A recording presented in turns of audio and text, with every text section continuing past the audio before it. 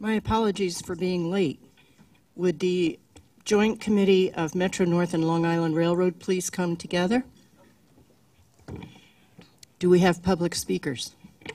Yes, we have 2 speakers signed up. We ask them to please adhere to the 2-minute speaking limit and to address an agenda topic.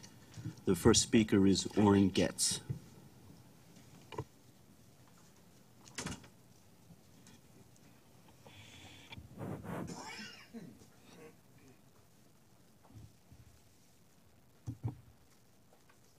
Good morning, ladies and gentlemen. My name is Orrin Getz. I'm the Vice Chairman of the Metro North Rail Commuter Council. I've received many complaints from Rockland commuters about the trains canceled and train breakdowns on the Pascagoula Valley line, also on car shortages. Last week's breakdown of train 1606 at Newbridge Landing was a disaster. Many of the customers were left stranded alongside the railroad track. One excuse given by New Jersey Transit is that they are very busy at the Meadows Maintenance Complex, which is known as the Mickey Mouse Club, to install positive train control in their cars and locomotives. As you probably know, New Jersey Transit is way behind in its implementation of PTC, and the FRA, Federal Railroad Administration, is considering fines against New Jersey Transit for their lateness.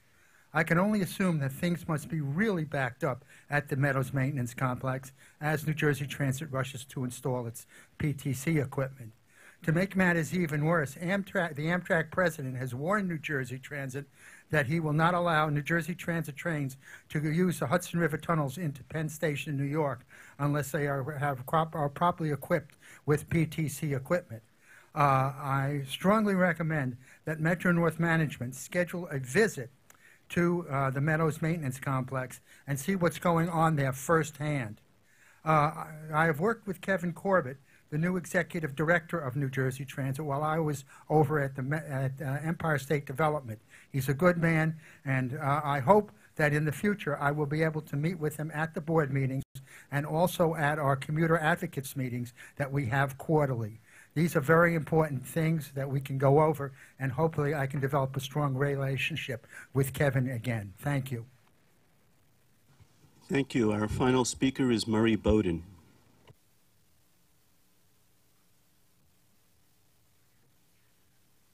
My name is Murray Bowden. I live in Hartsdale, New York.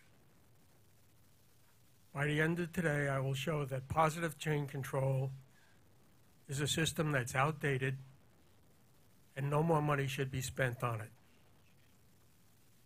In order to prove that, I'm going to have to show you that the people who've been advising you on various issues have been giving you wrong information.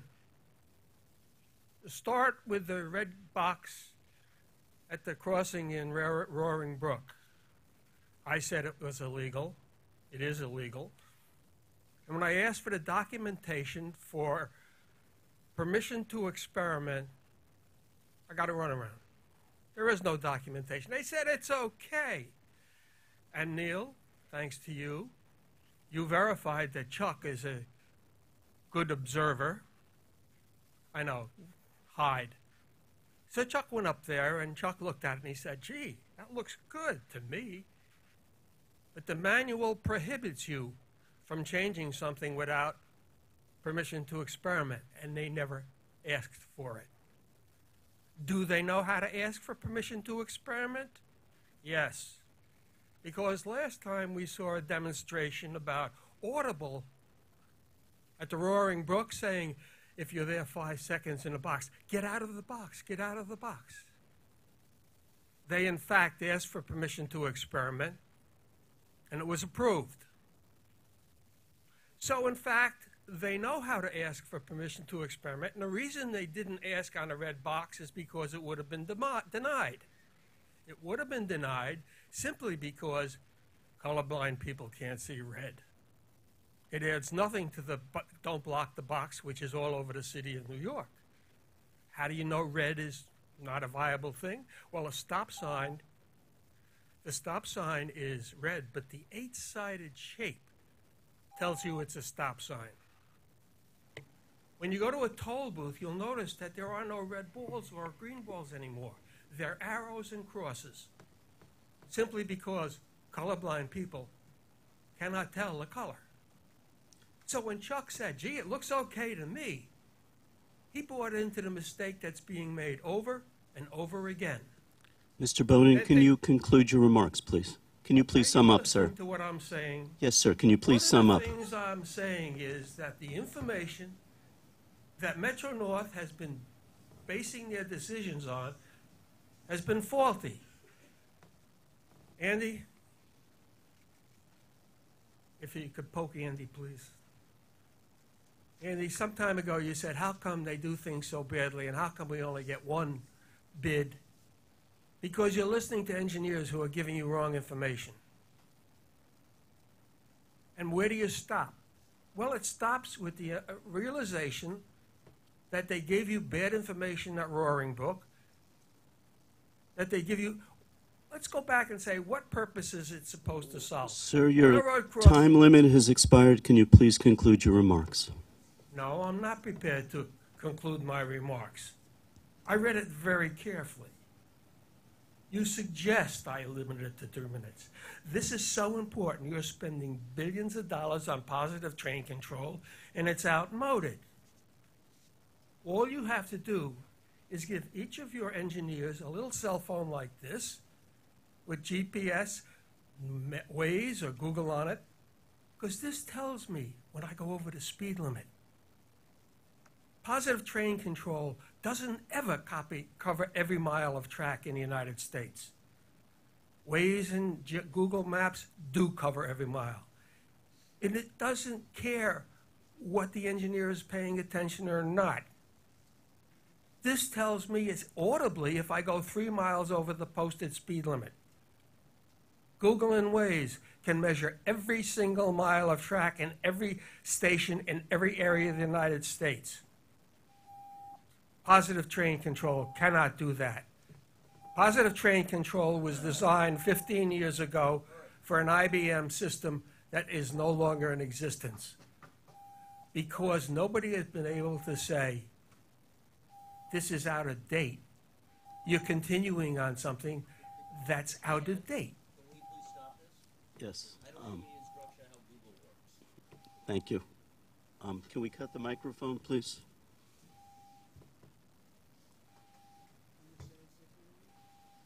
Yes, sir. Your remarks have concluded. Thank you very much.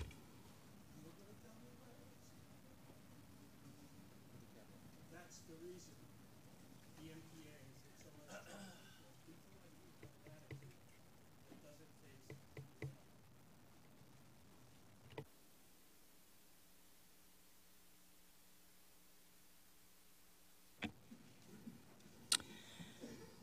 May I have a motion to approve the minutes for both railroads of January 22nd?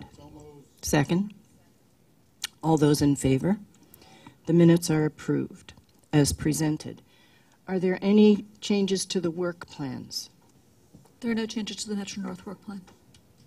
There are no changes to Long Island Railroad work plan. Thank you. In that case, may we have the Metro North President's report? Sure. I'm going to keep it quick because I think it's probably going to be a long meeting. Speaking of PTC, I'm pleased to report that we expanded Wayside Civil Speed Enforcement to the following 2 segments. On the Hudson Line, Spuyten Duyvil to Ardsley on Hudson, and on the Waterbury branch. We expect to complete implementation of civil speed. Still can't hear me? It's not working. It's not working? Something isn't. How's that? Better? Okay. We expect to complete implementation of civil speed enforcement of the 4 remaining east of Hudson segments by early March. When completed, we will have implemented PTC protection against overspeed derailments due to exceeding permanent speed limits. In March, we will begin operating our diesel and M7 trains on the Harlem and Hudson lines with CSE. And I just want to call to your attention that there is a staff summary in this month's package that would request the committee's approval to contract with Bombardier to do the PTC installations on the M7s at Arch Street. Substitute bus service will be in place on the Port Jervis line on the weekend of March 10th and March 11th to support actually the installation of the signal system in support of PTC. Speaking of Port Jervis, Susan and I were up in Port Jervis 2 weeks ago for an announcement on ADA accessibility.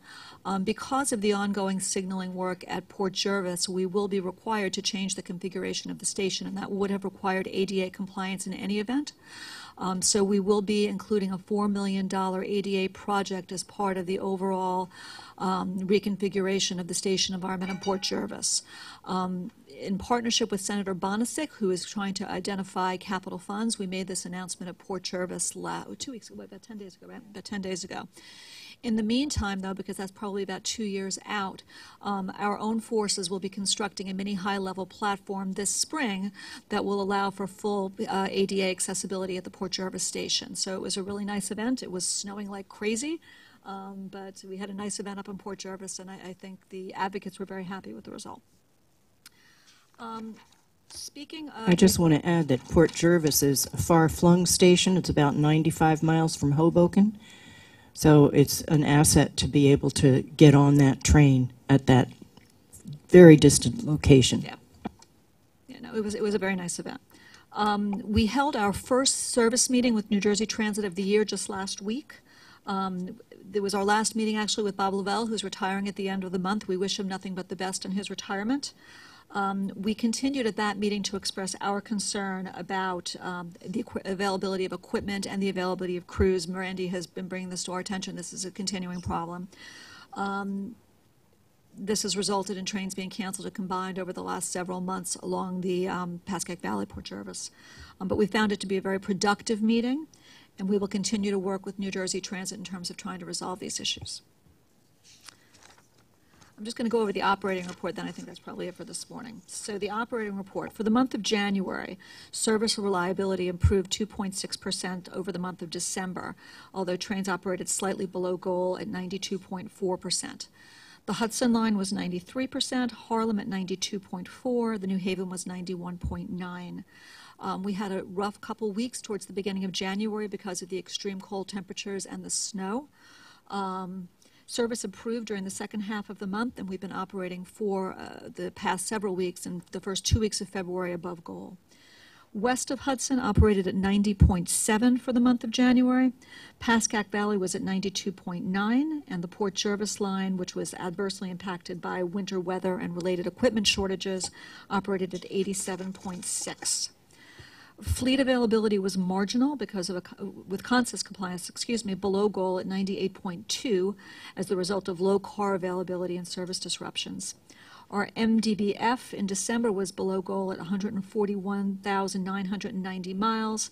Our year-end MDBF was slightly below goal at 193,883 miles. Same issues as in November. M3, M7, and M8 cars experienced a higher number of door, brake, and pantograph failures during the month of December. However, as with OTP, our equipment performance has been better during the month of February. And that concludes my remarks for this morning, Susan. Yes, Randy. I rode the Metro-North Express this morning, and I heard from our unhappy customers about the fact that they've had only 3 cars instead of 4.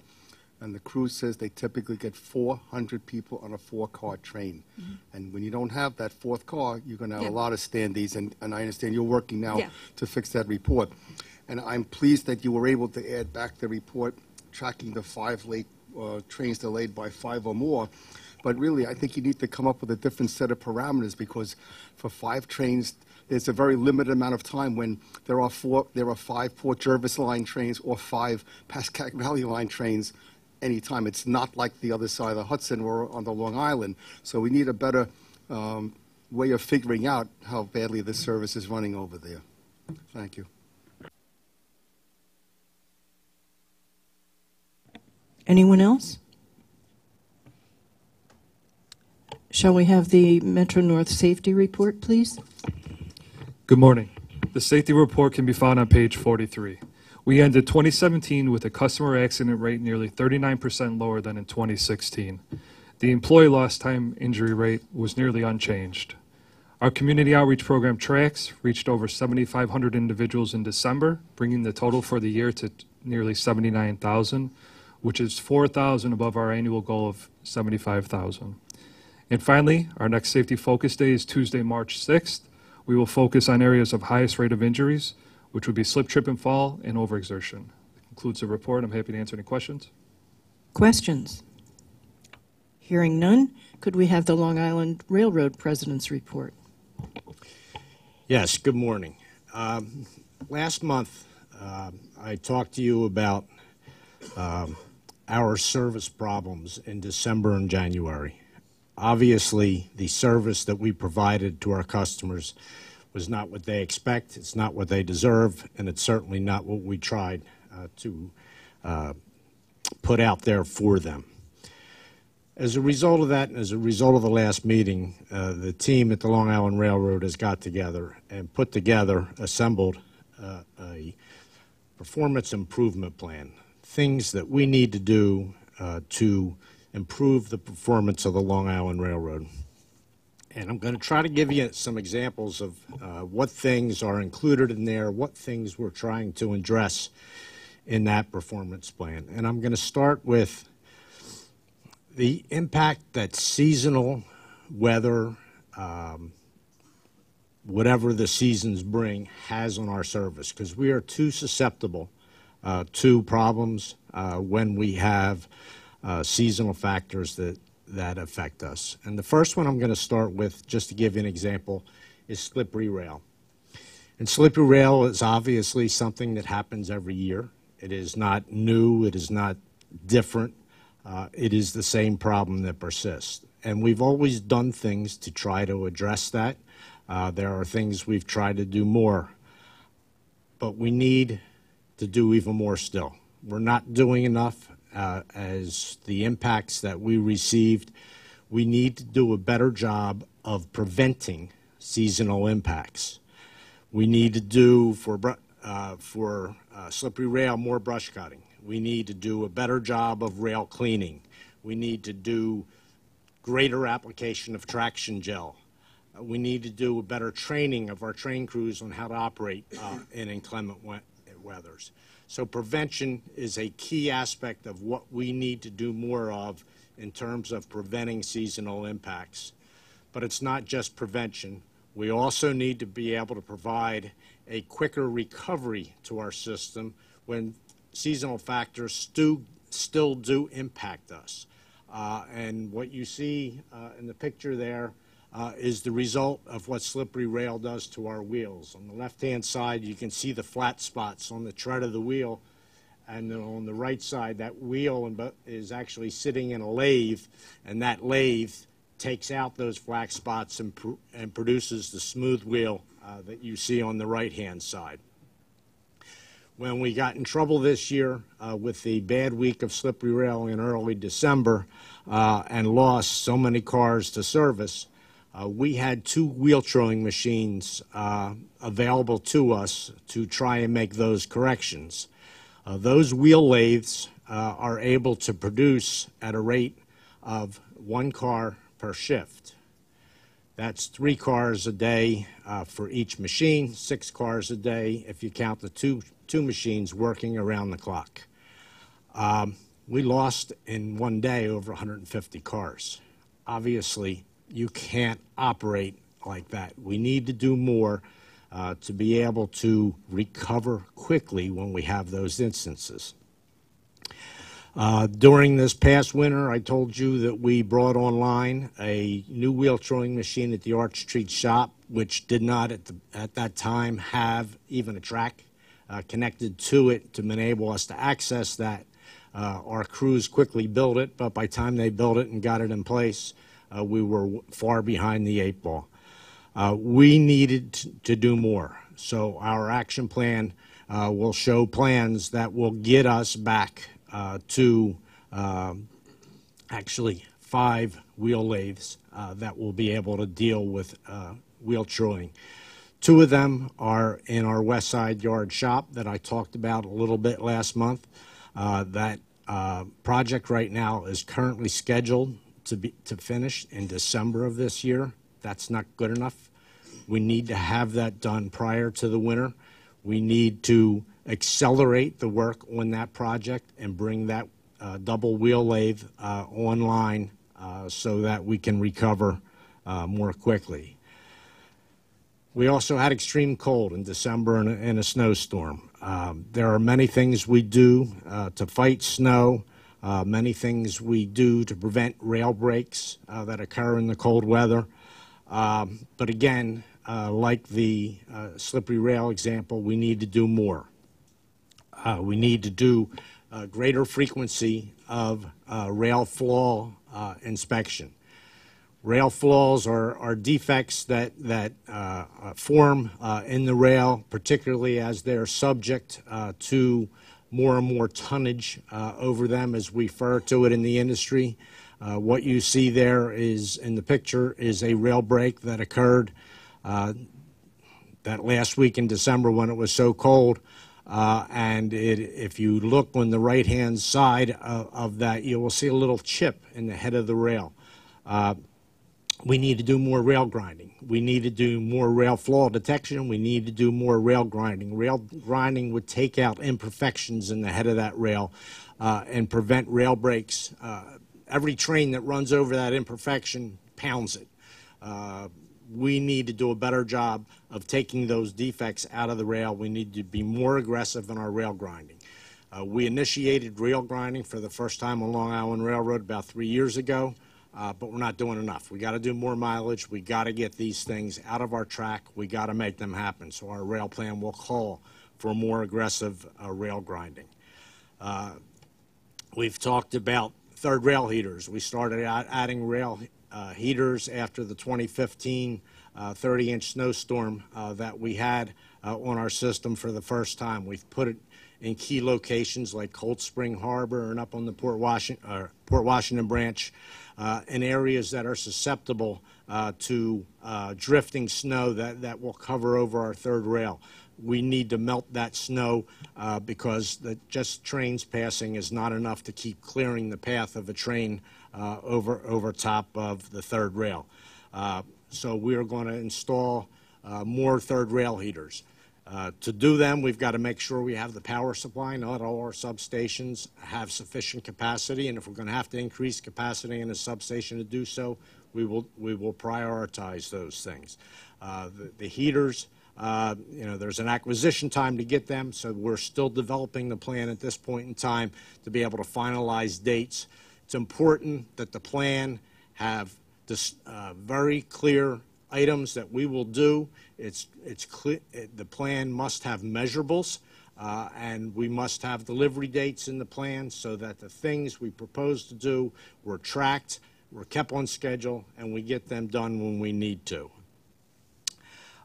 De-icing. We de-ice the rail with a spray that we run around during a snowstorm. I've told you how we monitor current flow on trains that are out there, and we prioritize where we run that de-icing machine, where we're in areas where we're starting to lose contact with the third rail. We need to have more de-icing machines. We have to have greater capability of addressing those areas when they occur. We need to investigate and embrace new technology. There's a new product out there called a switch cover, a rail switch cover. It tends to keep the heat in on the switch points, better melting the snow and ice that gets in there, and it also prevents snow and ice to get drug in when a train passes through and drags a new pile of snow into the switch. We need to keep that out of there. We've never had that technology. It's a thing we've identified. We're going to do more of that and try to move that forward. We have some old technology. Our state of good repair in some instances is not what it needs to be. We have old technology like air-powered switch machines. Air-powered switch machines are very prone to problems in the cold weather. The cold air forces condensation in the lines. They freeze, they block the lines. We don't get sufficient airflow. Without sufficient airflow, the switch won't throw when they try to throw the switch. We need to, ultimately, we'll have a project. Most of these air machines are in Jamaica, which is a key location in our system. We have a project in our capital program called Jamaica Capacity Improvements. That is a project that will take a number of years to put in, much like the work we're doing for East Side Access down at Harold Interlocking. You just can't go in there and shut the interlocking down. We need to do it piece at a time to keep trains moving through there because we're expected to continue to provide good service. So we need to go in there and make intermediate changes. I can't wait for Jamaica capacity improvements. I can't wait for capital projects that are 5 and 10 years down the line. I need to do things now. There are things we can do to make these things perform better. They will be in our plan. Switch heaters, same thing, same story. M7 threshold plates. Our M7 fleet is prone to failures of the threshold plates. The threshold plates are it's actually a forged aluminum that's in the doorway. They were all changed out when the cars were a few years old, when we had the problem with someone falling through the gap, and they were extended out beyond the car. That required putting a new plate in there that was wider and reduced the size of the gap. Unfortunately, the material selected was a dissimilar material from what the original one was, and now we're having corrosion due to dissimilar metals, and it is, they're cracking, they're failing, particularly when you get in the cold weather. That gets to be problematic. Doors go out of alignment. Doors don't work the way they're supposed to work. Because there's a track in there that guides the door and the way it closes. We need to do more of that. M7 or M3 cars, I told you, were a real problem because the old traction motor technology that was out there. We have the M9s in the capital program and will be delivered this year. We need those M9s. We need to get the MDBF up to a higher level, and they are one of the worst performing vehicles in our fleet. We need to recover quickly. I talked about the Jordan spreader, also known as Darth Vader, being unavailable. We can't have that happen. I don't care what happens. It can't have that happen. We need to have additional rail equipment that enables us to move snow.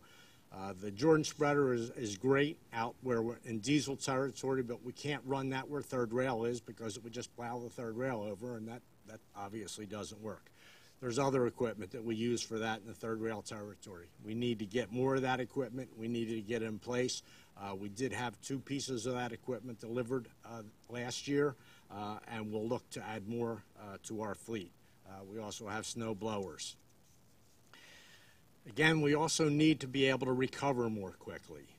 So whether it's changing out traction motors more quickly, whether it's snow plowing, we also need to position crews in the right places, the most critical places on our system, and we try to do that now, but we've got to do a better job of it. We need to reduce the response time when a switch hangs up and a maintainer gets there quicker to be able to recover that.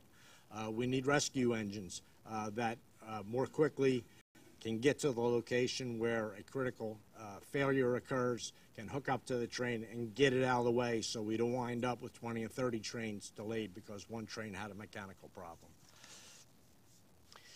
And, I walked you through 2 of the problems that we saw in December and January. But there are obviously other seasons throughout the year that affect us and other environmental conditions that we need to be better prepared for. Things like high winds, things like flooding, things like thunderstorms with lightning, extreme heat.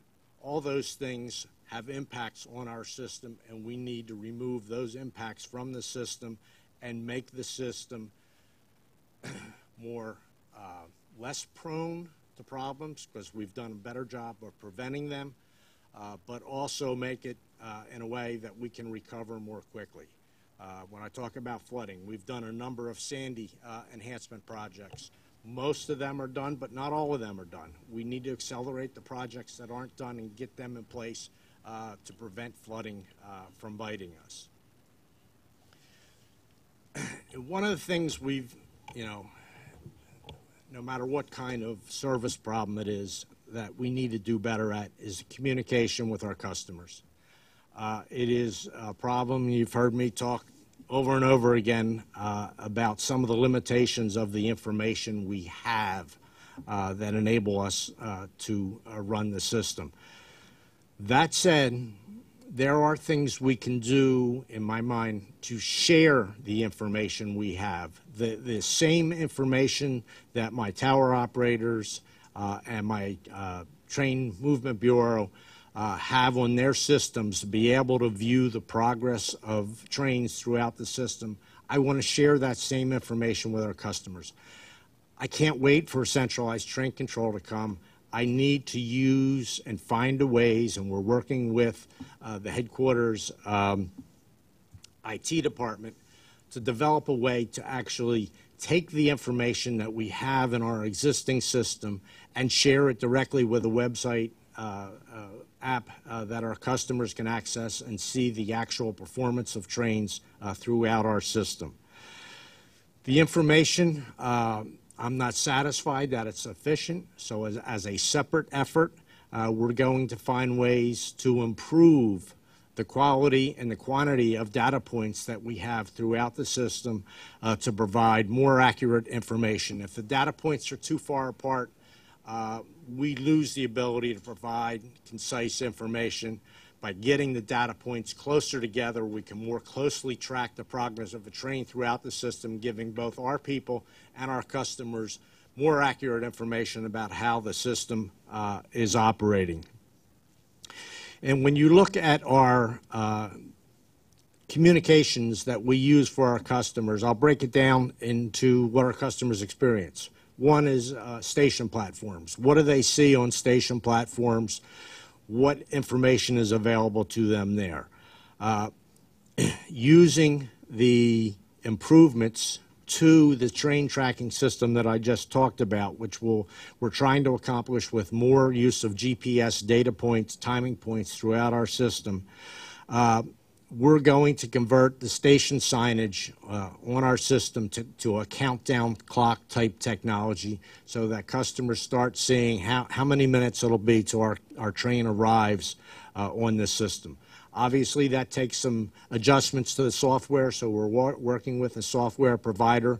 We've had for almost a year now some stations, 5 stations, on a trial.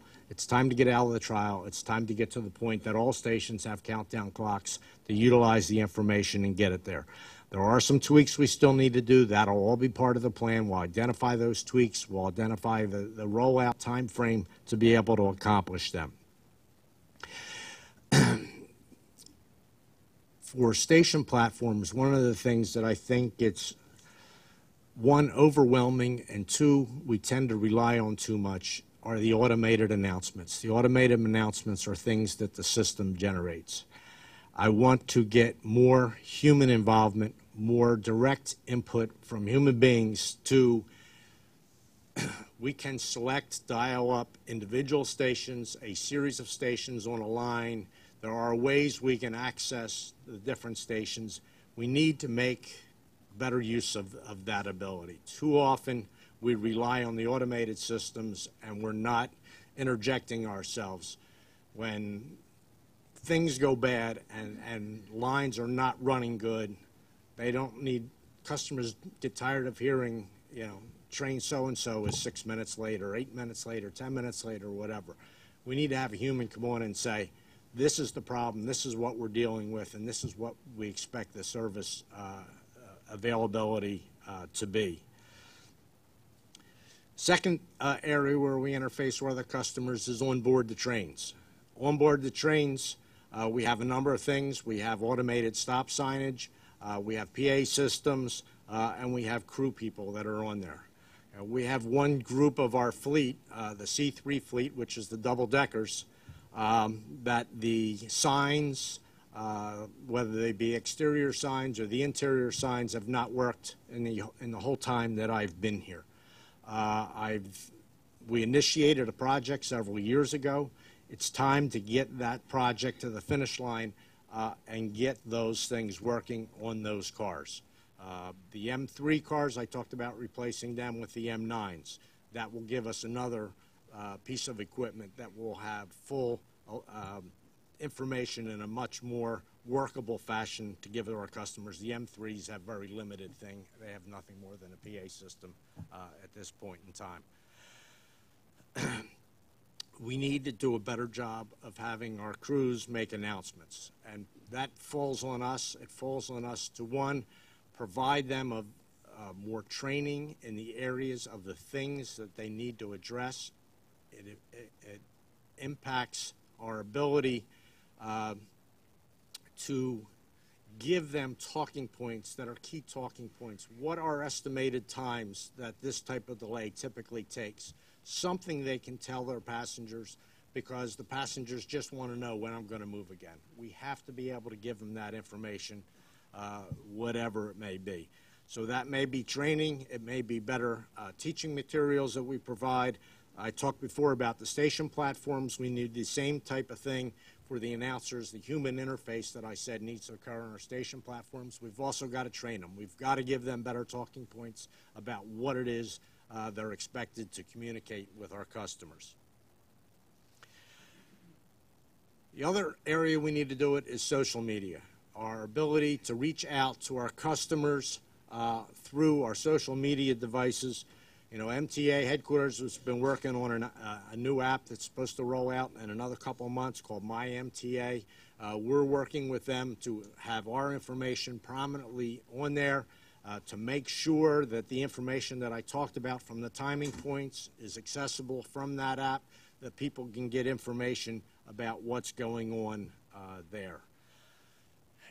One of the things we've got to do, we've got to get more active in social media, and we've got to do that by applying some more resources to the social media interface. So that's an effort that we're going to do to try to add staff in that area to be able to provide better information to our customers. We've got to do more outreach to our communities. We need to be out there starting right away to interface with the communities, to listen to their concerns, to get their ideas on what we can do better, particularly in the area of communication. We need to do a better job interfacing with our commuter rail advisory groups because they're people that understand the business.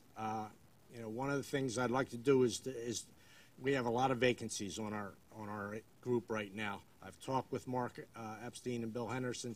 We need to get some more people and get those positions filled and get them more involved in the business.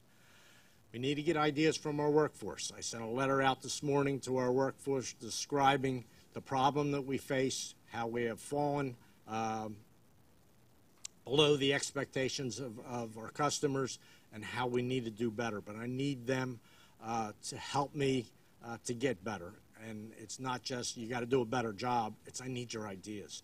What things can we improve and how can we improve them? How can we make the job better, easier? How can we give them the more information that we're expected to provide to our customers? One of the things I want to do is add a customer service position to the organization whose sole responsibility will be customer service. And I want to have that position report right to me so that that person has access to me, will be on top of all these things that we're talking about moving, who will be interacting with whether it be community groups, the commuter advisory groups. We need somebody dedicated to customer service throughout there. I've gone on and on. I think you get a flavor for what I'm trying to do, what the team has been working on since we last got together. We are working with headquarters. We've met several times. We've got to finalize that plan. We're in the process of doing that. It'll take probably another few weeks till we get there. Some of it will involve funding. We need to identify that and get our arms around how we can possibly accomplish that. But these are some of the things that I think we need to do to have the Long Island Railroad provide the service that we need to provide to our customers. And I have a couple more items I want to address, but I don't want to move on to them until I give you an opportunity to ask questions on this. The end. Chuck? Pat, I know how difficult that presentation has been for you. I counted 51 we need tos. And I know as well, perhaps more than some of my colleagues, what you inherited from your predecessor, which was a problem that you've been trying to deal with. But it seems to me the epiphany that we've heard this morning in terms of trying to get the Long Island Railroad back to some appropriate shape is one that dictates two things. One, I think we need to schedule another session in which we review what happened with the we need tos, and 6 months from now or 5 months from now, in terms of whether they were implemented, and if not, why not?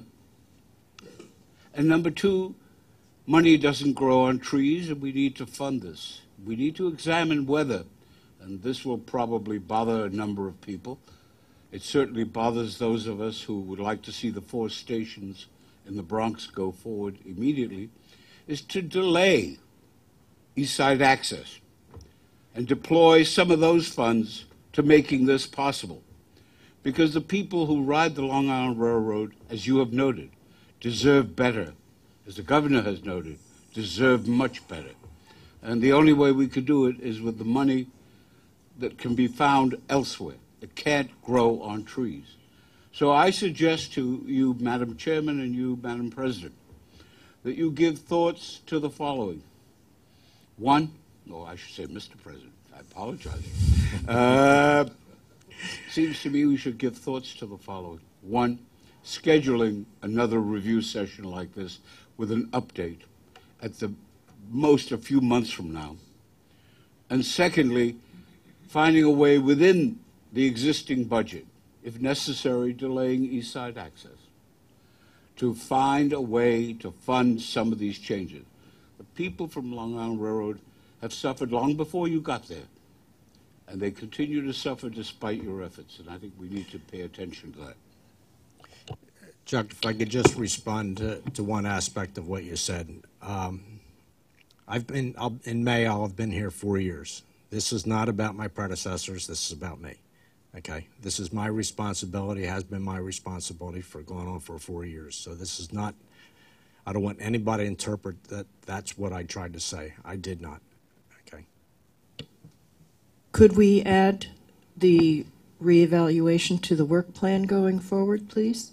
So that the next meeting you have that on? That was going to be my suggestion, is that Absolutely. once we get everything in writing and have a list of items that each month, as part of the work plan, we have a review of each item to see where it's been implemented, and if not, where not, so that we have a running schedule of what's going on when in that regard. That would work. It would Yeah. it would allow us to track. Does that satisfy your suggestion, Chuck? Yeah. Vinny? Yes. I know you. Please. It sounds like we have a lot of work to do, clearly. You know, everything on the president's list involves the workforce. Everything requires a dedicated workforce, which we have on the Long Island Railroad, without any doubt. You know, the men and women that work in the engineering department on the right-of-way, in the shops and facilities for equipment, and our on-train crews as well in the field providing information, all need to be supported. The bottom line is any improvements that are going to be made here are going to be made through the workforce. And this workforce is used to it. We have no problem stepping up when things, you know, get rough. This is not the first rough patch that the MTA Long Island Railroad ever seen. And we deliver, we continue to deliver. We're the ones that are there when it's going bad. So the fact that Pat has made some reference to the human factor and hearing from the workforce is music to our ears as far as labor is concerned. But then that can't spin back to resources relative to communication with social media and back to the same avenue where we may have gotten away from the basics of railroading. We have to prioritize service for our customers now. That's the most important thing that we need to do. Give the customers what they want. Nobody, listen, railroad workers hate reading the paper more than anyone in this room because we are a proud group. We love what we do. We're dedicated to what we're doing. We're out there in the weather. We're out in the field, and we're getting yelled at. And in confidence, I know I'm speaking for the craft. We need to get back to basics of railroading and put that human factor in there. We need to stop. You know, we managed here for many, many years without, and no criticism to anything or anybody or any department, but we didn't have a public information system. We didn't have a lot of the technology for decades here, and we managed. Now, we're busy now. We're reliant on technology. We're reliant on social media. We are not the labor organization that ever poo-poos technology, social media. We get it. We're with the times. We negotiate with this agency. We work hard to support the challenges, and we will continue to do so.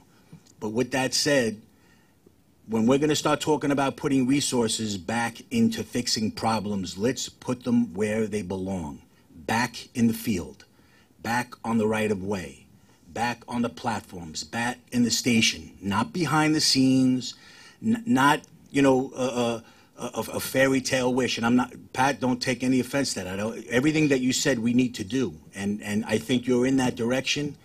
I would just really, really emphasize the fact that if it's human factor that's going to fix this place, this workforce is dedicated and will rise to the challenge, and we'll do it.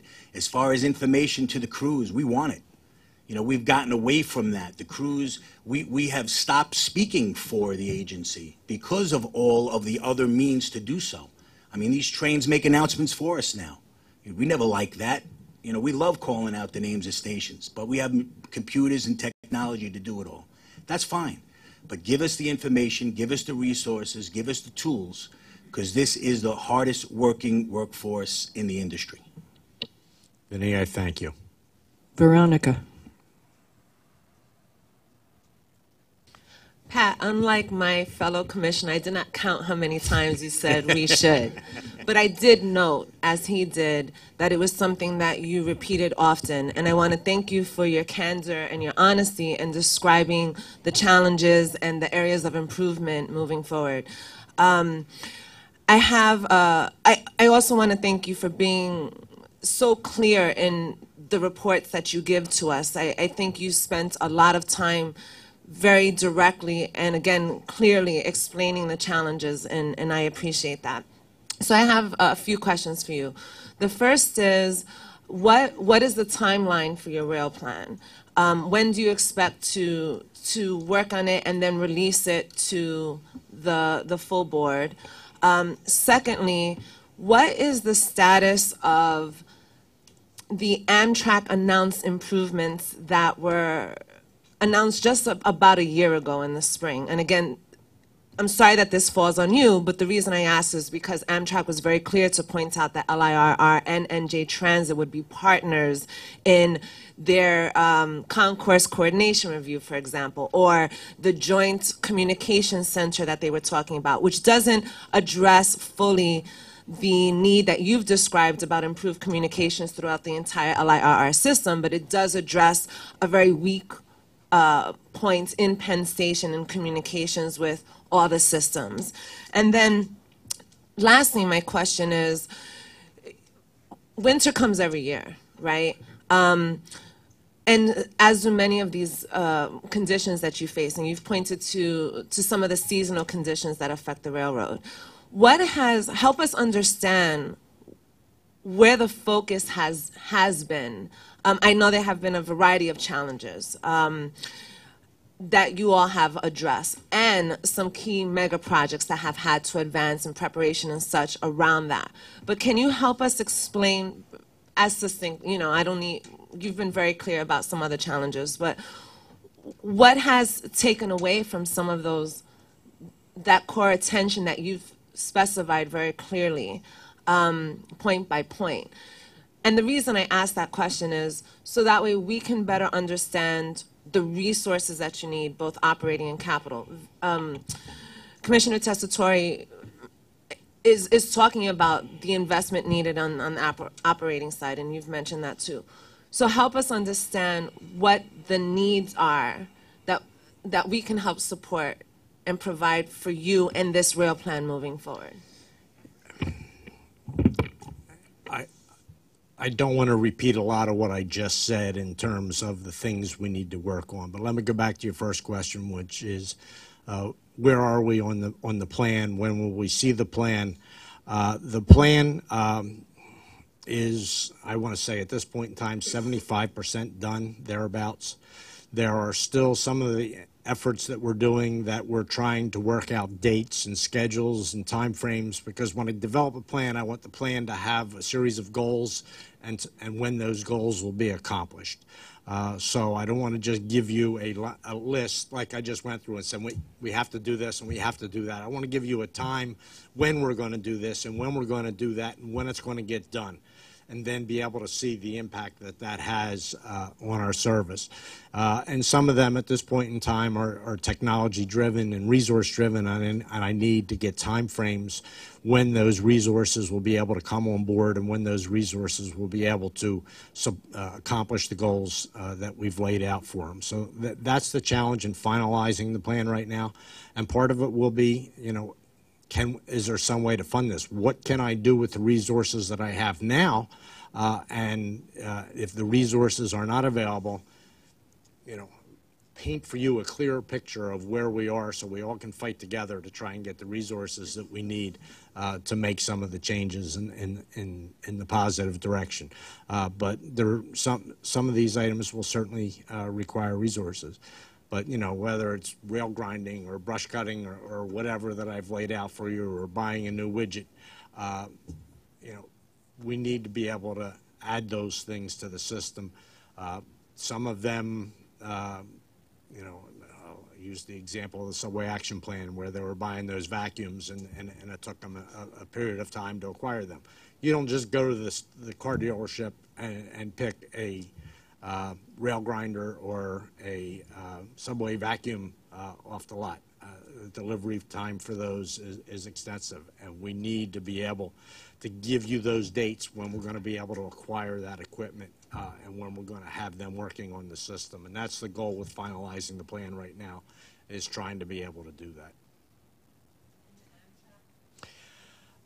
Penn Station is obviously one of the largest challenges we face, and it's largely about capacity in Penn Station. There is limited capacity in Penn Station. We have 5 tracks that are dedicated to Long Island Railroad. We share another 4 tracks with them, and that's the extent of what we have. And you know, I'm not going. It's not about capacity. My question is about the project. No, my question is about whether or not Amtrak is moving forward with the communication, the Joint Communication Center.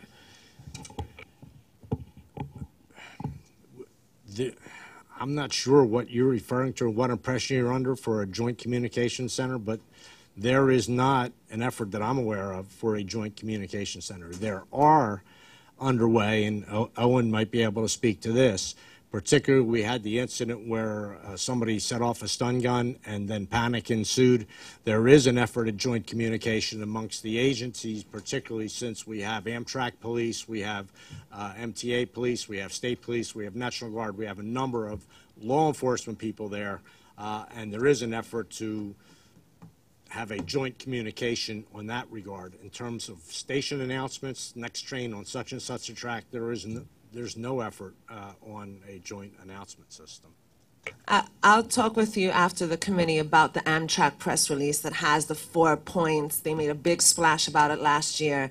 It's from that I'm asking. Yeah, and that's what I think is more the thing I described for you with Owen. I do think the two of you should speak about this offline, and then we'll get clarification. Scott. Thank you. Pat, I appreciate all the litany of to-do lists that you laid out and the thoughtfulness and taking responsibility for getting done what needs to get done. Just to maybe follow up with Veronica's point, because, you know, if you go back, I think Newsday this weekend noted that the on-time performance was the worst in the last 2 decades, despite even having a good performance during the summer of hell period we went through. And so, you know, part of, I think, trying to figure out how we're going to fix the problem is try to understand what's different, right? We've had bad patches of weather for the last 2 decades.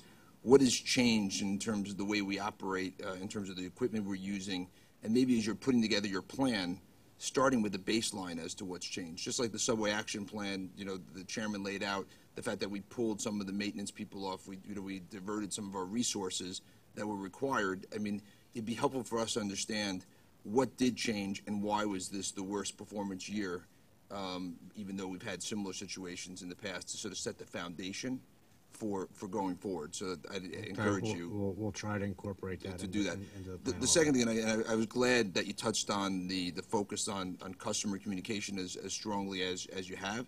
I think even as a culture, you need to make sure that is, again, reemphasized. Because if you look at the book for today's meeting, I think on page 190 where you talk about the 2018 challenges, it doesn't mention customer communication once, right? There's all these other points, but not customer communication. And so that to me is indicative of it not having been a priority. And so I encourage you to make sure from a cultural perspective that is a priority going forward. And I think your points on training and reaching out to the team members that are on the ground day in and day out to be a part of the solution makes a lot of sense along the way. But I also would say technology is critical here. And in today's environment, both customers' expectations have changed because technology has changed their expectations, right? I can go on my iPhone and see where every one of my family members around the world to the minute, within 10 feet. And so people say, well, if you can do that, how can I not know where my train is? And so I encourage you just to maybe not reinvent the wheel. If we have to come up with a patch to try to figure this out, look at what other technologies are out there, whether it's Google Maps, what they use on the iPhone, something that helps facilitate some expedited manner to encourage this communication. I agree with you wholeheartedly, and let me distinguish a little bit what I'm trying to accomplish here. As much as possible, I want to share real-time information that we have with our customers directly. I would prefer that our people who interface with the customers, wherever they may be, are more dealing with not the routine stuff that I can do using technology, but deal more with the stuff that's not routine, the incidents that happen and the problems that occur, so that they can focus their efforts on dealing with those issues as opposed to, real-time information. I have no problem sharing the same information that my people have in a tower with our customers. I just need to put it in a format that the customers can understand, because right now, the format that we have, I need to adapt that. No, and again, and I thought your point on training and helping give the engineers and the other people on the train the ability to communicate effectively in those circumstances makes a lot of sense. And then just my last point, and I know you mentioned it, but I want to reemphasize that once you have this plan, for you to go out to the community yourself and with the chairman and laying out, here's the plan, here's the timeline, because setting expectations is the key for this to be embraced and people to recognize that they're being heard and create better patience for our customers as we go through the transition.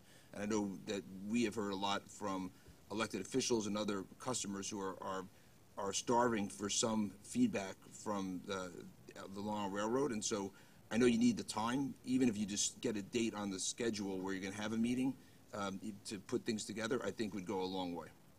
I agree with you wholeheartedly. We will. Do we have some last questions? I see Neil has something. Pat, thank you for that in-depth and in some ways, to be honest with you, depressing, and I think the word litany, Scott is right. And Scott, I do appreciate you bringing this up with some intensity that I think in part drove this conversation today. I do want to pick up something my colleague to my left stated related to East Side Access, not necessarily the idea itself, although I think there's merit to exploring whether it's feasible or not. It reminds me of the real need for this organization to start developing its own viewpoint about the sustainability of our financing. We, as Tom Prendergast used to say, we have $1 trillion asset. And depending on how you do the math, I'd say we spend about $8 billion a year on capital to work on that asset. That's less than 1% of its value on an annual basis. So if you think about your own house and how much maintenance you do in the house, say your house is worth $1 million, you know, you're spending $8,000 a year, especially if it's 100 years old. Probably not spending $8,000 and not keeping the roof from falling apart. Probably spending a lot more than 0.8% a year. We have to develop a sustainable funding model. We've got to figure out as a board what we think we need from our various constituencies. The Transportation Reinvention Commission, at least one of our board members was on. Veronica, were you the only one of the board members who was on that? Yeah. You were very clear about what the various tools we have to do. I've asked Joe, I've talked to many of you in this board, we have got to develop a viewpoint, a strong viewpoint, because you can't do everything. You just cannot do everything. You can't have 4 stations in the Bronx and East Side Access and Croton-Harmon rebuilt and Gateway and all kind and Third Track, and you just can't have it all. It is not possible, I'm sorry to say, and you can't do that faster and more efficiently. I in some ways I have great empathy for you, Pat, because it is impossible. And Penn Station rebuilding and Moynihan Plaza and you just cannot have it all. Someone has got to pay eventually, and unfortunately the tax burden in this state has actually just gone up. Thanks to the president, individually that is. And so the one thing I'd say is, as a board, I looked at my colleagues here, not to the management, but the colleagues, to figure out how do we suggest what is a sustainable model? Because yes, part of this is management and focus, but part of this is financial as well. And I really think we have got to start solving this matter, or it will not be solved, and that is even worse. Andrew. Can I respond to Neil just quickly? Neil, well, yeah, I'm going in a little bit different direction, but I want to pick up on something you said there. And whether it's East Side Access or Third Track or a number of other projects, one of the things that this railroad absolutely does on a daily basis, it operates at maximum capacity. And we need to develop more resiliency into the system itself to be able to recover more quickly when I talk about things. And those are all important projects, and we need to keep the eye on the prize in terms of what do they ultimately do for the service of the railroad, and they will have an improvement to the service of our railroad. Andrew. I mean, sitting here listening to this, and I think Scott brought this up, it sounds like something has changed recently over the last year or two, and maybe it's the priorities of the management of the railroad, because you have a lot of things thrown at you now, and I don't know how much management time is being taken by East Side Access, the Third Track, the whole situation as you described in Penn Station with Amtrak. There's a lot of things going on here that I wonder if it's taken the management, the middle and upper management of the railroads, eye off the most important thing, which is daily customer service, running the trains on time, all the things you talked about, Pat. And I think if I was running the railroad, I would go back now and assess what Scott said. What happened here over the last 6 months or whenever it became really problematic, the running of the railroad? What's changed? Have we taken our eye off the ball? And you may have had to take your eye off. You may have just too many things being thrown at you at once to run the railroad efficiently and on time, and the things are important. It just may be, I think somebody else said, too many things thrown at the management. So I think it's not only these fixes you're talking about, but I think you have to go back and take a look at the basic management, the basic priorities of the management, and what events have occurred that could have taken the eye off the ball, because you can only do so many things. I I'd like to appreciate hear about that, you know? and we will do so. Absolutely. Because you maybe just taking something, too many things you just can't possibly do it. Part of this report I agree, and we will do that. I think that do you have a question, Norman? Yeah. Yeah. Sorry. I'll go in the line of, congratulating you for being the guy that takes responsibility for all this 51 menu items. They're very, it seemed very extensive. I mean, all this stuff seemed very extensive, but truthfully, from my perspective as a mechanic, it seemed like a lot of this very basic stuff. I don't think we need a lot of training for most of this stuff. And my concern is more like, why wasn't this stuff, I guess I don't really think it was something that happened in the last 6 months. This is something that's happened over time, is why aren't these, if you go through the shop, and you go to my guys and say, what's a list of things that you would do to improve this situation, a lot of these things are going to be on the list. These are very basic things, and why they weren't on the list is the bigger organizational problem that whether you take responsibility or somebody else takes responsibility, it doesn't really matter. Those things have to get done. Now, and I'm not trying to reinvent the wheel, but I am trying to kind of take the flat spots off of it.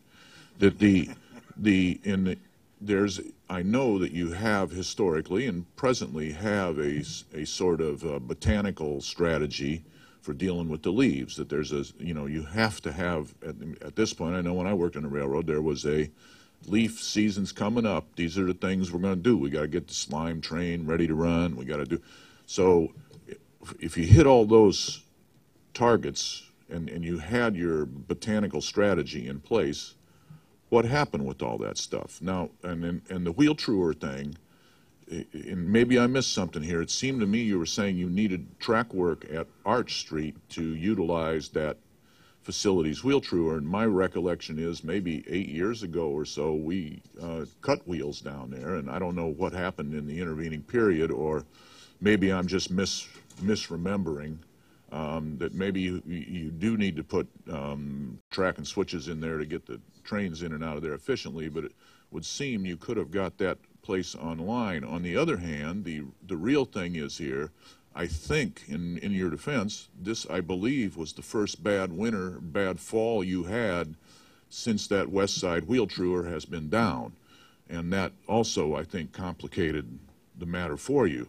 But as far as technological quick fixes, I guess, to get a wheel grinder, it probably does, or a track grinding and tamping equipment and that sort of stuff, probably is a couple, 3 years lead time to get that stuff. But I believe portable wheel truers are available. I don't know to what extent, have you considered using them? Is it something that just doesn't, you would take 2 years to get them as well? But when you lost 30% of your wheel truing capacity to the West Side Yard, it was really just a Russian roulette thing with the weather, that ultimately you were going to have bad weather and you were going to get behind the 8 ball with the wheels. So that's really, I know I threw even more at you now, but but what happened with the botanical strategy, and what are the things you have to do to get the simple things done? That's my concern. I think you have to put all of this in your report to us.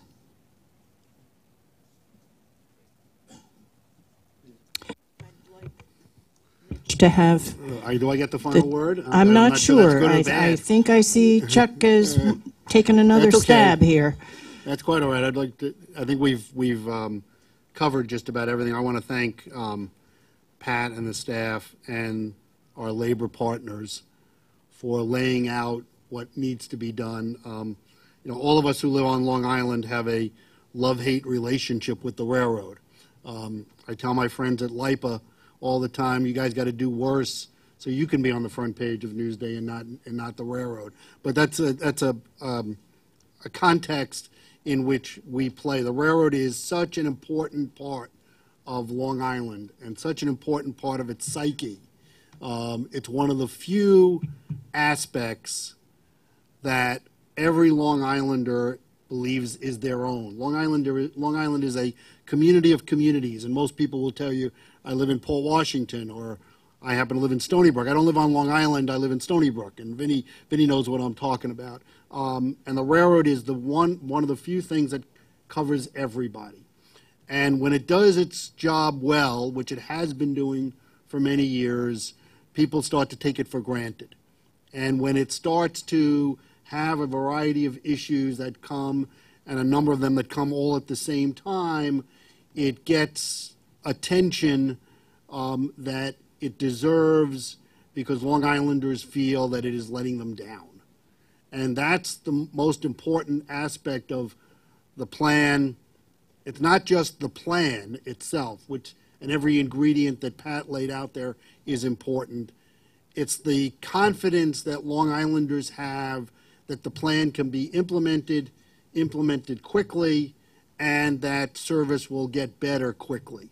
That confidence is what has been lost over the last couple of months. Not just the train didn't get here, but I'm not sure anybody can get my train here at the appropriate time. And when you lose that confidence, when you lose that credibility, it is very difficult to get it back quickly. It takes a variety of time to do so. And I'm hopeful, I have my own confidence that the railroad can do that, that the management and labor communities working together can do that, because nobody likes to be the butt of the train's not getting here today and it's not going to get here. We all want to be able to know that the train is going to get here at the right time, and that the people who are paying the fares, today's fares, which are high, and tomorrow's fares, which may be higher, unfortunately, are not left in a situation where they do not believe they are getting their money's worth. Because once you get to that point, you have lost all confidence in the people of Long Island. So I'm very hopeful that the plan that Pat put out there today can be implemented, that we can have a variety of reports that go on each month to know what is happening. The communication aspect of this is essential. People are willing to understand if they're told what to understand. And that's why that aspect of this is, in my opinion, one of the most important aspects of this, because it allows people to know, okay, there's something happened, the train will be here in 15 minutes. If I know that, I feel confident rather than saying, well, something happened and the train will get there when we'll ever get there, or nobody telling them when the train is going to get there, which is even worse in that context. So I look forward to the implementation of this.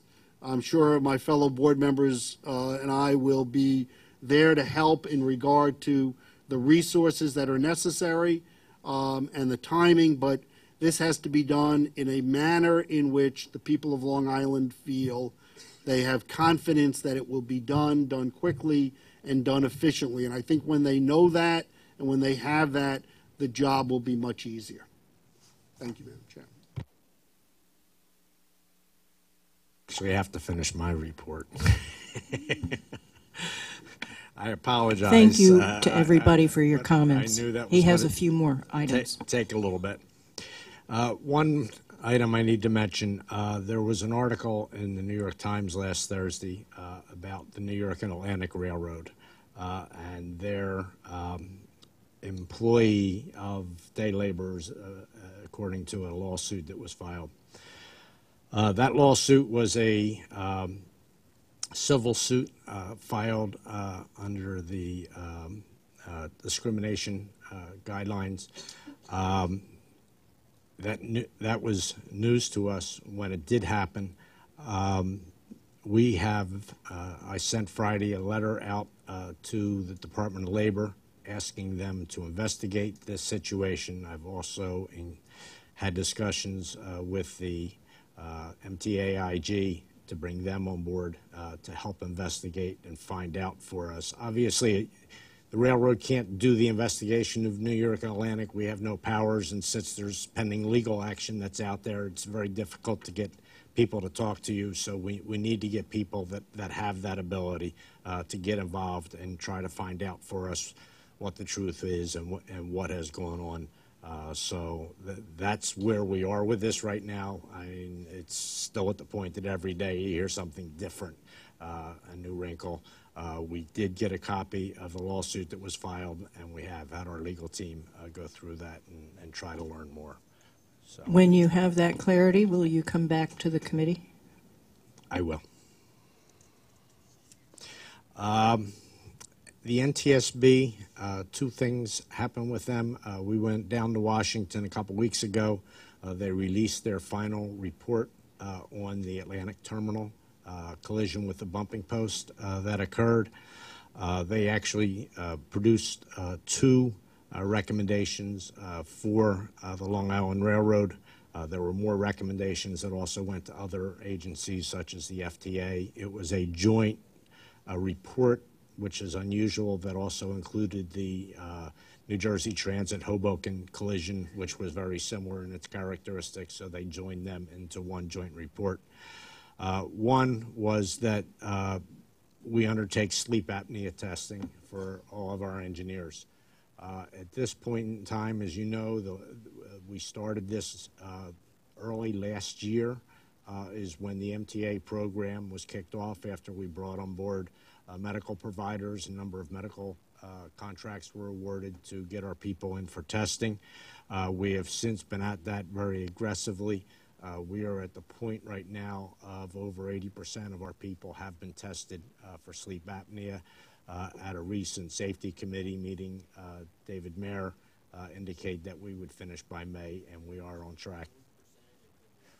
In excess of 80%. We are on goal to complete that in May, as David said at the safety committee meeting.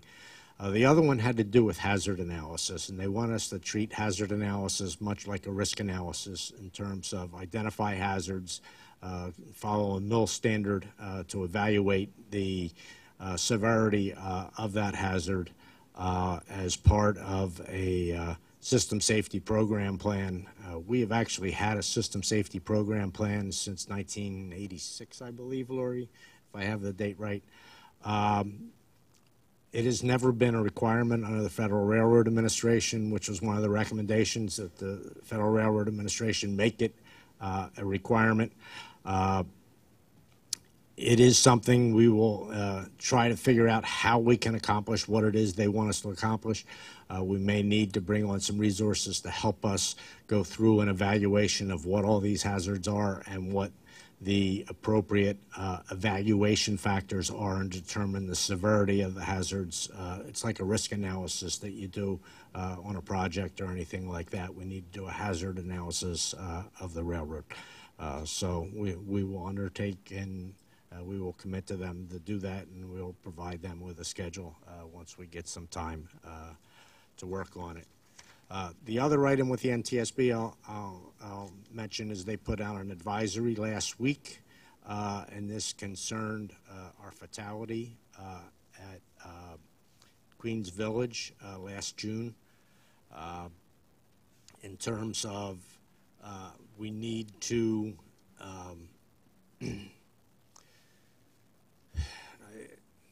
the investigation isn't done, so I got to be careful here, but part of what their investigation is, and it identified the fact that we weren't doing enough in terms of people following our own rules.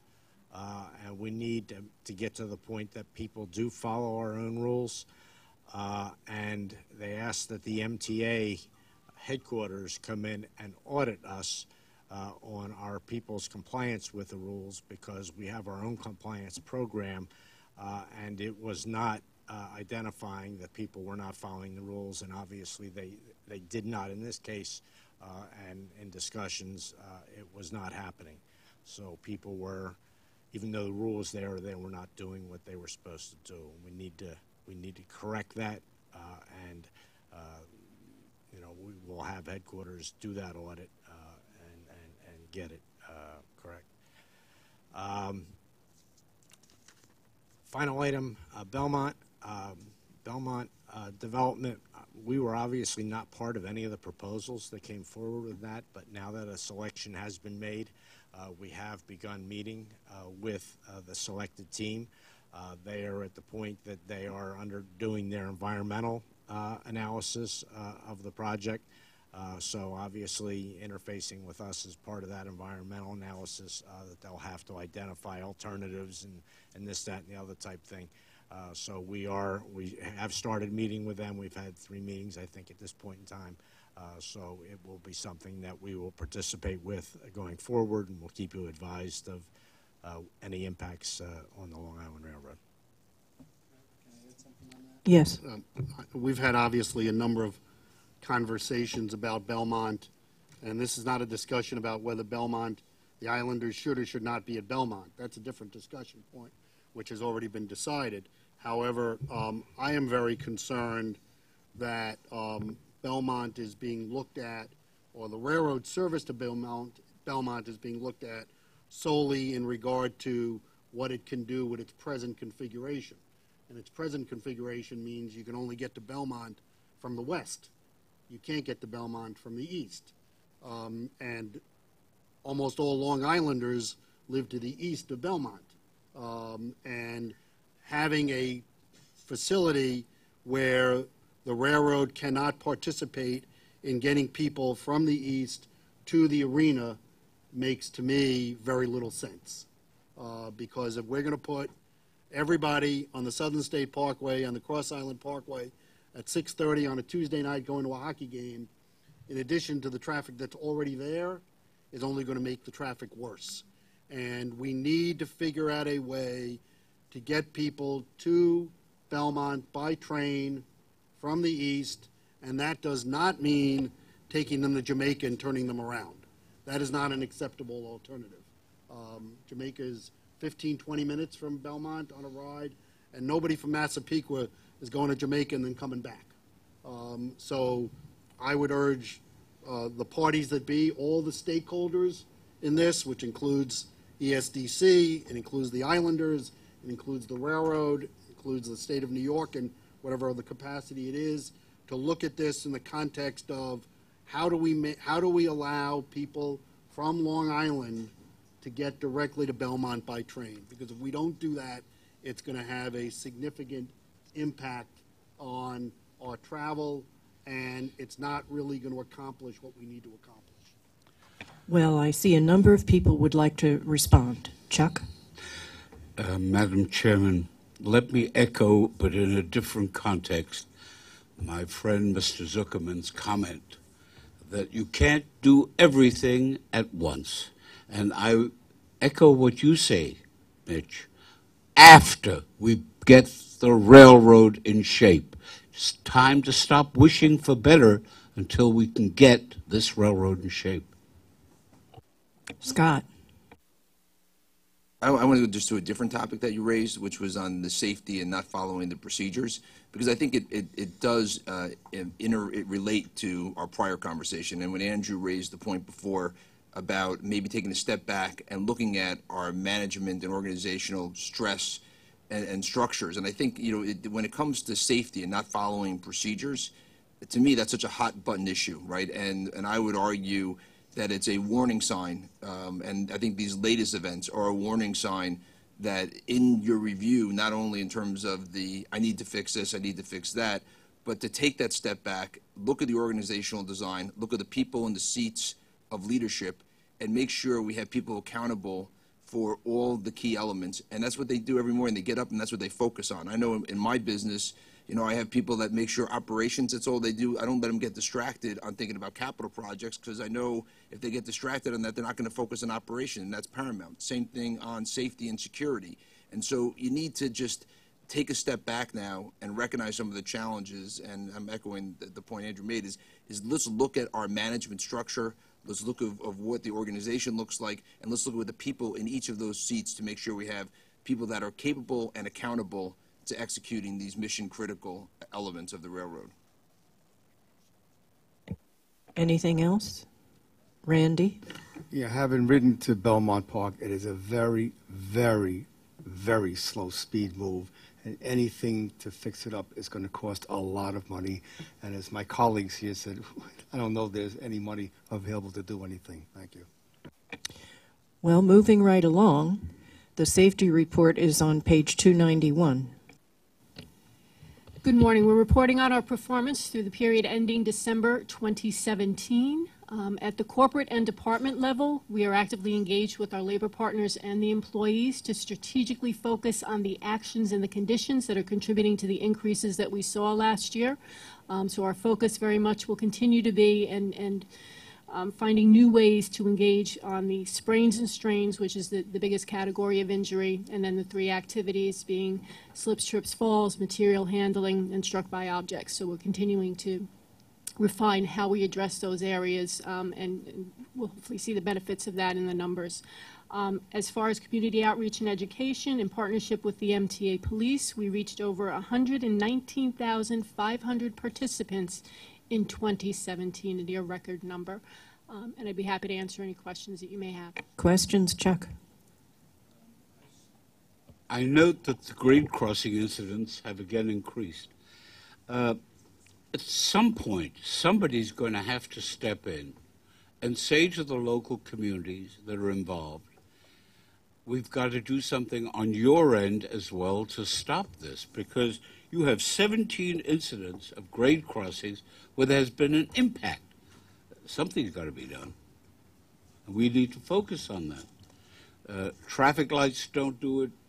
Things coming down don't do it.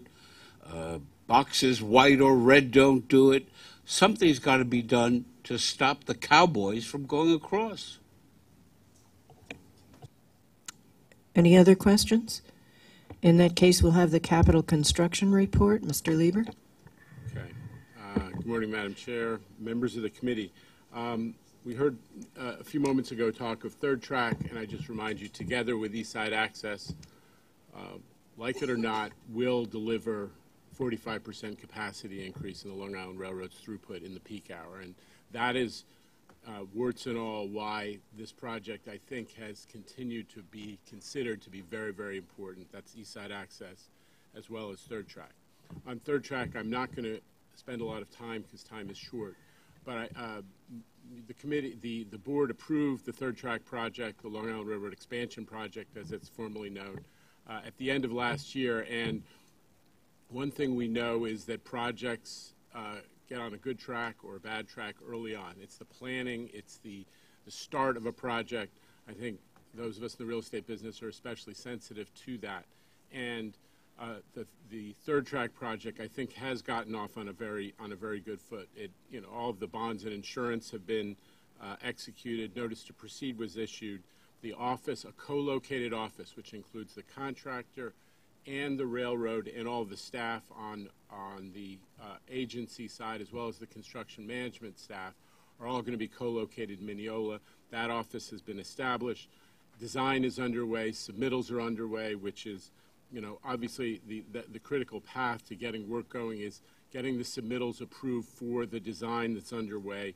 The utility relocation process, which is high risk in any project, but especially so in one which is operating in a very narrow and constrained right-of-way, has been initiated.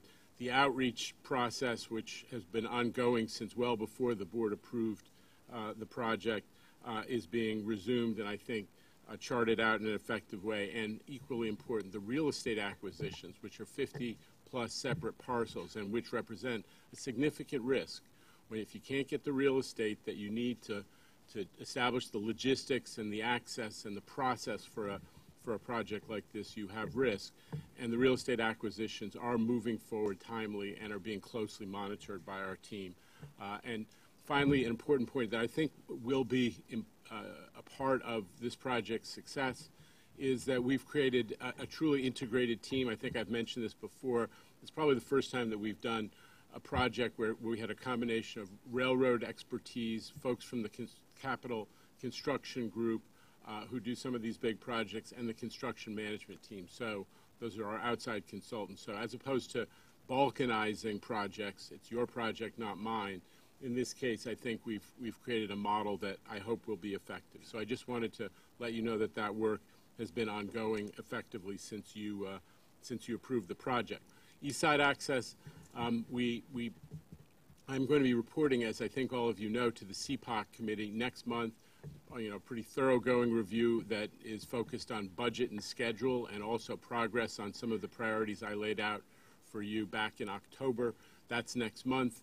We did a tour for the board a week ago. I would like to schedule, and I know scheduling is difficult, but I'm going to try to find another date before the CPOC meeting to give those of you who wish a chance to see the status of the project. Because when we get into it next month, it would, I think, be very useful if you'd had a more current look at the physical project. It only takes about an hour and a half, including the meetup and the briefing. So Commissioner Pally was there, Commissioner Glucksman, and Commissioner Albert Weiss brought a couple others, and I hope that folks, if at all possible, could find time for that. We have a 3-minute presentation that is about the passenger experience on Eastside Access. I'd like to share with you. I know how short time is, so I'm going to give you the option of saying you don't want it. But I do want to say one thing that is, we'll talk more about it next month, which is that you raised earlier, Commissioner Vanderpool, you raised the question of Amtrak and our collaboration with them.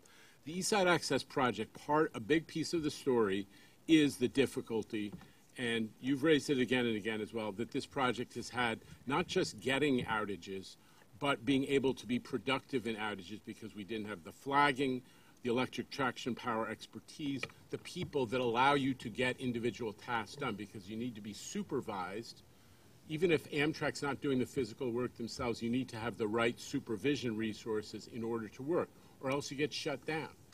And this the productivity has been bumping along at the roughly 50% range for some years now. I discovered this when I started to get into the project.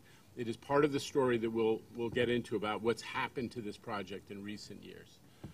In January, that productivity for Amtrak work, where Amtrak's doing the direct work, dropped to 0.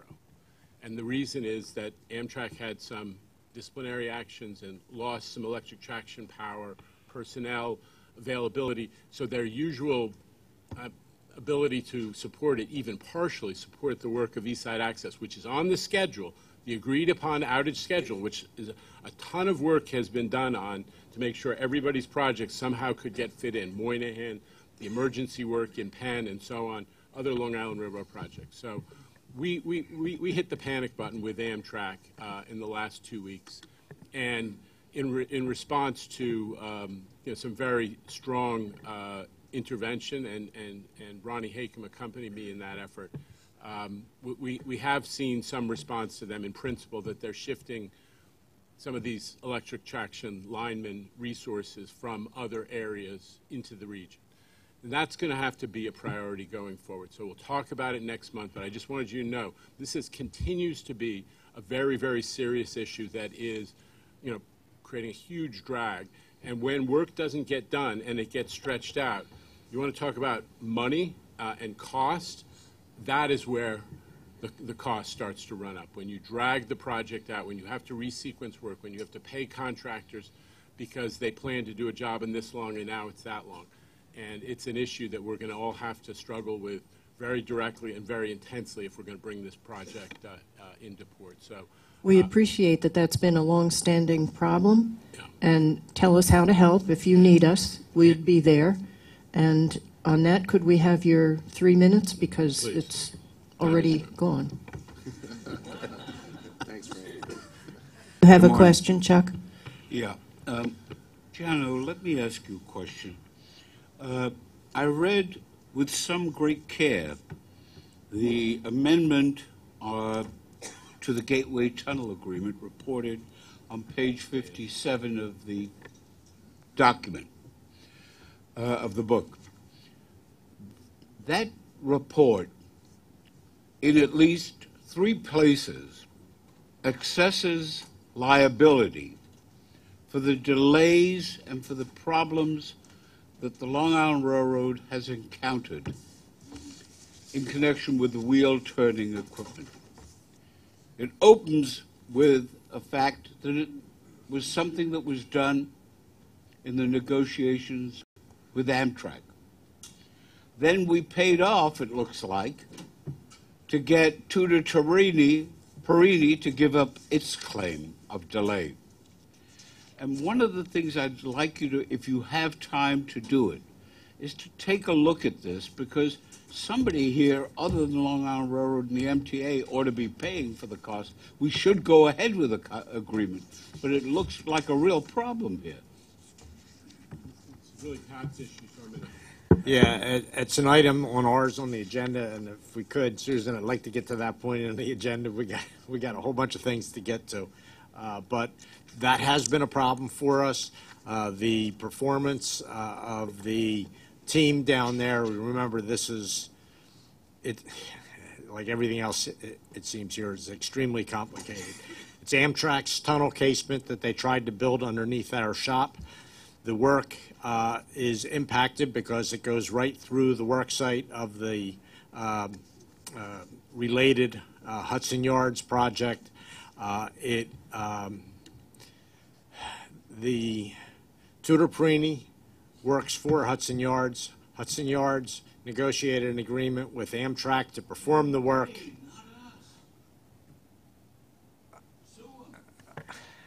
Understood. I need to get the wheel showing machine right now. That's my priority. $1 million, close to $2 million, for something that was caused by one or another of the trio, not us. That's the problem with, we have to move forward. And I agree with you. But we should not put on our plate the costs that are intended to us. And all of us agree with that. Passenger experience on East Side Access, Randy? Good morning. East Side Access embodies a one MTA approach. Our moment of truth will be defined on opening day as we deliver a transformative passenger lifestyle experience to Long Island Railroad customers. Along with the construction of the third track and double track projects, East Side Access will provide more train choices for customers traveling to Manhattan and city residents who work on Long Island, but also for customers traveling between destinations in Nassau and Suffolk counties for Long Islanders, and as well as for Long Islanders making discretionary and leisure trips. East Side Access will now establish for the first time a new Long Island Railroad terminal at Grand Central, so we are no longer totally dependent on Penn Station, where Long Island Railroad is a tenant with little control. So let's see what the journey will look like from a passenger's perspective. For example, a nurse living in Manhattan or Jamaica, Queens, will now easily make a reverse morning trip to the Mineola station pictured here, with just a short walk to nearby Winthrop University Hospital. An example of an inbound passenger, let's say a teacher who today catches a 7:05 a.m. train from Mineola to Penn, then connecting with the subway to reach the East Side for nearly an hour commute, will now be able to leave from Mineola 18 minutes later in the morning and still arrive at Grand Central at the same time as before. On opening day, passengers will be riding on the newly delivered fleet of M9A cars with many new features. And here we're now arriving on track 303 in Grand Central Terminal. East Side Access's terminal will have the storied address, but will be finished with a modern architectural look, along with 21st century services and amenities. And with 8 new platforms, there'll be more time for passengers to board. In fact, Metro North, New York City Transit, and Long Island Railroad information, service status, and even the weather will be readily available on digital screens from the moment you step on the platform, along with wireless wayfinding to help navigate to the street. And even before you get off the train, at 140 feet below street level, Long Island Railroad passengers will be able to answer calls immediately and connect to the internet. 4 high-speed escalator banks rising almost 9 stories will carry passengers from train level to the new Long Island Railroad concourse. And in keeping with our state-of-the-art digital technology program, ESA passenger areas will be activated with scalable, immersive digital experiences which will reflect train information, art, public service messaging, and revenue-generating advertising. For example, a digital ad seen during an escalator ride, perhaps offering a flu shot, can offer passengers on the go an opportunity to stop by the new urgent care, along with 2 dozen shops, eateries, online merchants, and seasonal pop-up kiosks on the new Long Island concourse, all part of our retail strategy. Passengers will see airport-like waiting areas with charging stations. There will be multiple options for ticketing and 2 sets of restrooms. And to reinforce terminal safety and security, the MTA police will provide a significant presence, supported by a new police station, officers, and canines. The new Long Island Railroad concourse provides passengers with plenty of interior connectivity options, sheltered from the elements, to both iconic Grand Central through the lower level dining concourse, as seen here, and the Biltmore Room, including direct connections to the subway, and even surrounding office buildings will all be in place. Giving Long Islanders access to employment, commerce, and civic centers in East Midtown Manhattan is central to what ESA is delivering. And at the same time the MTA is building Eastside Access, it's ensuring it will support a passenger lifestyle experience that sets a new service level for its travelers.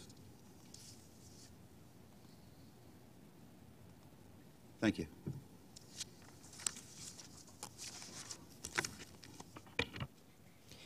Hearing none, we'll go on to the police report, please. Good morning. I'd like to report on an additional 11 canine units to the MTA Police Department. We had a graduation on January 31st with additional dogs from Peekskill PD, Poughkeepsie PD, and the U.S. Park Police, all being trained at our state-of-the-art canine facility in Stormville, New York. Each dog is named after a fallen member of law enforcement, a fire department, or the military. We look forward to these officers and their canine partners contributing greatly to the MTA Police Department. And speaking of canine, this past February 13th, a 17-year-old teenager with autism was missing from a group outing out in Malvern. A major effort throughout the night between the community, Malvern PD, Nassau County, MTA PD, and others resulted in MTA PD police officer from our canine unit, Officer Doug Joseph, finding the teen huddled up in a backyard under brush, suffering from hypothermia, but otherwise okay. I congratulate all those that were involved in that find. Our newly formed Homeless Assistance Unit continues to be making a difference. For the month of January, this new unit, consisting of a lieutenant, a sergeant, and 7 officers, have had just under 1,000 contacts with homeless individuals, have gotten 33 of those individuals to accept services from our homeless services provider, BRC. And they will continue to do that work day in and day out. Now, after last month's meeting, I actually reported on record low numbers for the MTA Police Department, ending 2017 with the lowest number of crime. However, this month I have to report a spike for the month of January. System-wide, there was an increase of 13 felonies, 30 versus 17 between the Long Island Railroad and Metro North. The spike was driven by an increase of 10 grand larcenies. With a total of 17 grand larcenies for January, 15 were from unattended property and 2 were from the person.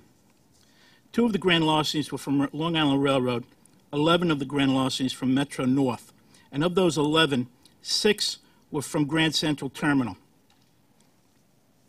This week, as far as the daily crime, we continue to be under 1 crime per day at 0.97 crimes throughout the region. Our hate crime report, 5 versus 4, all by criminal mischief. 3 were on the train, 1 was in a waiting room, and 1 was on a signal box on the tracks. This concludes my report. Any questions of the chief? Hearing none, we're going on to information items. There is 1 joint information item, and that's an update on PTC, which this committee has requested. It's going to be presented by Debbie Chin from Long Island Railroad. I'd like to point out that the PTC task force has reviewed this information under the auspices of Mr. Neil Zuckerman. And we look forward to hearing any comments you have about the presentation or any ways that it can be improved. Debbie. Susan, if I could first, you skipped an action item, which was the item that Chuck brought up. So I do need to vote for that action item. This is on the wheel throwing machine to amend the agreement. So I move it. Second. I do. Those in favor? Aye. Thank you. I am succumbing as I sit here to a cold. Whoever gets this mic. No, I'm okay. It's happening. Good morning. Slides? Is this going to work? Yeah, should work.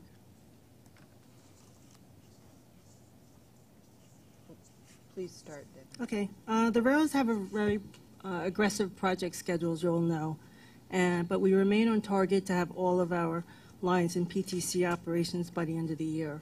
We're roughly collectively at approximately 62% completion for both railroads. The project budget remains at $968 million. However, Long Island Railroad anticipates an additional need of $40 million to complete the project.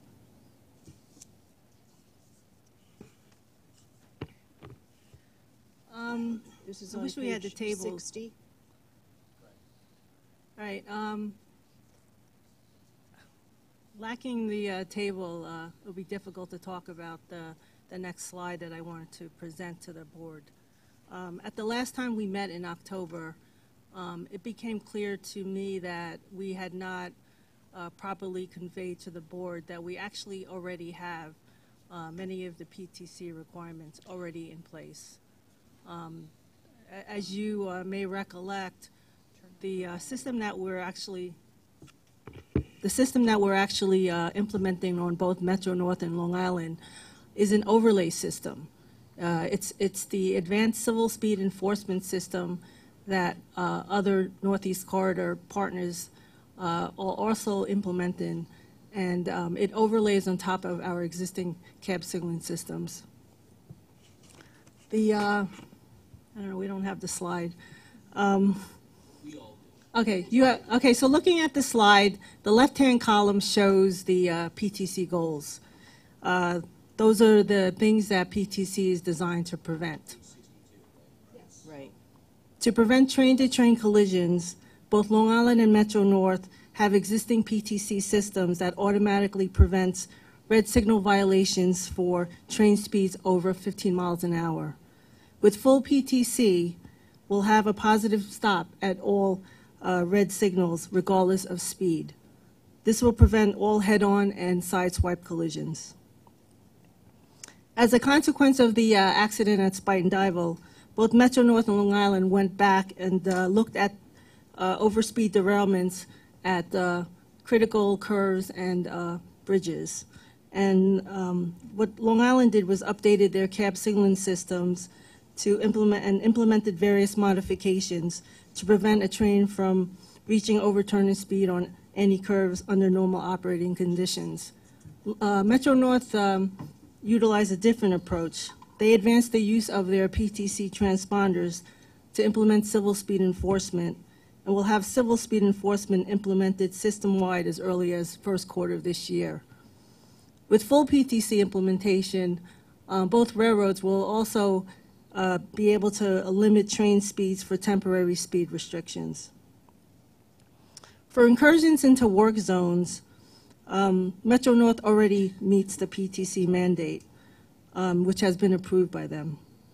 They have an employee advance protection system, and what Long Island Railroad has is a track blocking system, which through their existing signaling system, they're allowed to have a dispatcher prevent routes into work zones.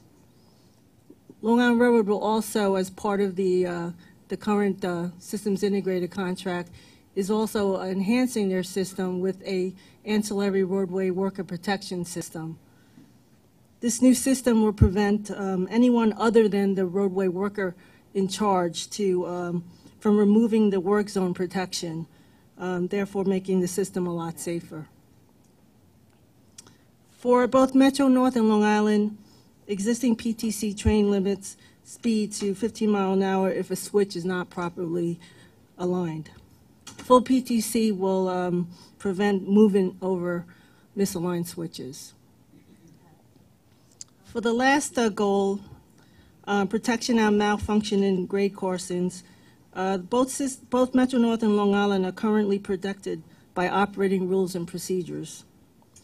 PTC will allow a dispatcher the ability to place a special temporary speed restriction to stop trains before the affected grade crossing.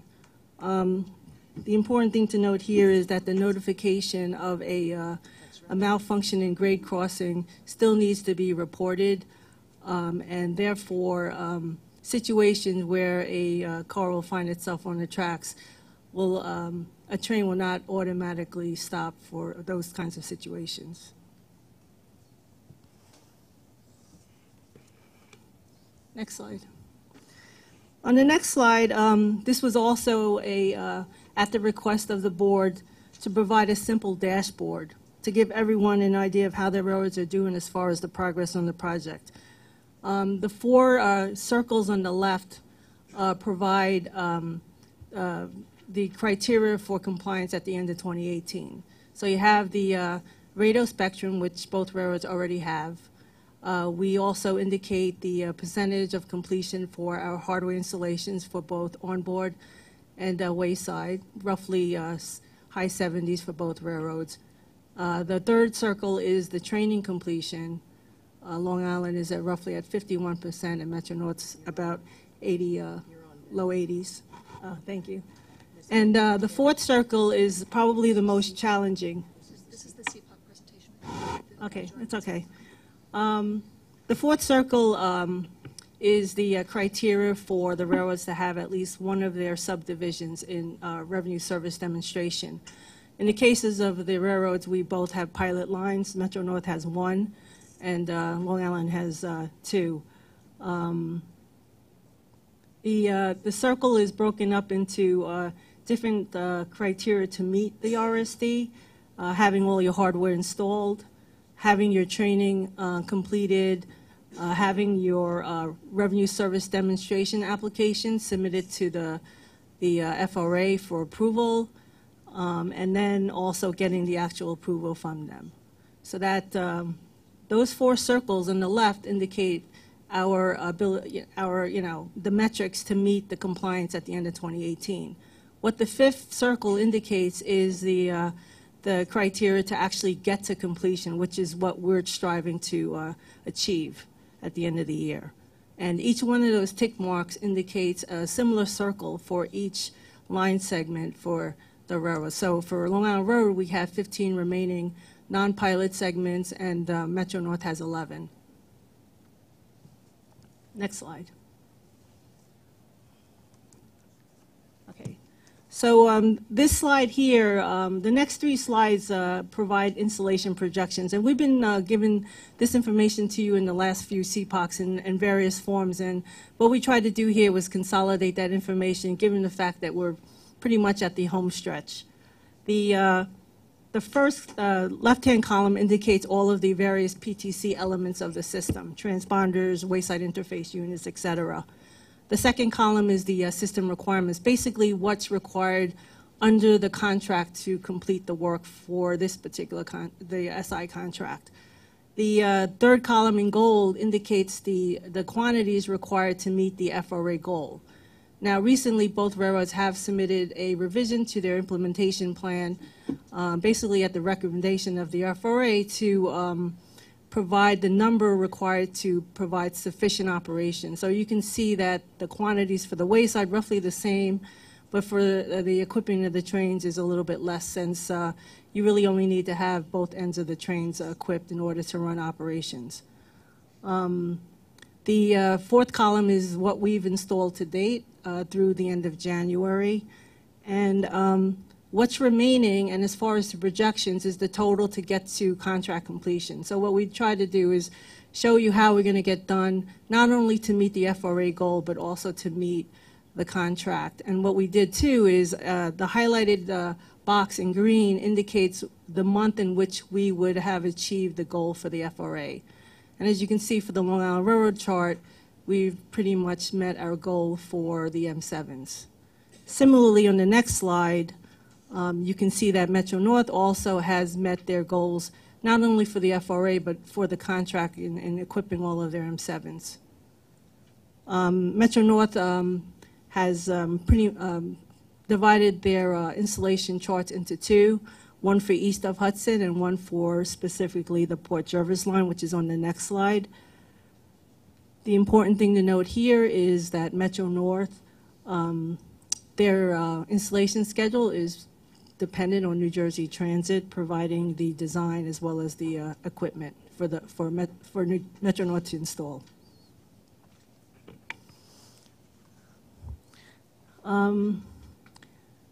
Since we last met in October, there were many key milestones that the railroads were working really hard to achieve. One of them was final design review, which unfortunately we did not meet at the end of December, and that new target date is now March. The delay in this milestone is a little less concerning than last year, as the team has done some testing and does not foresee any major system or hardware changes. The team has also reviewed and approved most of the documents that have potential to impact software development, and they've also prioritized the necessary documents required for the FDR milestone, many of them not being directly related to design, but more specifically to training and maintenance. Both railroads started their office factory acceptance testing to help mitigate some of the schedule delays. The focus was specifically on core PTC functionality. Both railroads completed their FAT in early February. Long Island Railroad had as far as meeting core functionality, an 82% success rate. Metro North, roughly 68 to 70% success rate. The testing team had to allot an additional week to actually finish the testing, but we felt it was important to test all of the functions, including the non-core functions, just to make sure that we understood or identified all of the test variances before advancing to the next phase. Given the success rate for the core functionality not meeting the entrance criteria for the start of integrated system FAT, the railroads and the contractor had many meetings to discuss the risks moving forward and jointly decided that it was in our best interest to move forward despite open test variances. So while we're still proceeding with the integrated system factory acceptance testing, we'll still continue to correct the test variances that we've identified in the various subsystems, close the gap on some of the test cases that needed to be more fully developed, and then also, so the plan is to basically, within the next few months before exiting out of site performance testing for the pilot lines, to actually get interim software releases to, validate the updated updated functionality. Next slide, please. Another critical activity that was noted by the IEC in the last report was the verification and validation of our PTC Vital database. And I'm happy to report that this particular activity is finally moving forward.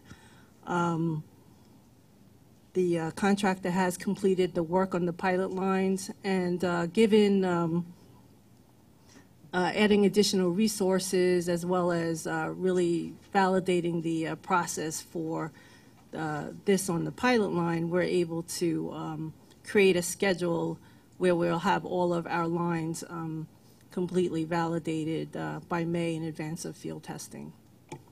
Deb, I just want to point out for those who are following along, just so that you know, this presentation that's up on the screen is the CPOC presentation, which is a little bit different from the presentation that you have in your book. We had problems pulling up the joint committee presentation, so it's not all that different, but if you're sort of going back and forth, that's why it's not exactly the same as what's in your book. Yeah, these slides are the same now. As I reported, we're continuing with deliveries and installations and also training. And, really importantly is we already started field testing. So as part of that activity, both on our pilot lines and our test tracks, we've been able to demonstrate certain PTC functionality and gain some confidence in elements of our system design.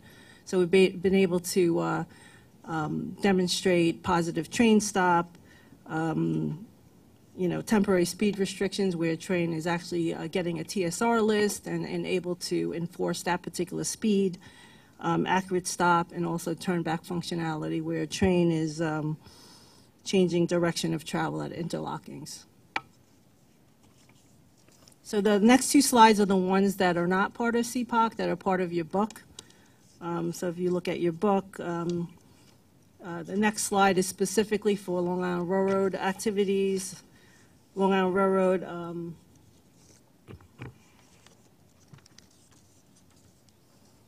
completed, like I had said, the office FAT.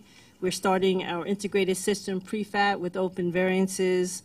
We will be getting interim releases through the end of the pilot site performance test period. And we're also giving the contractor a little bit more time to develop the roadway worker protection system, which is expected sometime in May. We started the installation of our OBC onboard software for our M7s, returning those trains into service after implementing that software. We awarded an installation contract for a third party to install roughly 35,000 feet of PTC cable in Atlantic Tunnel. That work is critical for our completion of installation work, and we're working really hard with coordinating that work in the Atlantic Tunnel, given all of the service in and out due to Barclays Center events. We also awarded an installation contract in December for small business mentoring to upgrade the electrical and the HVAC infrastructure for our primary control center. It's targeted for completion in May. And we also configured and tested our backup control center, where we're starting our pilot testing from workstations coming out of our movement bureau.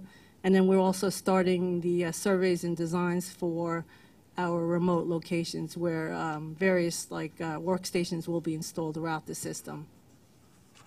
The next slide is the Metro North specific report. They're still in the process of implementing civil speed enforcement on all their lines east of the Hudson, and their target is to complete that in first quarter of 2018. As part of that effort, they installed, tested, and commissioned roughly 2,500 transponders over 720 miles of track. They already began operating equipped M8s with civil speed enforcement, and will, as Kathy had reported earlier, begin operating M7 and diesel consists with CSE in March, and then on the M3s in April. As I had reported, they started and completed their office FAT, not with the success rate that we had hoped to get, but we nevertheless will proceed with the integrated system FAT. Similar to Long Island, demonstrating PTC functionality on our Port Washington line, Metro North was able to demonstrate similar functionality on their test track. They also completed the wiring and testing of their emergency control center to support pilot testing, and they also advanced interoperability testing with their tenant railroads, monitoring the civil speed enforcement, the data logs from the computer to ensure proper functionality, and they're also starting to schedule testing on their test track with these tenant railroads. The next slide is a little bit complicated, also at the request of the board to be a little bit more transparent as far as our schedule. This will give you a little bit more indication of the complexity of the situation that we're in. Try to make it as simplistic as I could, but just looking at the top line indicates the subsystems for the transponders, the wayside interface units, the onboard, and the communications. And like I had said, this work is completed enough for the pilot, and we're giving the contractor additional time to complete the closure of some of the test variances that we uncovered during testing.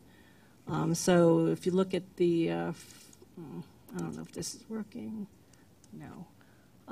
The first diamond on that first bar shows roughly where we're at today, and the second bar will show when we will, somewhere in May, when we plan to get a new release.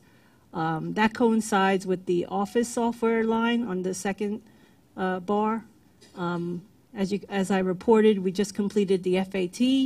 We will try to close out as many variances as we collected during the factory testing, and then continue to do a pre-FAT and an FAT for the remaining functionality, including the roadway worker protection system that's coming in May.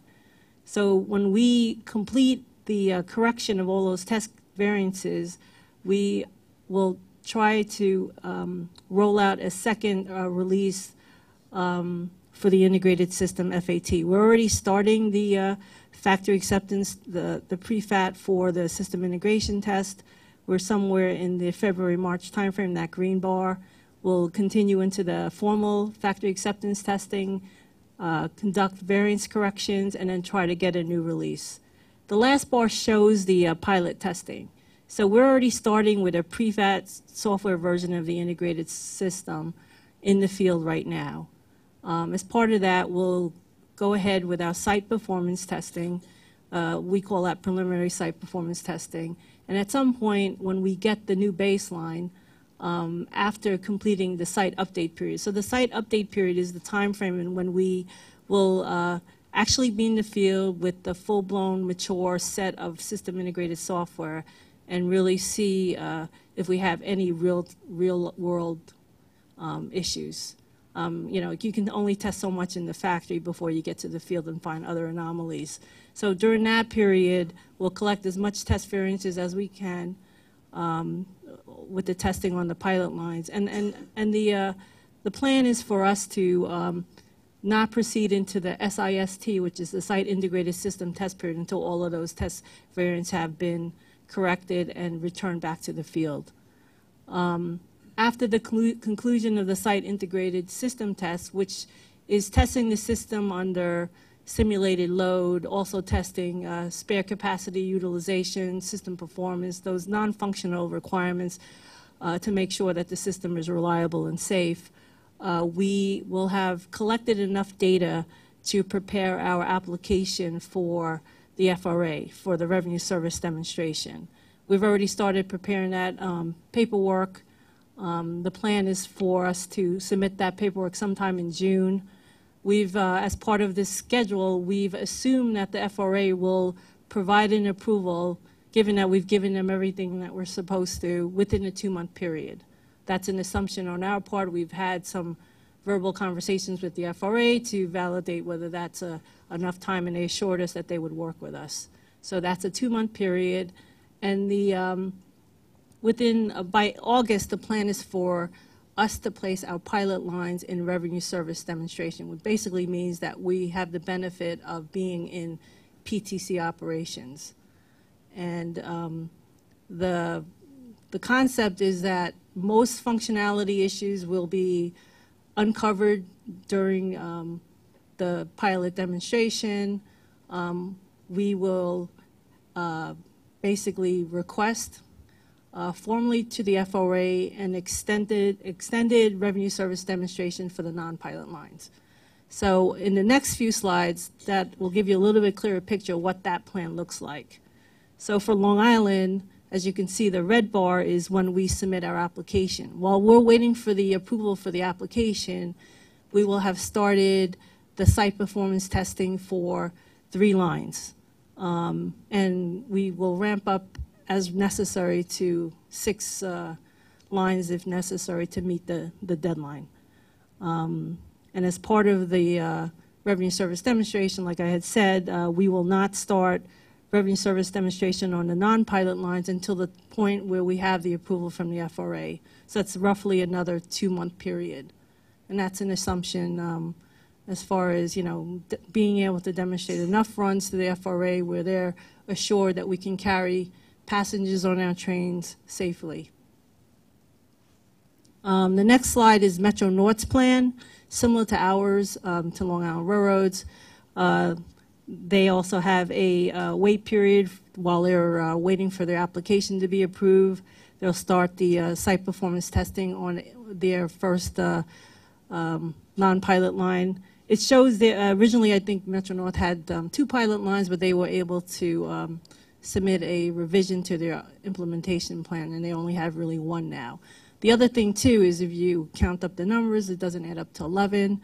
They were able to efficiently combine segments of their lines into one to to do their testing more efficiently. So they have less than 11 listed here. But they also, as you can see, their plan is also to place all of their lines in PTC operations by the end of the year. Next slide. So the next 3 slides show the major project risks that the team is undertaking and some of the mitigation strategies that are currently underway or are being aggressively planned.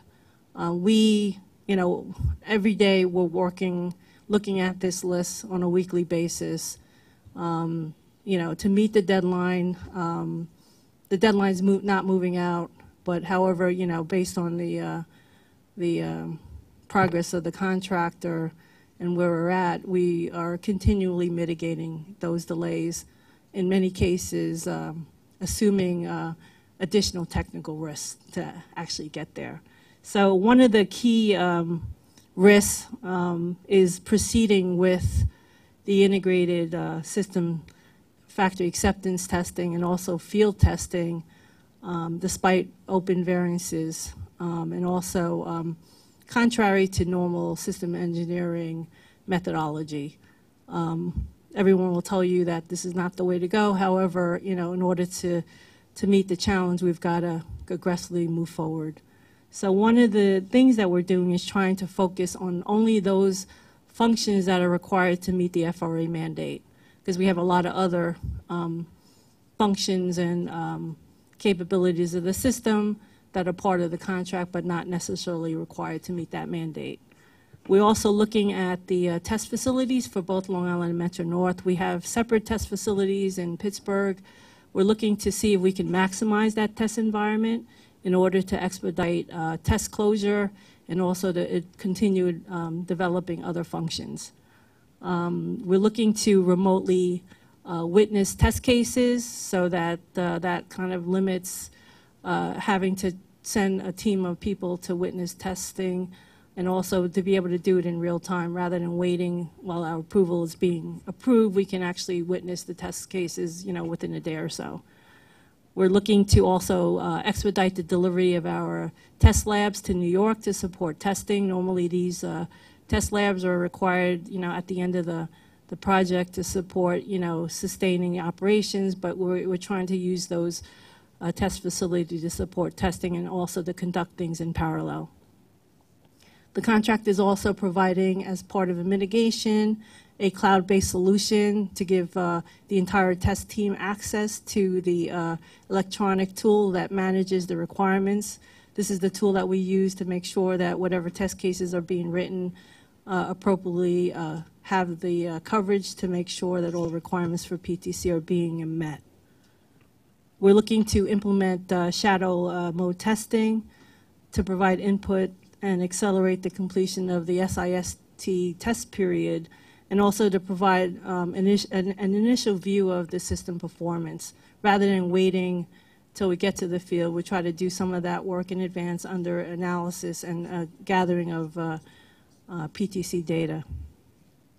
And then as far as Long Island, since the development was deferred somewhat into May, we actually were able to demonstrate that function in the integrated system lab recently. We were able to see that we could send a TSR request via phone to the PTC SafeDisk server over a Wi-Fi connection. So that gave us a little bit of confidence that the design that we have is feasible and just needs to be fully developed. Another key challenge is the systems integration. And like I had said, you can do as much testing in the factory as you can, but until you get to the field, you're not really going to know what you're going to face. And so we already, one of the major concerns that the test team has is the communications between the train and the wayside. And so as part of mitigating that risk, we are looking, the railroads are looking to procure additional radio spectrum to minimize potential interference issues. And we're also have put together a trunk train to mimic a real train to speed up discovery of wayside communication issues. Another risk is the, which I probably is something that all other PTC, all other agencies are experiencing, is the difficulty in the acquisition and retainage of PTC knowledgeable resources on the project in order to meet the deadline. And we've been having many executive meetings with the contractor on this particular topic, and despite our urgency to them that this is really important to us, we still are not quite satisfied with the level of staffing that they've given us to date. They have been able to, just as easily as they add people, we're finding that people are also leaving, and it's tough to retain those resources. So what we're doing is, one of the things they're doing is adding staff. They're hiring outside resources as much as possible to support them in the areas of design and requirements work. The railroads also have their access to their own consultants, where areas where we have expertise, such as signaling, which is very limited throughout the industry, we've offered up these particular resources to support the work that the contractor is doing to fill in the gaps. We're also looking to hire retirees to help, who are familiar with our operations in order to support field testing. So those are some of the things that we're doing. The next slide. Another risk is our ability to meet the requirement for interoperability. We're still trying to finalize our agreements with Amtrak. Recently, the managing director for the MTA has reached out to executive management over at Amtrak to, put a little bit pressure on Amtrak to support us in finalizing these agreements. We have submitted letters of understanding to them.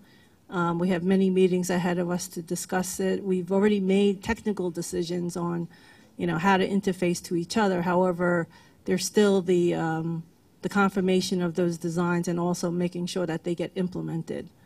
And another avenue that the railroads are taking also is directly requesting support from Amtrak's PTZ vendor to review some of the critical interface design documents that we have to confirm our design so that we can minimize risk also. Because if anything changes on their end that we're not aware of, that could potentially risk the completion of the project.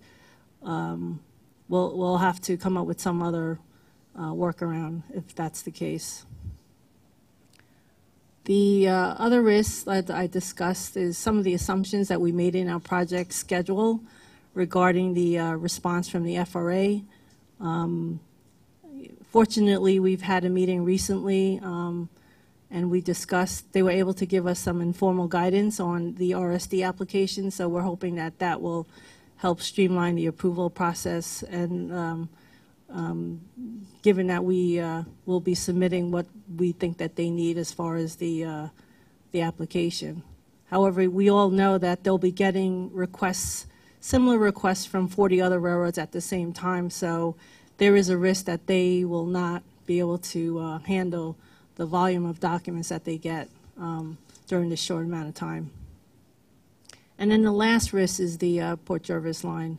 As we had discussed earlier, we're depending on them to provide their design and also their equipment. And one of the things that we've done is we've met with their executive management. We've requested a proposal to support the implementation of civil speed enforcement and a procurement strategy to try to expedite the delivery of their PTC equipment to us. The next two slides are just a timeline in lieu of the slide that we previously had, which was more visual. This is a sort of a narrative listing of all of the key milestones from now until the end of the year. And, we'll be updating this slide to indicate, when we're in, for the next, like in February, our target is to complete, we did complete it early February, and also to Metro-North will complete the implementation of civil speed enforcement east of Hudson. So as you can, as we go along in the next few months, we'll be updating this chart. Any questions?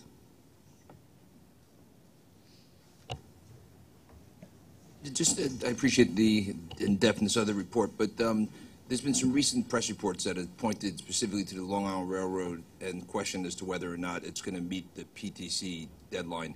What's the disconnect in terms of that? And as a follow-up, are there, do we file updates with the USDOT FRA, and if so, could we as board members get them so we're just in sync of sort of the raw data that's being shared with them in terms of the progress reports that we're having? I've had many meetings recently in Washington with both the FRA and also recently with the bureau that handles the RIF loans.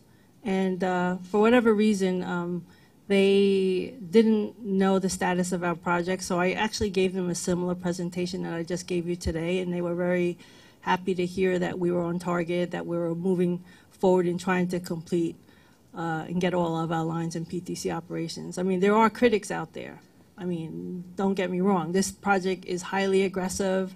We will not be able to afford many obstacles to get to where we need to get to. But, you know, like I said, on a regular basis, we're meeting with the contractor at the highest levels. We're managing the risks associated with moving forward. And we, you know, right now, I mean, within the next few months, we have really critical milestones that we have to achieve. A lot of them related to these system integrated factory acceptance testing.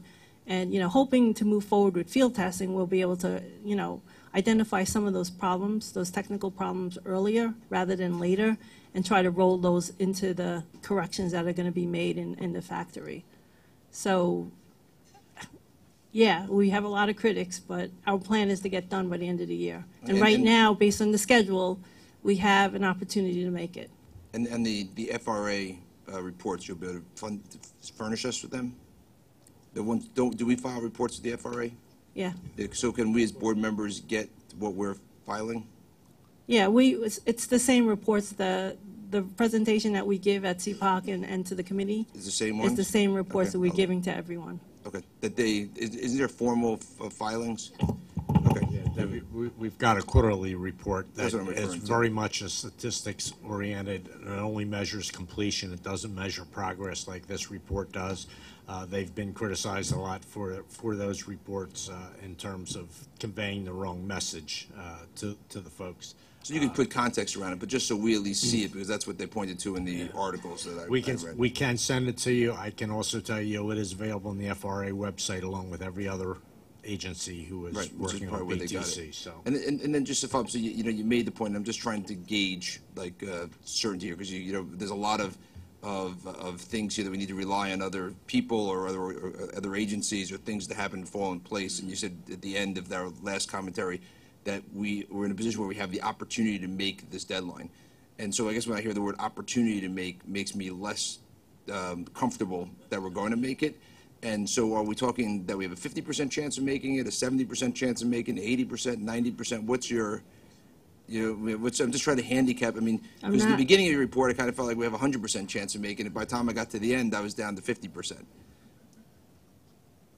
I don't think I can give you a percentage. I mean, the next few months is critical. We've got to get to achieving the system integrated FAT at a highly successful rate and proceed into field testing. We have a lot of demonstration and we have a lot of work ahead of us. I didn't mean to be, you know, sounding like I think like I said, there are a lot of critics out there.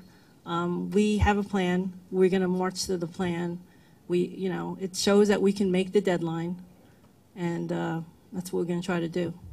But we shouldn't be leaving in your, I mean, I just want to make sure I'm getting the right message, right? I appreciate the plan, and I appreciate the thoughtfulness of the plan and sharing all those metrics with us, because it's going to enable us to sort of monitor, you know, are we getting through the milestones, are we running into a problem, which I think is what we were after. So that I concur. I think I'm trying to be transparent to you. I mean, we have a lot of challenges. I don't want to sound like negative or, you know, even second guessing myself as far as, you know, getting the project done. But I think you have to understand that there's a lot of technical unknowns ahead of us with placing any system this complex into service.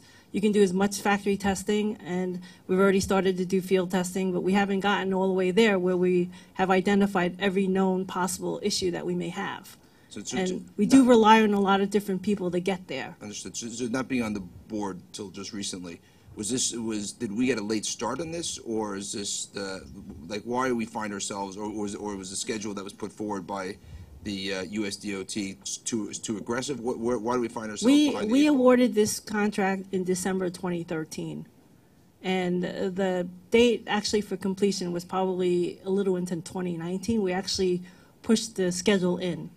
And there's a lot of things that have to be done. This is sort of like an R&D project. It's not we took an existing system that had some proven capability on another railroad, and we kind of customize it for our operations. But our operations are much more denser than the other people. So there's a lot of work that had to go into putting the development. I mean, last year we spent a lot of time talking about installation of hardware. I kind of not, the focus more this year is more on the implementation of the software that goes along with that hardware and then integrating it. And I've worked on many projects similar to this over the last 20 years, and there's a certain methodology that you should follow to make sure that you're successful. But unfortunately, with the mandated deadline, we don't have the luxury of time. So what we're doing is we're proceeding at risk, mitigating it as we go, and doing everything we can to make sure that we're successful. I don't necessarily, as far as the late start, I mean, I only started in a project as well. It's similar, roughly 2015. But the contract always has, they have a lot of design submittals in the beginning that have to be vetted. We actually proceeded, I don't know if you know, but we actually proceeded with the development of hardware prior to actually, we haven't gotten to final design review. So we've also, started making equipment, installing equipment. As we're going along, we're testing, we're uploading software, we're making sure that there's certain functionality that is demonstrated both in the factory and the field, and that's how we're kind of proceeding to make sure that we're successful. One last question. What's the repercussions if we don't make the deadline? The repercussions is that we could be fined up to, I heard, $27,000 a day per train or something to that effect. It's a lot of money. And I just want to add, for a project for which the federal government is giving us zero money. We are paying for this all out of our own. So to indicate we have so many things on our plate, we have lots of things on our plate, and this is the most important one, for which we're doing it all ourselves. That's some penalty, though. I'd like to add I can only something to that. imagine, I would be significantly surprised if FRA ever tried to fine anybody for the failures that they proceeded with this system. Most of the delays were their fault, not our fault, and I would be very surprised if we ever got to that point. Having said that, I think we have extreme confidence that we're going to meet the deadlines. I want to add to that. This project has been watched in CPOC for a number of years, and the project came to the board saying, we're not going to make it if we can't go ahead in tandem. We don't have final equipment, but we don't have final program, but we have to start this equipment. And the board understood the risk. The independent engineer made it very clear to us. We could be at the end and not know that they don't talk to each other. But we said, you've got to go ahead. It's that important for us to meet this deadline, and that's what they've done.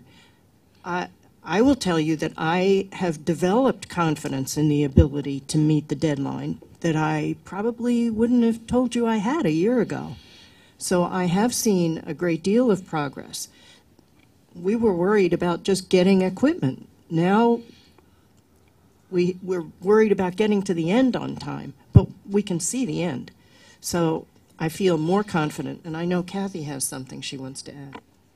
Yeah, I mean, I think part of the purpose for having these actually in-person updates, we're going to have an update in the book every month, but we're going to do every other month. We're actually going to walk through this presentation. And part of the reason that we want to do that is to convey the challenges, because I think Debbie's been extremely clear that this is very, very difficult. And there are risks that we have some control over, and frankly, there are risks that we have very little control over. So I think the job of executive leadership here is to try to identify the risks that we do have a measure of control over and develop staffing plans and other resources and whatever we can pull together and mitigate those risks.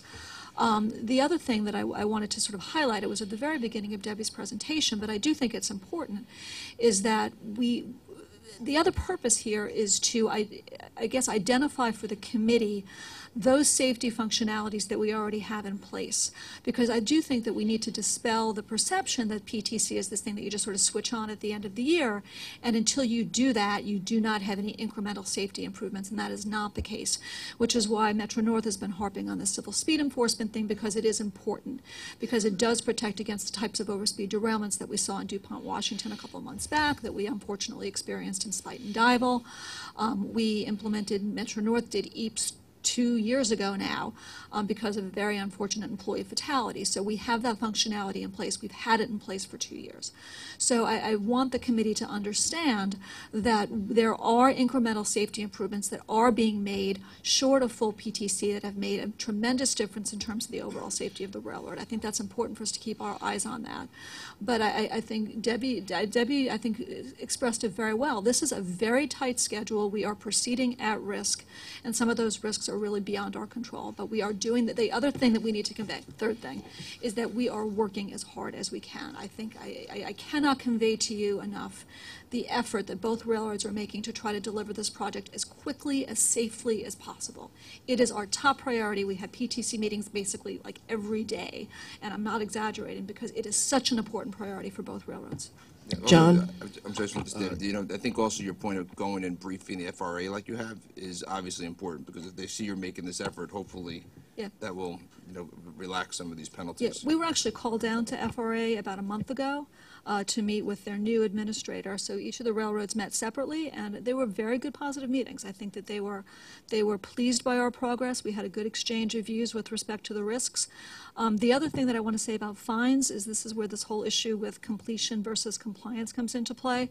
I think we've talked about this at CPOC. There are sort of 4 interim milestones that if we meet those milestones, even if we are not fully implemented by the end of the year, that we have the ability to apply for additional time, and those fines will not be imposed. So we have a high degree of confidence that we will not face fines by the end of this year. But the committee has taken the position that we will be in PTC compliance, and that's what everyone's aiming to do. I know we have an engineering discussion coming up. Not a discussion, just one important clarification. We mentioned the 2013 date with regards to the date the SI contract was let. I don't want to leave you with the false impression that that's when we began. MTA actually had procurement starting in 2006, which is 2 years prior to the 2008 Rail Safety Improvement Act that required PTC.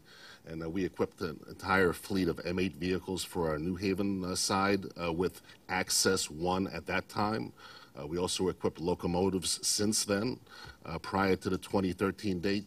The biggest issue, as Debbie mentioned earlier, is that this is not off-the-shelf technology, and running PTC in a low traffic density area is a lot easier than running 700 trains at Metro-North and another 700 trains at the Long Island Railroad and throwing in the Amtraks into Penn. It's a very complicated technological challenge, which is what's gotten us to the point of having very little margin in the schedule. The schedule we have is achievable, but the schedule relies on everything making its milestone. And again, that's why you hear some of the concern about, dealing with these issues. And as Kathy stated, we talk about PTC every single day.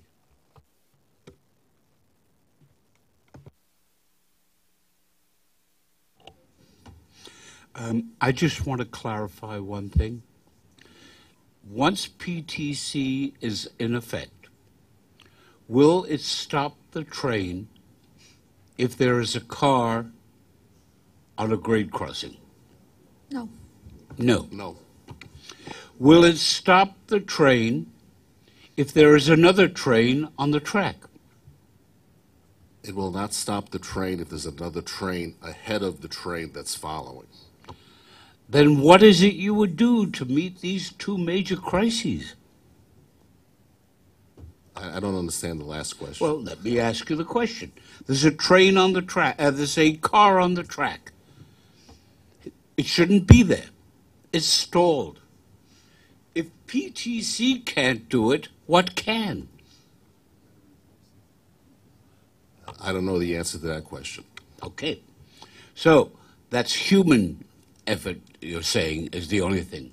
Now, how about the train accident in Maryland, I believe it was, where there was another train on the track? It won't stop that, will it? PTC will not stop that. Cab signals and ATC would, which is what we have here in the Northeast. And do we have ATC in effect now? Yes, we do. So that would not happen under the new approach, right? Correct. Any place you would have a signal system in effect that has cab signals and automatic train control, that type of a misroute into a siding could not occur. And let me just underscore the question. We have it in effect on the Long Island Railroad and Metro North. Is that correct? Correct. We've had it in service across the MTA since the 80s. Very good. Thank you. Been asked to move quickly, so Randy, quickly. So real quick, I'm not going to bring up about west of Hudson because you have no control over that, but it's a big concern. The M3s, Long Island Railroad is retiring all of them. I just hope that the M9s are here and running at that time. But I saw something, and I wasn't able to find it, that you are going to equip all 100 of the M3s on Metro North, but you have 138. So just that question was bothered. The clarification is Metro North has an active fleet of 138 M3s. We're looking to have Bombardier equip PTC on 100 cars at Arch Street. The remaining 38 cars are being equipped at Harmon and North White Plains on property. Thank you, and I appreciate the hard work that everyone is working to get this Additional questions? Norman. Yeah, well, quickly, I appreciate your candor. I hope it's rewarded. I doubt it will be. People, they'd rather have a big story in the media about fear of this happening. People would rather pound their hands on the table and say it has to be done. But I thought your answers were very clear and very technically precise, and really good answers. I do have a quibble, though, with part of your strategy, and it's sort of a labor quibble. I suggest that the strategy of hiring a bunch of retirees, people that apparently don't know how to play golf or fish, to be one of your key labor inputs in here is not something I look as a positive strategy. Sort of a desperate-looking strategy to me. And at this point in time, if you do wish to make the deadline, I believe you have to get your human capital resources flowing right about now to have any sort of other people in place to provide those hours of service for you. Now, I do have a question for you, and enough of my speech making is, there's been a lot in the media, again, with this sort of hair on fire, if you excuse the expression, articles about Amtrak refusing to serve territories that do not have PTC in place, and that conceivably could interfere with Penn Station and certainly Jersey Transit coming into Sunnyside Yard. There could be a whole variety of sort of pollution effects from other properties. Have you guys got that in your on your radar screen? Are you worried about that now, or is that something that's just an ephemeral worry of the media? Norman, if I can, it's our plan to fully meet the date, and that will become a non-issue. Any additional question? In that case, we have a number of information items. Kathy, would you address these? Yeah, I'm just going to list what they are at this point. We've got the adopted budget and the financial plan for 2018, the annual operating results for 2017, the annual fleet maintenance report for 2017, the diversity and EEO report for the fourth quarter of 2017, and a memo describing Metro North's March 18th schedule change. They are all in the book in case you have any questions. Questions? Pat, information items? Ditto. He has the same. Are there questions of Long Island Railroad, other than the change? Also includes the schedule change, but in addition to the schedule change, it includes the track work program. Yes. Procurements, Metro North. Al? Good morning. There are 3 procurements in this month's package totaling $7,444,830. There are 2 non-competitive procurements in the amount of $6,237,725, and 1 contract modification to a competitively solicited procurement in the amount of $1,207,105. There are no ratifications. And in the interest of time, I will skip over the supporting narrative and ask for a vote. Is there a second? Questions?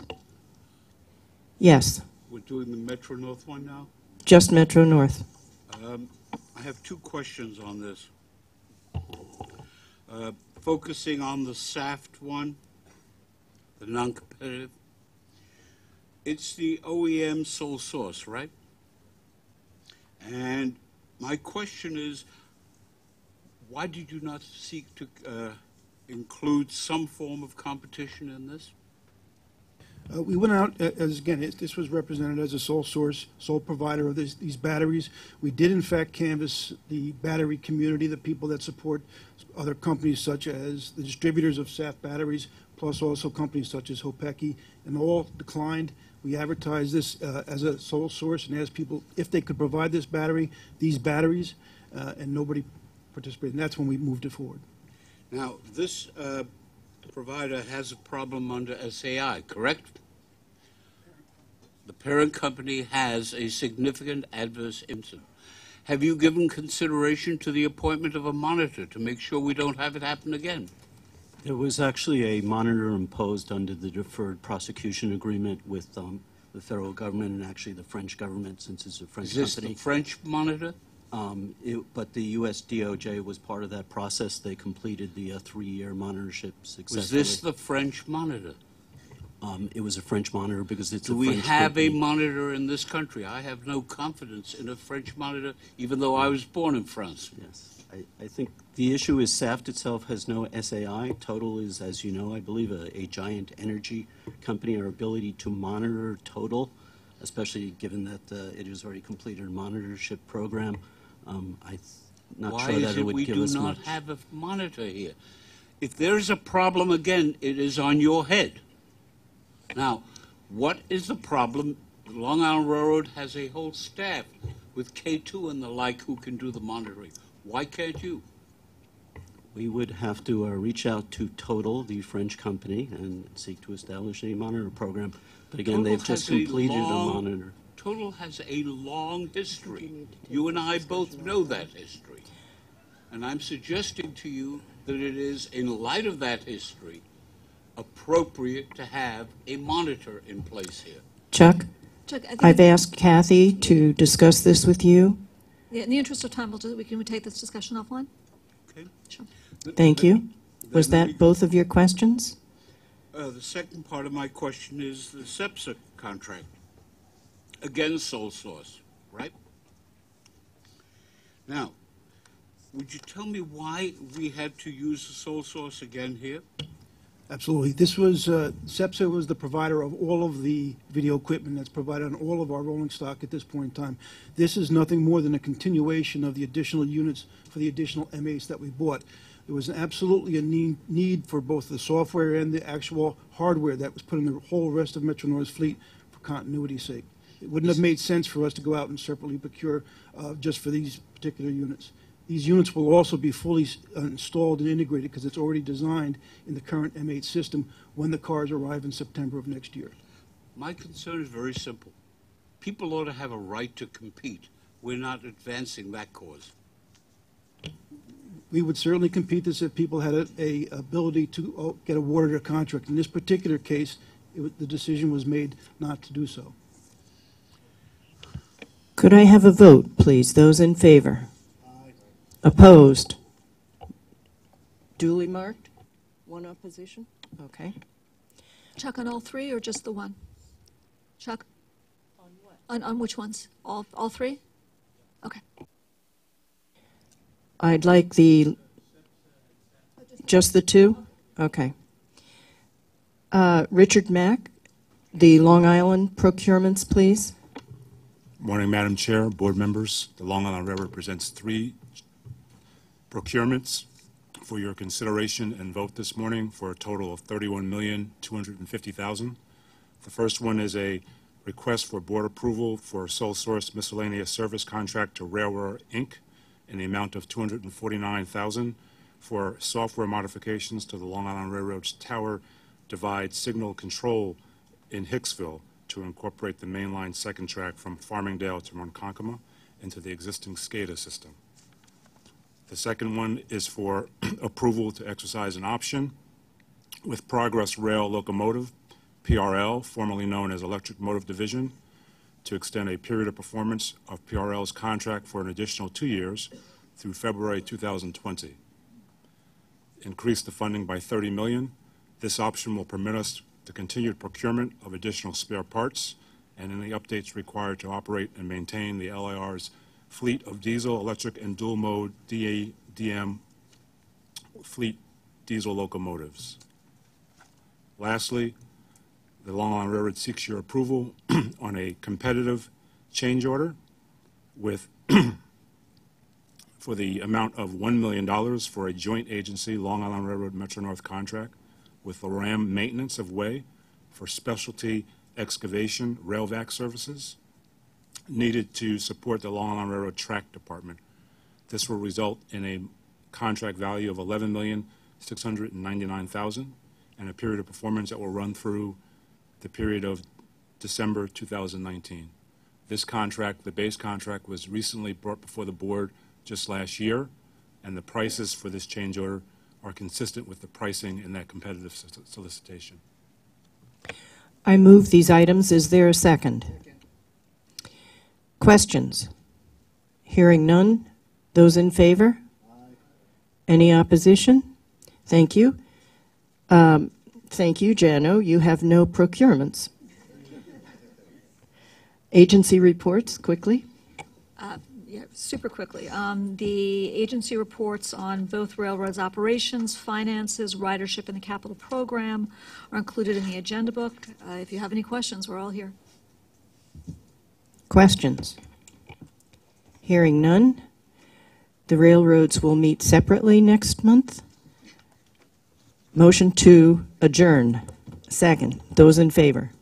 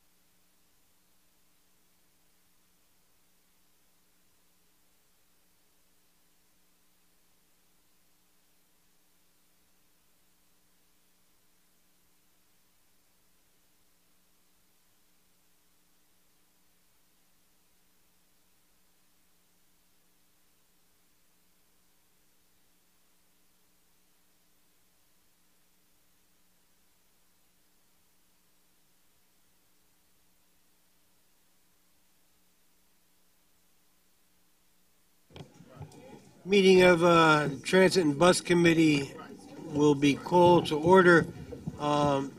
Please find your seats.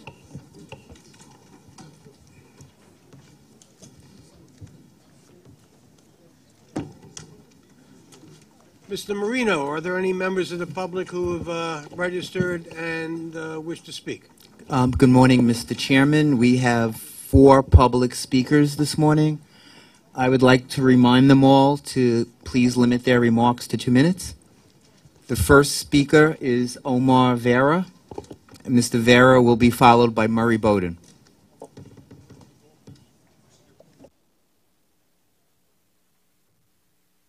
Thank you. Good morning, MTA Board's Transit Committee. Welcome back to another edition of your meeting. Day after President's Day. First post-President's Day I'm talking about here. First of all, I must thank President Byford for sending me this letter. I appreciate it. Thank you so much. I'll give you my address later. Second, I also like to thank him for making this new design. This looks so cool for the Transit Bus Committee, and I hope other committees will follow suit. All right. Third, there's something I need to discuss that's a little concerning, though. Last Friday, I was late to a job interview at Bloomingdale's in Soho. As a result, I had to reschedule the appointment because the delay was the Q train had a signal issue in Brooklyn that apparently impacted the entire line, even up to the 2nd Avenue corridor, which I was previously, as I need to print out extra copies of my resume at my alma mater, Hunter College. But like I said, with new leadership, we can turn this around. There is generally like delays have to go, but the quality of subway service has to go. Now, one more thing. I was going to mention this in the finance, but I'll mention this now. I think it's time that transit considers having entry-only, exit-only turnstiles because it is a pain for customers that want to enter, want to exit, but they can't as there's lines of people entering one direction or exiting another direction. I think it's time we ought to adopt an entry-only, exit-only turnstiles. I'm sure Andrew here will agree. But with that said, thank you for having me here, and see you around. Thank you, Mr. Vera. The next speaker is Murray Bowden, and Mr. Bowden will be followed by Kevin Zhang. Mr. Bowden. Good morning.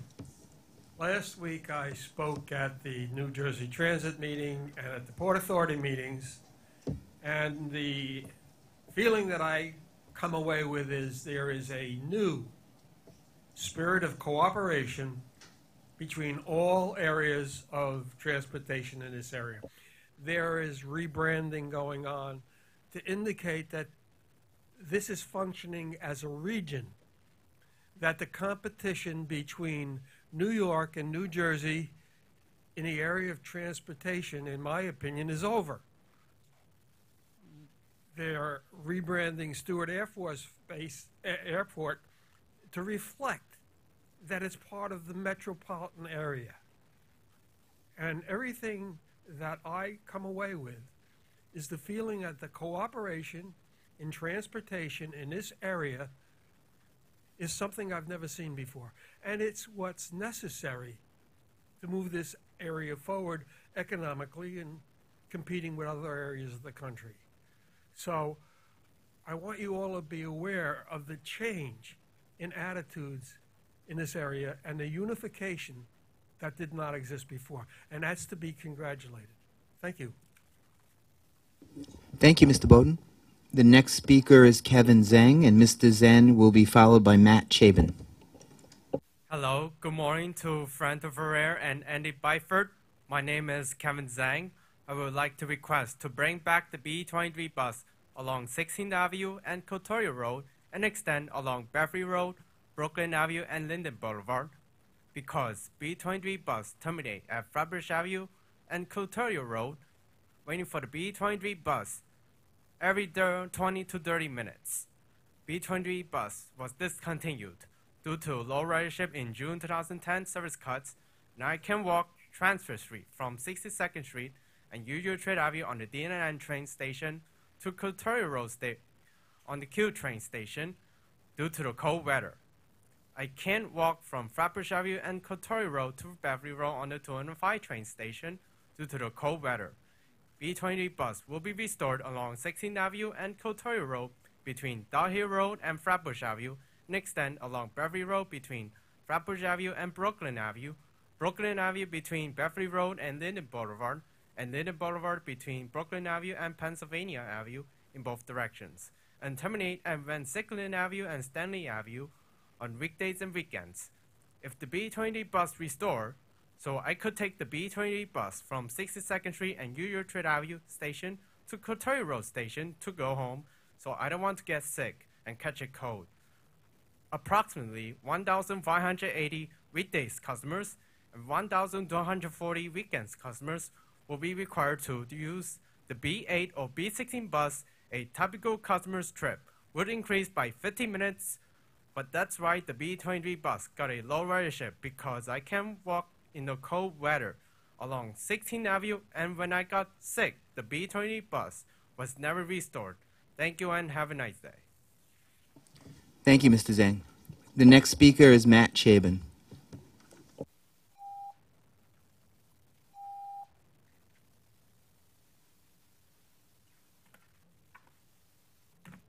Morning. Thank you, Chair Ferrer and members of the Transit Committee. My name is Matt Chabin. I'm the Policy Director at the Center for an Urban Future. At last month's meeting, the new Transit Chief, Andy Byford, expressed interest in a bus action plan commensurate with the efforts being made to revitalize the subways. A week later, my organization released a report we believe illustrates just how deeply and desperately both are needed. Entitled An Unhealthy Commute, the report highlights how healthcare workers who make up the city's largest industry have the worst transit commutes of any private sector. Among the 500,000 workers are plenty of doctors walking or driving to work, yet the vast majority are nurses, medical technicians, administrators, and home health aides. Most earn low to moderate wages, and like so many other working New Yorkers, they're increasingly moving to neighborhoods along the periphery of the city in search of affordable rents. But this at the same time means grueling commutes of multiple buses and subway transfers just to get to work. Compounding the issue is that fully 2/3 of all healthcare jobs are located outside Manhattan, a trend that is reshaping the city's economy and challenging the radial design of the transit network. The result is that the subways are far from the only thing causing pain for New York commuters. The lack of efficient, reliable service within and among the boroughs outside Manhattan is a transit crisis all its own. Already, this committee has shown a willingness to innovate in these areas, whether through select bus service or the proposed Freedom Ticket to reduce commuter train fares within the boroughs. We urge you to be bolder still. Developing and implementing a bus rescue plan that applies best practices from our report and the great work of the Bus Turnaround Commission will be key. Better bus service is a goal within reach and at a cost well below that of what it will take to restore the subways. In addition, commendable efforts to redesign decades-old routes on Staten Island should be celebrated. They should also be expanded. Cities like Houston and Baltimore have already made such efforts. There's no reason New York can't get away from its old trolley car routes. Another simple step forward that could prove particularly effective is a healthcare working group between the MTA and the DOT, employers and unions. We think this could be the first of a working group of this kind that doesn't just look at transit data.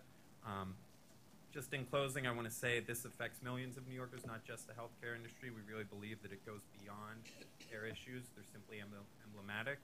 And I have a stack of reports here for anyone who needs some table-side reading at night. Thank you. Thank you, Mr. Chabin. That was the last public speaker.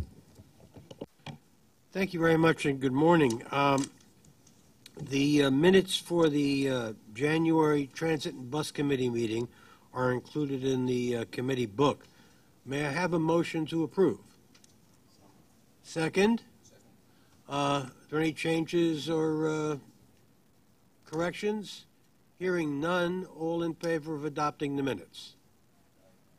Opposed? Abstaining? The minutes are adopted. Now I'd like to ask President Byford to make his report. Okay, good morning, everyone, and thank you, Mr. President. Well, hopefully you like the new look of the book. One of the speakers already alluded to that. You'll be pleased to know I'm not going to read out what's already written in here because you can all read. And I've asked my VPs, SVPs, to do the same. They're not going to read out what's written in the book. They will summarize the key points because I think that's a more sort of professional and business way of doing things.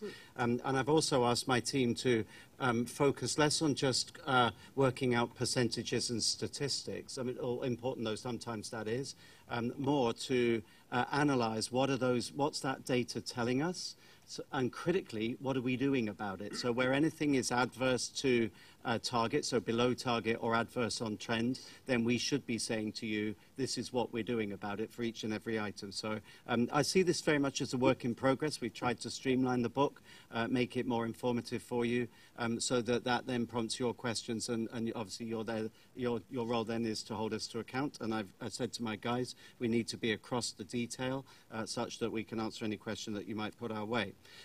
So very much focused on corrective actions.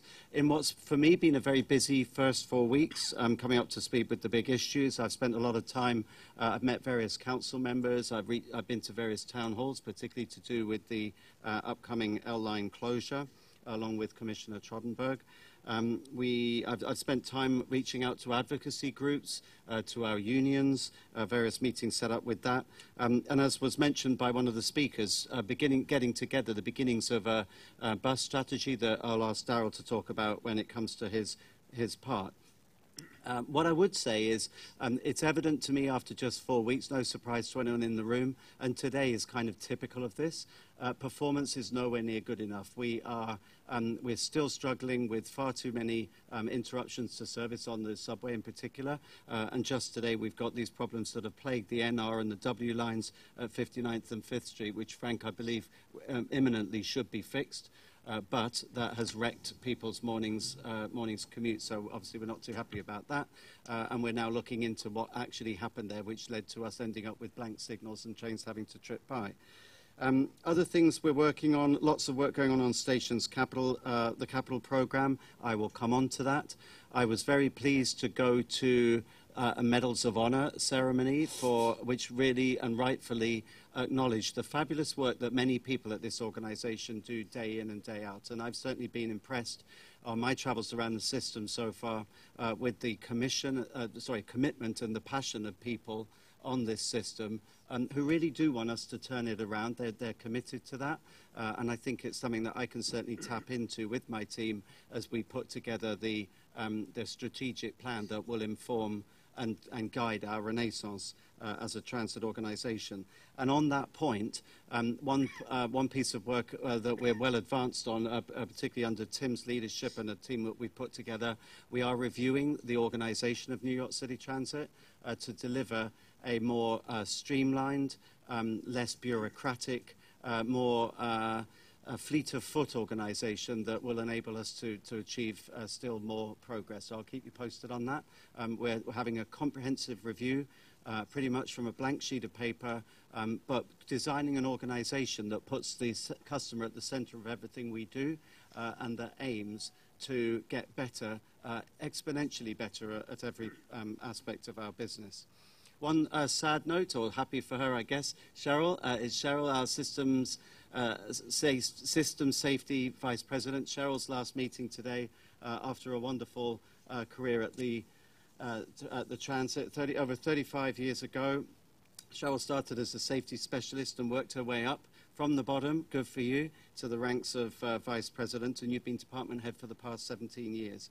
And really instrumental in developing that department from a small group focused only on subway customers to now the comprehensive group that it is, overlooking the whole of the safety risk profile and all of the safety aspects of what we do. So, Mr. Chairman, I think I speak for the whole committee in thanking Cheryl for a fabulous career.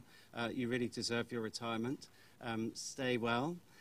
It's only been a 5-week crossover for us, but Cheryl, you go with our very best wishes for a long and very happy and very healthy retirement. Congratulations.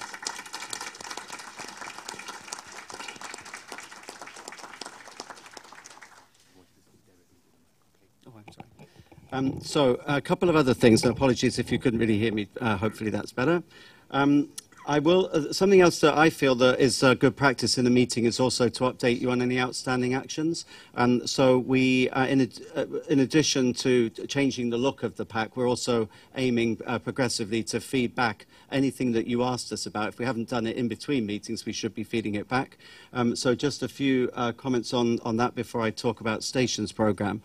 We owe the committee an update on progress implementing improvements to local bus service. So we're planning a presentation on that in April. We haven't forgotten about it. And that is very timely because it's about concurrent with the time frame of the spring that I've asked Darrell to put together the bus strategy that I alluded to just now. So that's coming together, and that will be a comprehensive piece of work. And before I arrived, the team before my arrival had already committed to a breakdown of right-of-way delays. So we're reviewing that, and I spoke to a couple of board members in the recess while we were waiting to come in. I'm reviewing how we categorize delays, including, and this came up at the last meeting, those delays that are lumped under that rather big, slightly well, not particularly meaningful pot of overcrowding. So I want to see us really break that down. And as I was saying to Commissioner Weisbrod next door, it's important if we're to truly improve the service that we offer, you have to get to the underlying root cause. So therefore, I don't want to just see overcrowding. I want to see what caused that overcrowding. You know, what was the absolute underlying root cause? So we're dissecting all of that. We're re-looking at how we categorize delays. We're re-looking at categories like, for example, signal failure. Sometimes a misnomer, the signal hasn't failed. It's done its job in presenting a red aspect. But what caused it to fail in the first place? That's what we really should be getting to. So again, we'll be updating that information and we'll be providing you with that breakdown. You asked us about station and train evacuations, and you'll find that within your report, and I'm grateful to Frank for putting that together. That's contained within the pack. You may have some questions about that. And similarly, you asked us as a previous committee before my arrival about issues relating to the Transit Adjudication Bureau, the TAB, and violations. So we will be sending out a memo with that information and recommendations in the next few weeks, and we look forward to discussing that with you further and answering any questions that you may have. We're also looking at fare evasion information, again, per your request, and that, again, will be reported back upon.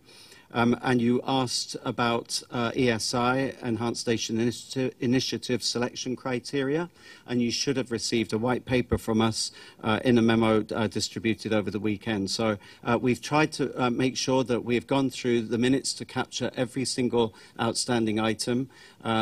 In future meetings, again, we'll keep you updated so that nothing goes unanswered. And, you know, you rightly hold us to account in public session, and we should report back similarly. Before we move on to what you'll notice in the book is now called a customer service report, because that's what it's all about. It is about customer service. So I've asked my team to focus on customer service within their reports.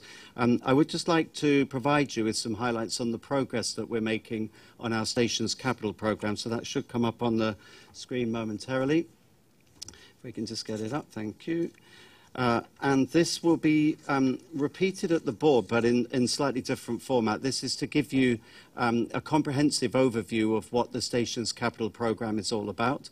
And if you remember, partly the context was the discussions that we've had about ESI. But in asking me to review the program, Chair Loter asked me to have a look at the ESI package specifically. It's been informative for me to look at the whole stations program so that I better understand the context for ESI and actually the breadth of what we're doing. So I'll go through this reasonably quickly. So that's the agenda. We're looking, I want to just brief you and people here present on the whole scope of what we're doing, which is a very impressive package of works, I have to say. And that's what it's made up of.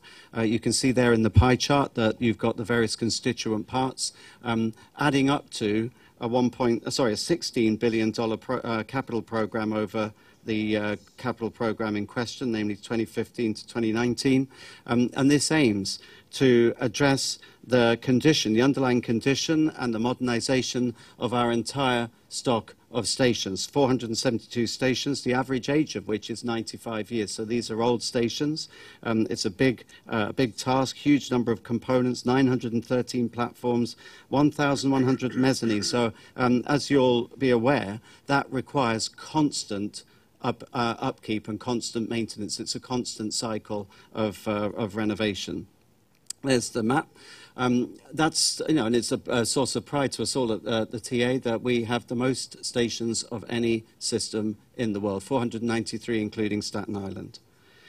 And there's a lot of work going on. Of those 493, we currently have planned a work either planned or ongoing at 258 of those stations. So it is a huge task, but there's a huge amount of effort being put into that. And that map shows you where that work is going on, and it shows the geographical spread of that work. So it's pretty much throughout the network, and it includes all aspects of work, capital program, component renewal, ADA work, ESI, elevator and escalator renewal, multiple types of work, but we've only counted stations once, okay? So where there's multiple types of work going on, we're only counting them once.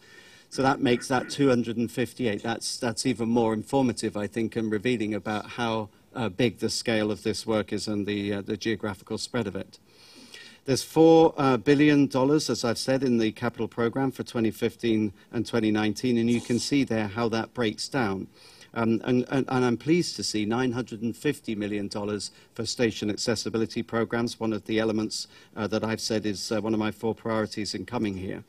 But a lot of it is also state of good repair work, repairing the underlying fabric of stations that after 95 years in some cases are beginning to really show their age. And it targets those areas that really do need to be kept in state of good repair, safety critical items such as platform edge, handrails, lighting, structural elements, the types of things that you definitely cannot allow to get into a state of disrepair. And whenever we undertake work, we always make sure that affected components are in compliance with ADA. And that program includes full station renewal at 15 stations.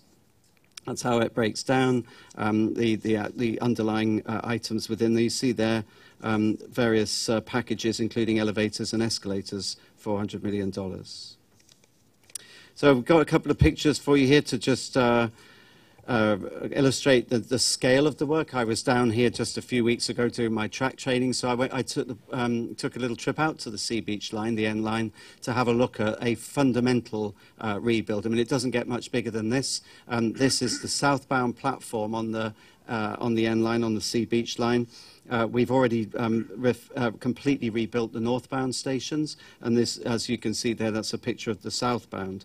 And these are fundamental rebuilds. We're going right back to the base. These stations were completely beyond their useful life. So we're completely rebuilding them, rebuilding stairs, lighting, rehabbing control areas.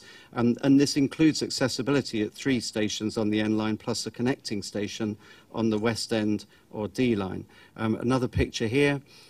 You can't call that cosmetic. These stations are in a pretty dreadful state, actually, and I asked John, my SVP for CapEx, were we also doing the station houses because they're looking extremely tatty and tired, and yes, indeed we are. You can see there the impact of decades of water ingress on that station, that one being Avenue U, and that actually was the station where I asked you, John, about the station entrance. New tactile edges going in, new lighting, a complete rebuild to get these stations back into good repair for decades to come. Yes, sir. A quick question. On the rebuilding of the Sea Beach line, when we saw these conditions, I don't know how many years ago, some of this was caused by third-party water egress from houses up on hills and such. Have we taken care of that problem? I'll ask John to comment on that, please.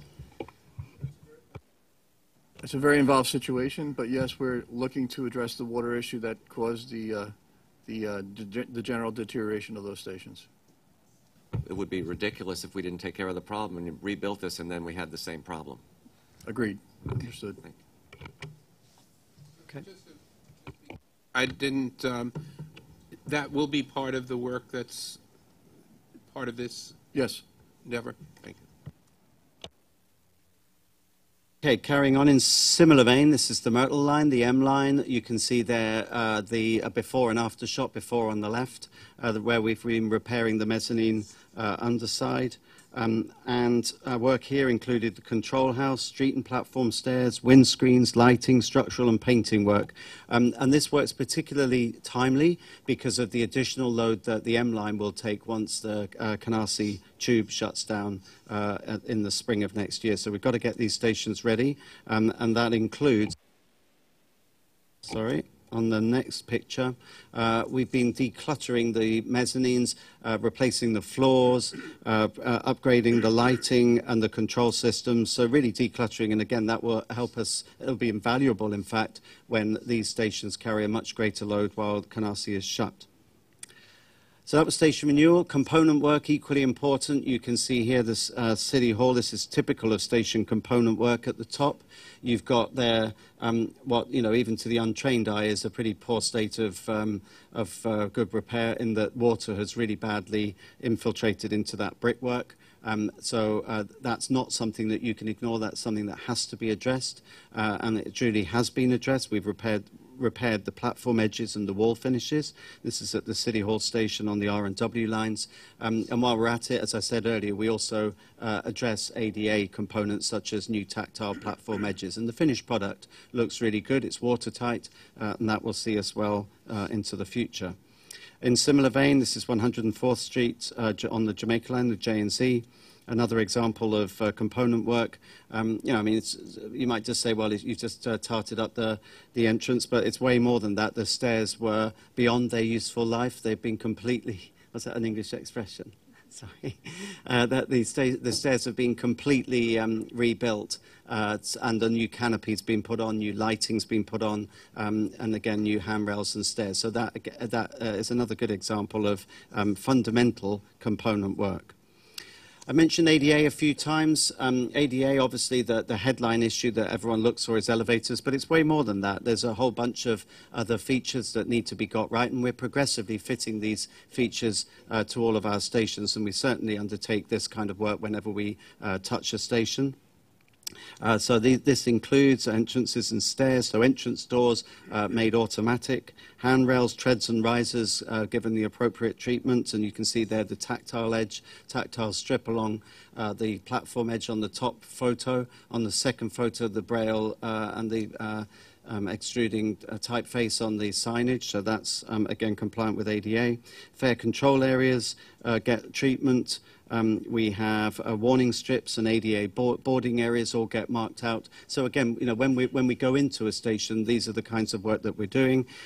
Equally paying attention to customer information. I've already talked about Braille, but PA systems with audio and video features and fitting of help points. And you'll be aware, board members, that these enhancements are legally required if we're doing certain types of capital work at a station. So on to ESI. And again, we circulated the background of the white paper so that you were reminded of the history of this program. The ESI does include a significant amount of component work, including, as I've already mentioned, progressive ADA. And so how were the stations selected? Well, they were informed by the station condition survey that we undertook back in 2012. And so the stations that we included for the ESI program were those that were planned to receive state of good repair investment in the 2015-19 program, but also with an eye to geographic diversity. So we didn't want them all clustered in the same place. And with that station condition survey, the average ESI station had 40% of its structural components rated not in a good state of good repair, whereas the average for the system is 28%. So these stations needed state of good repair work. Key elements included within the ESI package: lighting, platform edge improvements, increased capacity in the fare control areas, cameras and structural repairs. And again, I'll talk some more about this at the board meeting on Thursday, not least because the vote for the two outstanding ESI packages will be forthcoming at that meeting. One of the points that I'm often asked about, and which, I'll be frank, was initially, before I understood this program, puzzled me was why ADA elevators were not included, and there are three primary reasons. Many ESI stations are adjacent to accessible stations, so there is one pretty much next door or in very close proximity to accessible stations. 3 stations already had elevators, those at 34th Street and 8th Avenue, 34th Street and 7th Avenue, and Hunts Point Avenue. And adding elevators would have pretty much doubled the cost of ESI. So I guess what I've learned from this in-depth study that I've done of this program, of the whole program, is you do need to look at the whole program. Because initially I was perplexed as to why elevators wouldn't be included, but I now understand that they are via different means, via different programs. And in any case, these ESI packages contained a lot of state of good repair work that could not be ignored any longer. So an example of that, again, just looking at it, you'd say, well, what have we done there? Well, we've rehabilitated the street entrance. You see the new fencing's gone up, new stair treads, new risers, the tiling's been fixed. While we're at it, absolutely getting better customer information, because we should be enhancing things for our riders. Similarly, Prospect Avenue, 4th Avenue line on the R. It's more than a new control area, but that looks great. The floor's been done. The lights have received attention. We've undertaken work behind the scenes that if you just visited the location, you wouldn't know. And it may not be easy to see above the illuminated control area, but you can also see there we've installed cameras. There's a couple of cameras that are hung down on the 2 balls hanging from the ceiling. Another area, city-sponsored station projects. This has a budget of $300 million. This is where we've been working with the city to come up with station projects which are of the city's choosing. And as you can see from the notes on the board, these are intended also to enhance station access, to alleviate crowding, and to support key city policies such as the economic development and housing strategies. We've chosen to make up the $300 million budget, we've chosen 5 stations working with the city tentatively in January to advance into design, and we will now work to complete and confirm that list once we've done further design and cost estimates. But we anticipate that several more stations will be made accessible through this program, and we've tentatively selected Broadway Junction on the A and C, 170 Street Jerome on the 4 line, Livonia Avenue on the L, Flushing Main Street 7 line, which is already accessible, and Queensboro Plaza NW and 7 lines. On ADA, that gives you a map of where we're either we have current projects undergoing, which are the green blobs, and then the pink show in progress. And although we still have a ways to go, there's 143 stations are accessible, which is more than any other system in North America. So absolutely, we want to push on with that program. But I think that's a fact often forgotten, that that is the most of any North American transit system, and that serves 48% of our riders. And we certainly intend to push on with that. The stations in progress include the remaining 13 key stations. You recall there were 100 key stations. We've done 87, so there's 13 more to go, and 12 additional stations. What else have we got here? On that same theme, and I touched upon this, we do intend to go further. I mean, 48% is okay, but it's nowhere near good enough. And consistent with my declaration that I wanted this to be one of my 4 key areas, we do now intend to evaluate the remaining stations. So we have we've got a consultant that we're going to use. He's the person or the company that does our station condition survey every 5 years. We are going to commission that company to evaluate the cost and the practicability of making every remaining station accessible. So that's 150 stations. So the goal of that survey will be to understand the cost and complexity of making those locations accessible. And that can then inform future capital programs and give us an insight into how much that's going to cost and what the scale of the challenge is. It also includes improving connectivity within the system by investing in transfer stations and in reducing gaps between accessible stations. So the next steps on this are to engage with the board work group on accessibility and to work with the city on zoning policy to leverage private investment, which I think is a golden opportunity where people want to develop things. That's great. But while they're at it, they can make a contribution. So stations that are promising candidates for 2024 will be evaluated first, and then we'll progressively create a database to be updated continually as station work is performed. We can't make a commitment about investment pace at the moment, but I would suggest that maintaining the existing investment level of $1 billion over each capital program is the likely minimum. So just to reiterate then, that these are the next steps. We will be working with the board, the board work group on accessibility. We will continue to identify state of good repair needs. We will continue to work with the disability community to enhance investment with ADA. I'm pleased to see that under Ira's leadership, leading the work group, which had its first meeting earlier this month, there's already a lot of appetite for pushing on with this survey and for progressively making the remainder of the system, or evaluating what the cost will be of making the remainder of the system accessible.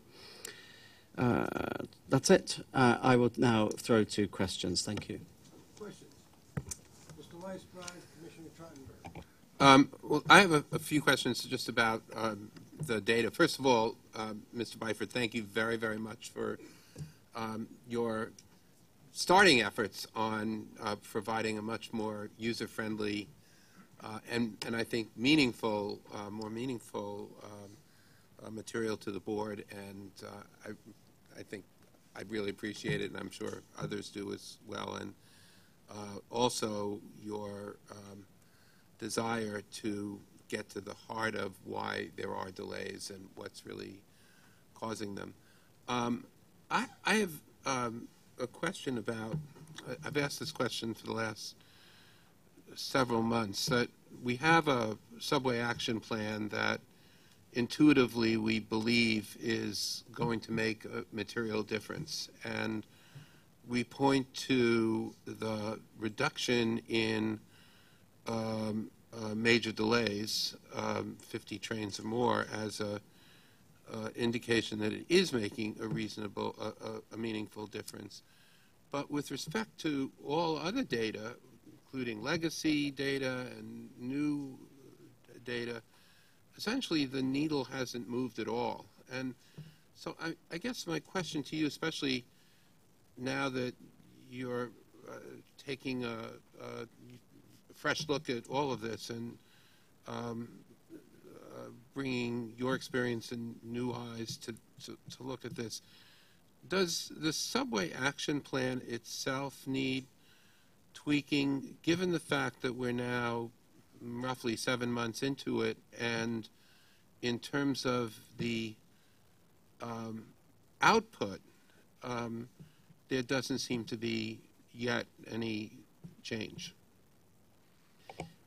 I believe we're doing the right things. I think to a certain extent there was always going to be a lag between undertaking this work, a lot of which is unseen, and seeing the improvement in performance. And the major incidents category is a good proxy for customers' experience, but it's not perfect by any means, and it will tend to fluctuate a bit. But without question, fixing continuous welded rail or installing continuous welded rail, fixing the root causes of signal problems, of track problems, of drainage problems, of train door problems, absolutely will come good.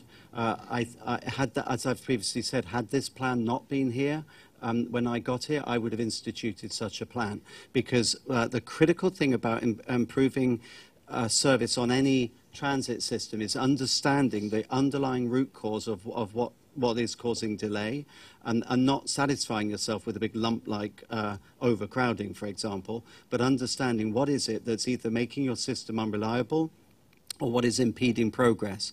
So on capacity, for example, there's no question we have to bite the bullet and re-signal our lines, our subway lines. And the good news is we have Canarsie, we're doing Flushing. We must bite the bullet and re-signal the rest of the lines. Why?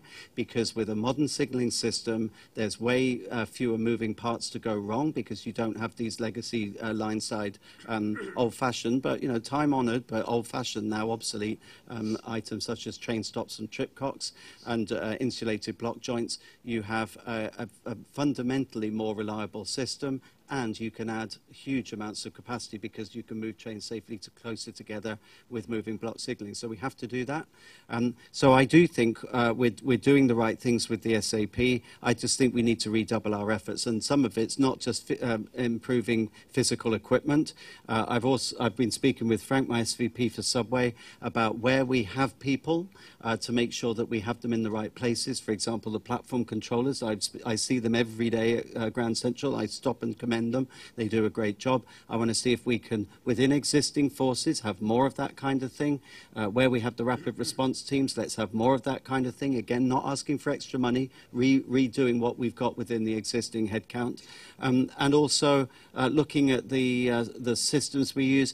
But I don't want to see what I call own goals, where we inflict a problem on our customers by errors. We've got to cut those things out.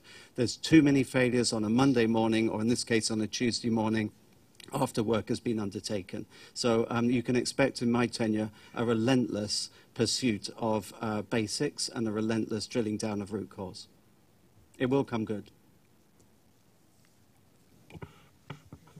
Well, I want to add my voice to Carl's and thank President Byford. I think it's very refreshing to have a presentation that is clear and focused on the things the board's actually wanting to hear about. So I appreciate that. Thank you. And it sounds like you have a lot of great ideas. I just had a question going back to your presentation, which can we all get a copy of that? We'll get that circulated. And then you mentioned, and maybe this is a public document. I've never seen it, though, the 2012 Station Conditions Report. Is that a public document? Is that, I couldn't find it on the website, and I don't remember. I doubt it is. It's kind of dry, and it's more of an input document. But John, could you help me out there? Yeah, no, it's not a public document. It's a dynamic document that we constantly are updating. So I guess for us, understanding that how all these stations were done and how everything was picked hinges off that document, it's just hard for us to evaluate it without the underlying document. So I really would like to get our hands on it, I guess. Understanding, maybe we won't get every piece of it, but, not to be difficult, but it's great to hear you say you had this document to help inform all these different chains of work, but I'd love to see the document. And it gets to sort of my next question, Andy, which is, I think it is a phenomenal idea to step back and say, how much would it cost to make the entire system accessible and get an honest rendering of what the cost is? But I guess it sort of begs the bigger question, which is, how much would it cost to get the entire system in the state of good repair? Because I think when we look at the big number, then won't that, part of what we're having disputes about here is it's not that we don't think everything should be fixed. It's just that there isn't money to fix everything at once. So we're not fighting about that stations with 40% shouldn't, state of good repair issue shouldn't be fixed. It's more like, yeah, but are we leaving behind the ones that are 75%? If we had that clear, here's all the stations, here's what it would cost to get each of them into a state of good repair and fully accessible, and here's whatever metric you all are using.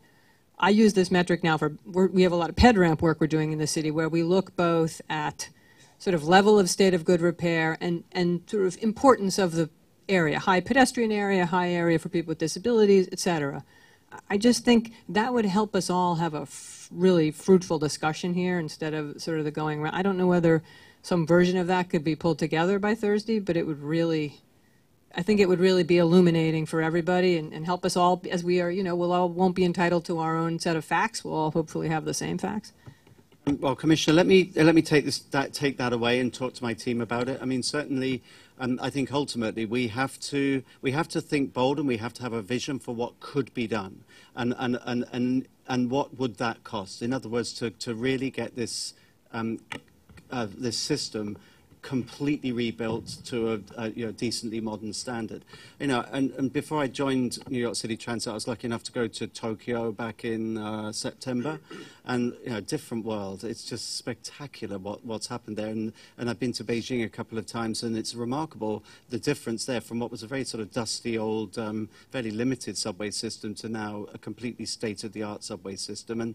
And New York's a world city. I'd love to think that over time we can give this city the subway service, in terms of the underlying state of it, that it deserves. But we'll take it away. We'll have a look and see if we could come up with even just a ballpark figure for what the comprehensive rebuild would be to completely re-equip trains, signals, and track and stations. And that's just looking at the subway, not ignoring buses and paratrans. Mr. Weisbrot? Yeah, can I just add to what Commissioner Trottenberg said? I think what you're doing today, and I think what we all appreciate, is that you're bringing to the board the important issues that the board should be looking at, and not getting mired in a dull recital of data, which we should all be able to do on our own.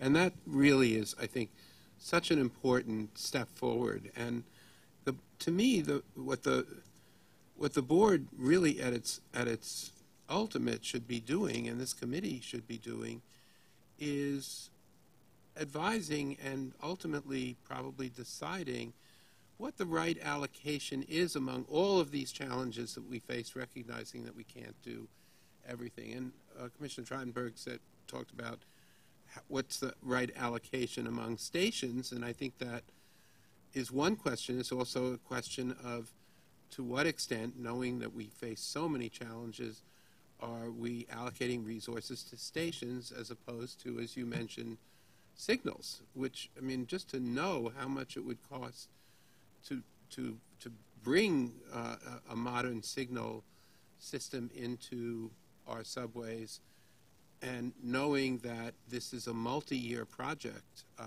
that we perhaps should be accelerating in some way and sacrificing some other things. I don't think we can ever say we can't do any stations because we can only do signalization, but what the weight is and what, broadly speaking, our limited resources should go for, I really think is the ultimate decision and responsibility of this board. And I really do look forward to you advising us on that. Well, that's my job, Commissioner, and you can hold me to account for that. The way I always try to see things, I have this thing about think like a customer, look at decision making through the lens of the customer, and I've stressed that to my team. That's going to be the way we do things going forward. So the way I look at it is, but ultimately you have to see everything in the round. That on the one hand, I passionately believe most people would rather wait in sort of less than beautiful surroundings as long as they get the train. I mean, that's the important thing. You want to get from A to B. And if the station looks great, then great. But equally, though, having said that, it's a bit of a Pyrrhic victory if there's a perfect train service, but you can't get into your station because it's been closed on safety grounds because it's fallen into a state of good repair. State of disrepair. So you do have to do both. I mean, at the end of the day, getting from A to B safely and quickly and reliably is the job one for us to provide.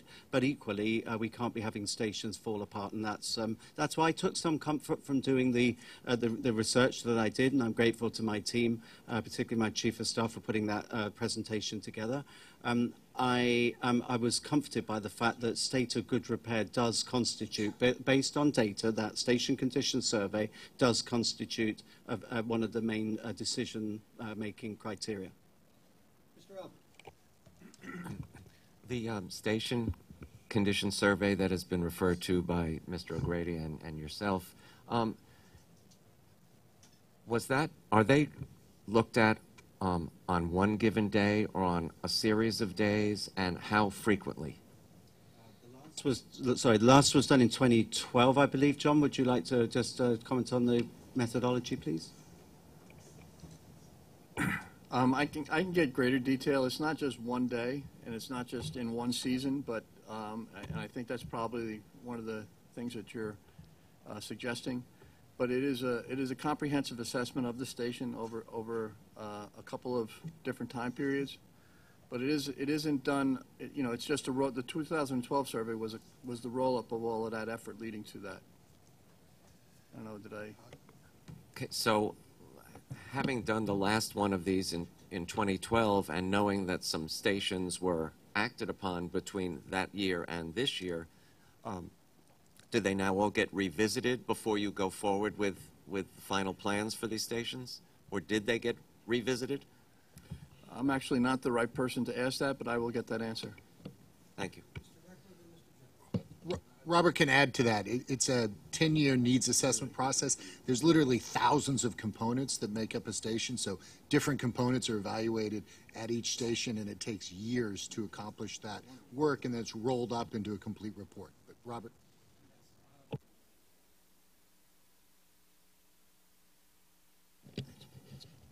We're now engaging in our third station condition survey. It's done by a comprehensive team of it's about 18 different teams that are out there looking at all stations. What's remarkable about the process is it's done in a very timely way. So over about a 12-month period, all of the stations are looked at, and we've gotten better and better at the methodology in which we dissect the elements of a station and prioritize those elements in the review process. It is not a report, it's a database. It's a living database that we work off of in terms of planning the station projects, as well as we incrementally, the design teams go out as part of a project that's referred, they further update that database. So the survey is underway now. It is just being completed now, and it takes a good 3 to 6 months to dive in and do all of the correlations against previous data. The strength of the data is the continuity of the data and the continuous update of the same data. I just wanted to follow up on Polly's and Carl's comments. I think that first I appreciate the presentation and your approach, like everyone else, and I think sending us that slideshow would be helpful as well. You have, as you noted, a monumental task ahead of you just to stabilize the current system. And with the subway action plan, just going through this implementation and still having the challenges we have, what I would just be concerned about is diluting that focus of you and your team in this initial phase to think big picture. I think, my personal recommendation, as you take this into consideration, is just make sure you get the basics functioning and then develop a longer-term plan to say, for us to have a 21st century world-class transit system, including signals, including stations, including accessibility, what's that process and what's that timeline? And I wouldn't rush it because throwing out a number that is a not well-researched number, maybe not creatively thought of, sometimes becomes a big challenge to overcome, particularly in this city. I've seen a lot of projects die when someone threw out a number before they really knew what that number was, and we've had a lot of this discussion in our working group on construction costs, that one of the challenges is that first number gets set in stone, and then everyone turns to that and says, well, you see, it was more or less or not achievable. So I just caution you, be aspirational, but I think be thoughtful about let's getting the basics working first. Commissioner, I think that's good advice. I mean, the only thing I was, in response to the Commissioner, your colleague's earlier question was, if we have such a figure, we could dust it off. But I absolutely take the point that, the first thing, the job one is, and I fully agree with this, is to stabilize the existing system first. That, again, was one of my 4 priorities on my first day here. But over time, we do want to be aspirational. I think we should think big, and we should think what could be done and how much will that be. But you offer very good advice, and we'll take that. Yeah. Okay. I guess my issue, again, is raised by Commissioner Trottenberg. We have a 2012 document, or not a document, just a database. I'd like the opportunity to start to see that, to delve into that. Again, you have to summarize it for us. I don't want, you give me I'm not good at manipulating databases. That's your work. But having some approximation of how each of these station rates would be invaluable, I think, in our determinations.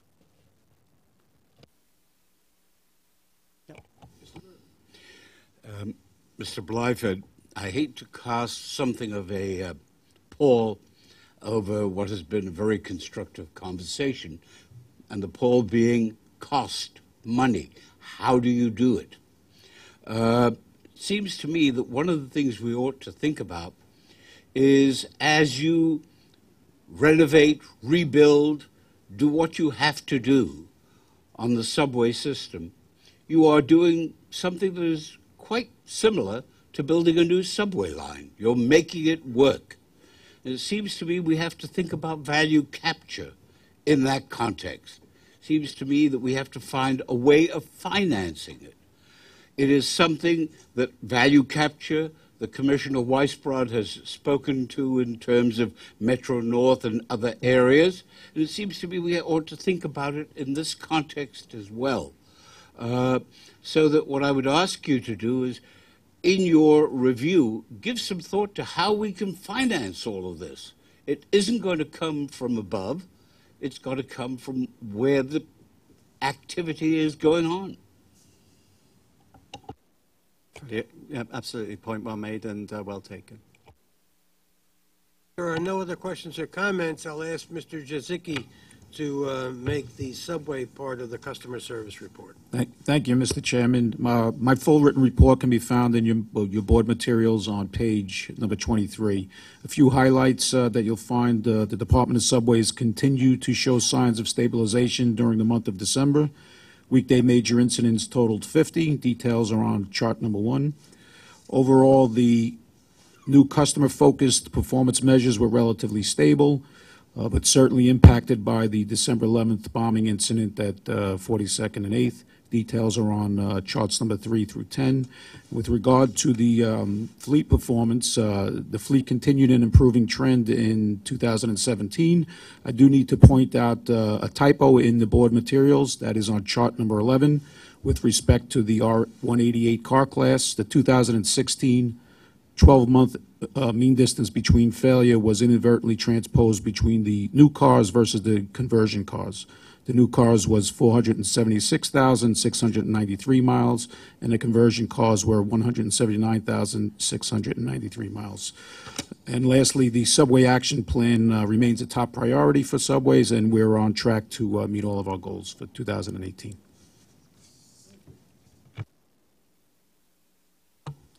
Yes, good morning, committee members. My full report can be found on page 54 for the fixed route system. Just like to report that the most operational indicators remain very stable and in some cases have slightly improved. This is demonstrated in MDBF for the 12-month rolling average has improved by roughly 2.7%, and weight assessment has improved ever so slightly by 0.5%. But more importantly, last month, President Byford has challenged me and my team to take steps to begin to improve the bus system and arrest the steady decline in ridership. We accept that challenge, and we envision that challenge to be very bold, very aggressive, relying on many of the time-honored techniques that we've used in the past, such as SBS, but also working with our partners at DOT and NYPD and your support. We're also looking to take some bold and radical steps to really turn the bus system around. So we look forward to coming back to you sometime in the early spring to share some of those steps. Moving on to paratransit, as we work to make our system more flexible for our customers, more reliable, and more transparent, I'd like to report that the live dashboard that's on the MTA website has been updated today to reflect the latest performance numbers. We continue to engage our stakeholders from a perspective of continuous improvement, take their feedback to make this better as we move forward. Also, since the last time we've met with you and given you a presentation on the paratransit strategy, just a few things I'd like to highlight. Number one, when our customers book a trip on our website, they can now get immediate confirmation. This is powerful. We believe that this is going to improve the experience for our customers and entice utilization of technology with our customers. Also, our eHail pilot is showing signs of success, because today we have roughly 500 participants enrolled in that program. Also, we continue to engage the paratransit base and customers and stakeholders in developing our paratransit app. Once again, this is a very engaged process. We're really, really listening to them so that the product is reflective of what their needs are. And as President Byford has asked us to step up our game and focus on the customer. So this is a step in that direction. Also, I'd like to report that we've been working very closely with Commissioner Vanderpool and President Pat Foy in our paratransit task force, so some really good outcomes there. We're also happy to report that we're in the final stages of the RFP process in procuring a new scheduling and AVL dispatch system, something that's going to enable us to improve customer trip time and the overall experience of our paratransit customers. And that completes my report.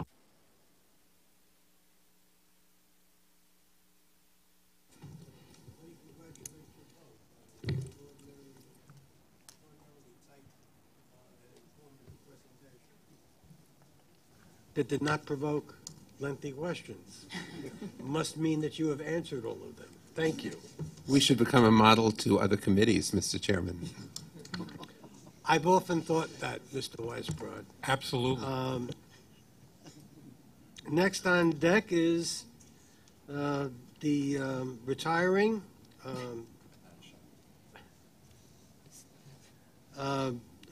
Cheryl Kennedy, and once again, we wish you well. Thank you, everyone, last for report. the kind words. Thank you. Thank you, Andy.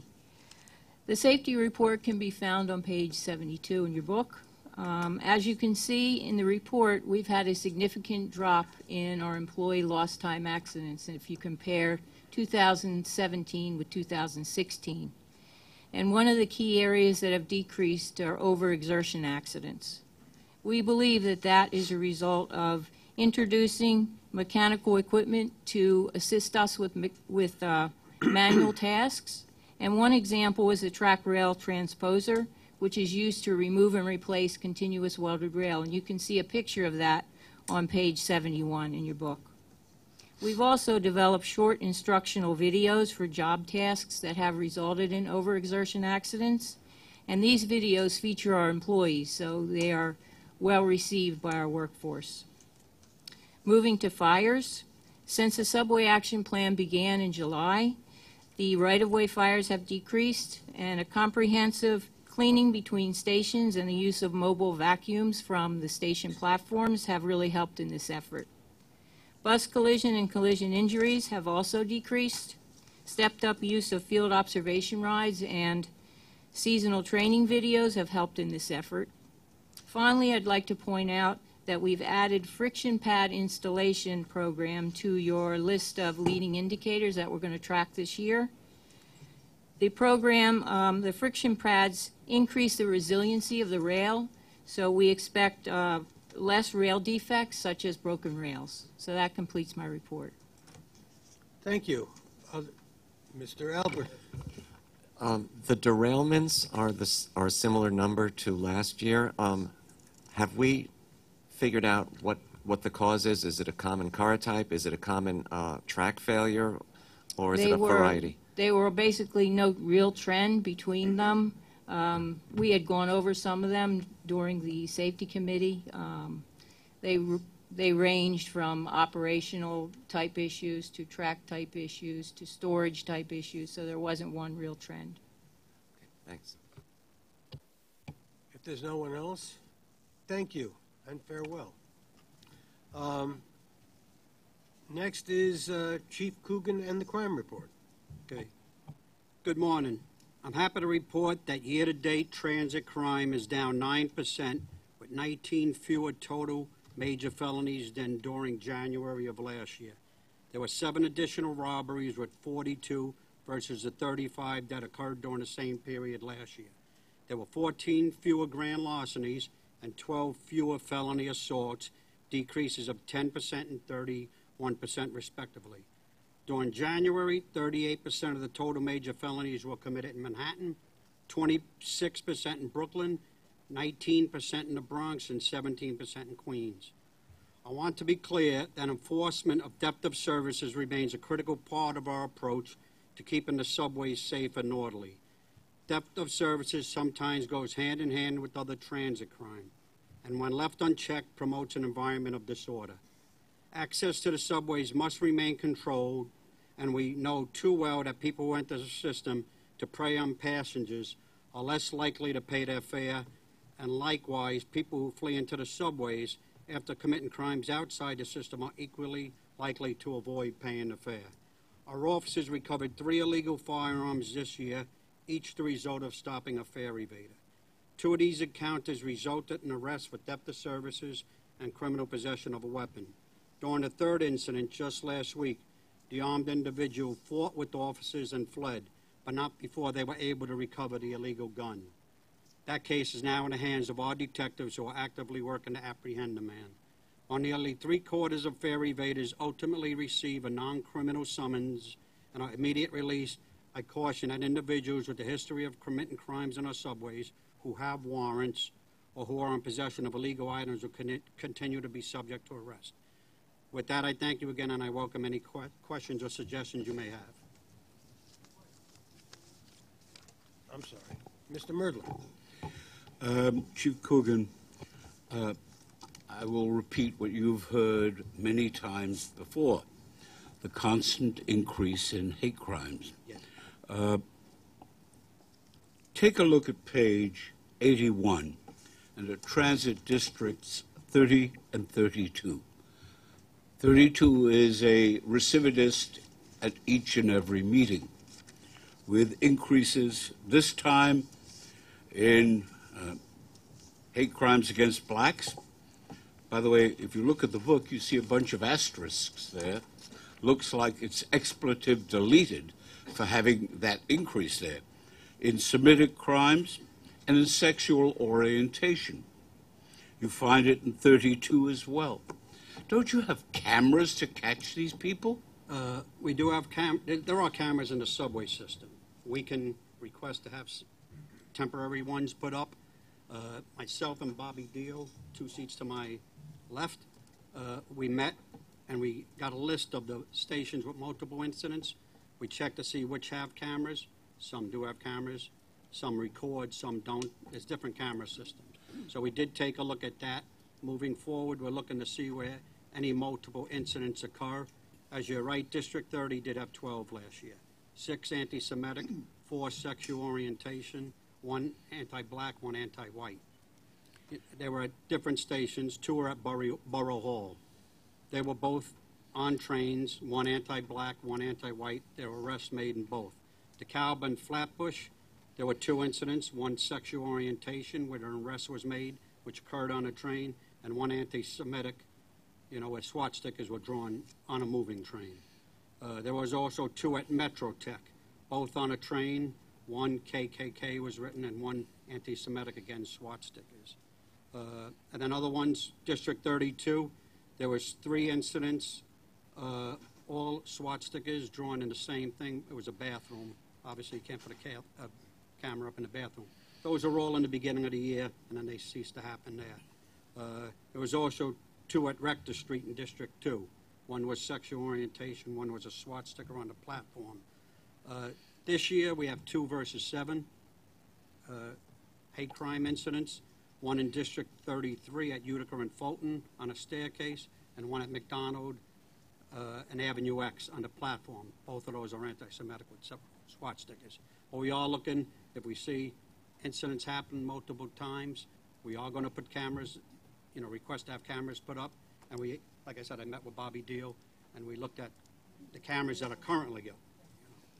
So that you do have a plan going forward in terms of trying to address these kind of hate crime incidents. Yes. And you do have a program under which you do arrest people where you catch them doing it, right? Yes, there's a hate, in the detective bureau, there's a hate crimes squad. Now, do you have any information as to whether those crimes are being actively prosecuted? Yeah, if they're arrested, they are prosecuted, yes. Well, depends. In New York County, you wonder about that at times. But it seems to me that at some point we ought to get a handle on A, how many arrests, and B, what happens to them afterwards. Because this situation, each and every meeting, it goes up and up and up. Well, last year, I mean, it did level off. It was an increase, 54 versus 40, but the big increase was in the beginning of the year, then it did level off, you know. This year, like I said, we did start off slower than last year, 2 versus 7 for the month of January.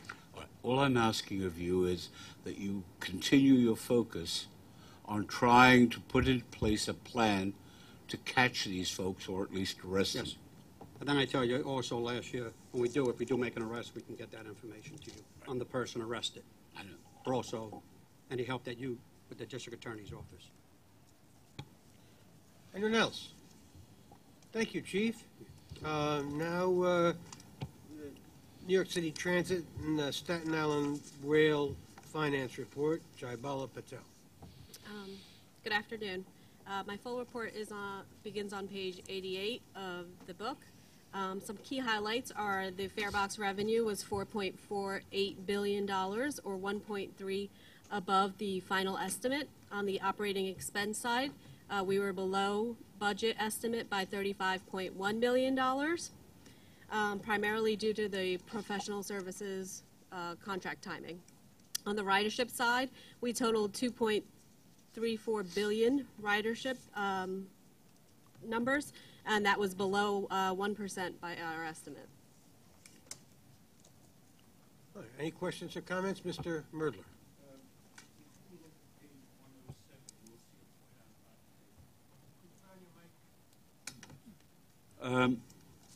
You have an increase of pretty much across the board on claims.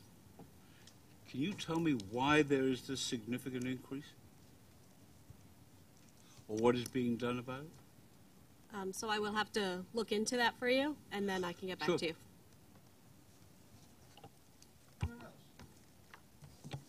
Okay, thank you. For bus finance, back to Mr. Irick. Yes, quickly. Preliminary 2017 MTA fare box revenue was $215 million, which was 5 million, I'm sorry, 2% below the estimate. Preliminary 2017 MTA operating expenses exceeded the estimate by 5%. Preliminary ridership, annual bus company ridership of 122 million was 6% below the estimate, and that completes the report. Thank you. Any questions? Thank you, Mr. Irick. Mr. O'Grady will give us the capital program report. So in your books, starting on page 144, the capital program report, I'm going to give a few highlights. We awarded 12 projects in December 2017, totaling $313 million. The ADA projects, 2 ADA projects are exemplified here is 86th Street Station and 4th Avenue in Brooklyn. So after those two they have been awarded, we have 10 more ADA key station projects to award in the balance of 2018. With regards to substantial completions, we wrapped up $507.9 million worth of work.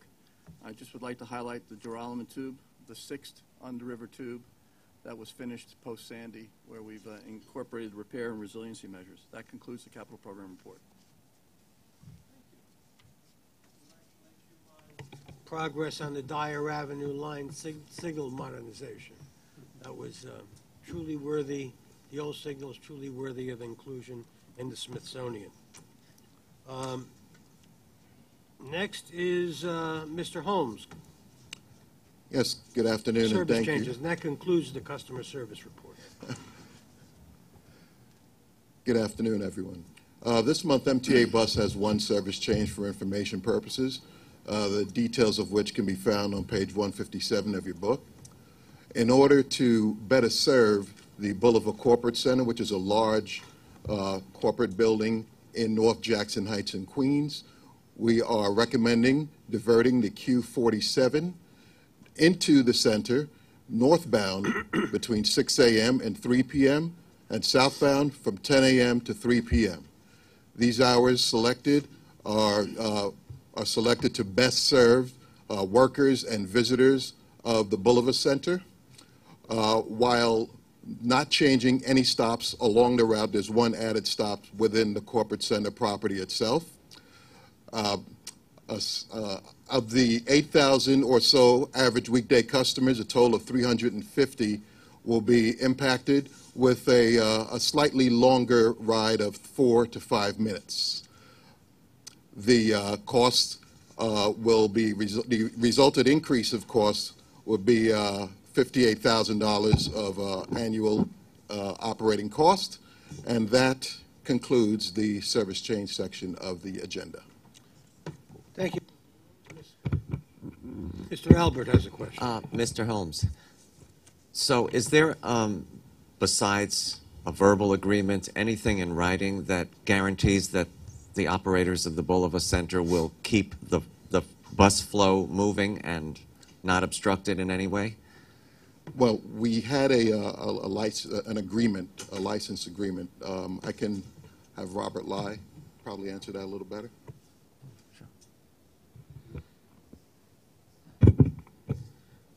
Yes, Andrew, we do have a license agreement signed by both sides. Great, thank you. Yeah. Anyone else? Then I'll ask Mr. Plachaki to give us procurements. Good afternoon. The procurement package, which presents New York City Transit MTA bus procurements, includes 5 actions totaling $134.2 million in expenditures. I'd like to highlight 2 procurement actions included in this month's agenda. The first procurement action is the award of a competitively negotiated Sandy resiliency contract for the upgrade of the Emergency Booth Communications System, or EBCS, to Boyce Technologies Incorporated in the amount of $49.3 million in a duration of 32 months. This action includes 3 5-year options for maintenance and training support services for an additional $20.6 million. The option pricing is not included in this recommendation, as separate board approval and funding will be sought prior to the exercise of any of the options. The EBCS is an emergency safety notification system used for communications between station agents and the Rail Control Center during emergency and safety-related incidents. The current EBCS is an analog system that is near the end of its useful life and needs to be replaced to meet the needs of New York City Transit and its users. This contract will replace and modernize the EBCS by upgrading from the use of an analog call transmission technology to a digital technology, which will improve the quality of voice communications and mass call announcements to the station agents. The contract also includes the integration of the upgraded EBCS into a unified platform along with other communication systems such as the Help Point and Customer Assistance Intercom. In addition to providing better response times for customers and station agents, this integration will provide faster, more reliable communication, higher data storage, and better management of the emergency communication systems, including consolidating steps in the emergency call logging and reporting, as well as allow for simpler and automatic diagnostics, testing, and maintenance. In order to cultivate competition for this procurement, an extensive outreach was conducted to the contracting community, followed by a request for information. A competitive RFP was utilized for this procurement, and 2 proposals were received, one from Boyce and another from Parsons Transportation Group of New York, Incorporated. Both Boyce and Parsons proposals were evaluated by the selection committee in accordance with the pre-established evaluation criteria. Both proposals were selected to participate in negotiations, and at the conclusion of negotiations, both proposals submitted best and final offers. After reviewing best and final offers in accordance with the evaluation criteria, the selection committee recommended Boyce for award. The selection committee determined that Boyce's superior technical proposal, lowest price, offered the best overall value to New York City Transit. Boyce's proposal was unanimously ranked the highest based on its understanding of the work, as well as familiarity with the current system and having the best proposed solution. Boyce's best and final offer of $69.9 million is approximately $12.7 million, or 15.4% lower than its initial proposal, and is within 6.3 of the revised internal estimate. Boyce's BAFO best and final offer is approximately $1.7 million, or 2.5% below Parsons' best and final offer of $71.6 million. Boyce's proposed price has been found fair and reasonable. The second action I'd like to highlight is the award of a competitively negotiated federally funded contract to C2K Partners for $62.6 million and a duration of 103 months to provide consulting services for post-award support for the R211 subway contract, which was recently approved by the January 2018 board. This contract includes 2 options for an additional $26.4 million and 23 additional months that coincide with the options of the R211 subway car contract. The option pricing is not included in this recommendation, as separate board approval and funding will be sought prior to exercise of any options. C2K is a joint venture between CH2M Incorporated and LTK Engineering Services Incorporated. The consulting services covered under this contract include project management, quality management, industrial design, car mock-up, and on-site engineering reviews, various inspection services, including first article, pre-shipment, and on-site inspections, as well as testing services. In addition, C2K will also provide Buy American U.S. employment plan audits. Procurement performed an extensive outreach in an effort to generate interest in this contract, and the request proposal was publicly advertised, and notification was sent out to over 70 firms. 8 firms picked up the RFP package. Proposals were received from 2 firms, C2K and Sistra USA. Among the 6 other firms that picked up the RFP package, some joined the C2K and Sistra teams as sub-consultants, and the balance opted not to propose. The selection committee evaluated both the proposals in accordance with the established criteria, and following oral presentations, both proposals were selected for negotiations and ultimately submitted best and final offers. After review of the best and final offers in accordance with the criteria, the selection committee unanimously recommended C2K for award of this contract. This recommendation was based on selection committee's determination that C2K's proposal was technically superior based on its extensive rail experience, strength of the project team, and a comprehensive understanding of the scope of work. As a result, the selection committee unanimously recommended the award as we consider it to be best value. C2K's total negotiated price of $88.98 million for the base and both options of $5.9 million, about 6.3% less than the total contract estimate of $94.9 million. I request for your approval of all items in the agenda.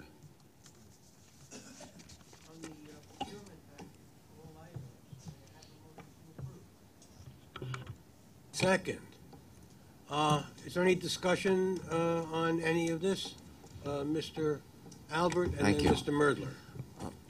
Do we do a consulting contract such as the C2K after every large-scale car purchase? We do it in order to support every car contract, that's correct, and we have for many years. So is that considered part of the costs, for instance, of the R211s? In the overall project, yes, it is. Thanks. Mr. Plukchucky, I have 3 questions on the boys' contract. Number 1, is there any proprietary equipment? Is there any proprietary equipment or component in the proposed boys' plan? Our request was that the company provide as much off-the-shelf available material as software as possible. There is a small portion of it that is, but we have rights to that. You'd have rights to acquire it or to use it anyway? Use it at any time, particularly if the company were to go out of business. But in this particular contract, we competitively solicited software support for the useful life of the product. But if, in the event, or the unlikely event, that the company were to go out of business, we would have full rights to that and be able to use it. What would happen if there were a better piece of technology that came down the road? Would you have the right to substitute that better piece of technology under the contract? Yes, as a matter of fact, the contract was set up, and I'll say for sort of a plug-and-play technology, the extent to which additional componentry becomes available, we'll be able to interface with this, with the backbone of this. Secondly, I notice it's a 5-year maintenance contract with 2 options. Is it your view that you need to have that long a period of contracting? Yes, it's got the piece of equipment has got a 15-year useful life after its implementation. So what we've done over the years, and I've discussed this before as a strategy, rather than be left going back on bent knee, if you will, to a contractor after we've awarded and asking them to support it, we solicit that and make it part of the contract with options, the extent to which we decide that either A, we want to try and maintain it in-house, and in many instances we are the first responders to this, but if we get into a position where we really need the original equipment manufacturer to support us, they come in. But yeah, there's 3 5-year clips. The last part of that, if I may. You have a total number for boys of about, 69 or 65 million. Does that include any potential for extras or for the disposition of extras? And no, we haven't included that. I mean, we don't expect there to be extras on this particular contract. The way it was negotiated, we sent out a specification. This is more of a performance specification for them, so we expect them to do the project within that number. Thank you. Procurement package has been moved and seconded. All in favor? Opposed? Abstaining? Procurement package is passed. Thank you. Now I'd like to ask President Byford to present standard follow-up reports. Okay, thank you, Mr. Chairman. We've got a number of routine follow-ups in the pack this month. These are consistent with what you required from us by way of the work plan. So in the pack, you've got the MetroCard report. There's the 2018 adopted budget and financial plan for 2018-21 for transit, SAR, and MTA bus.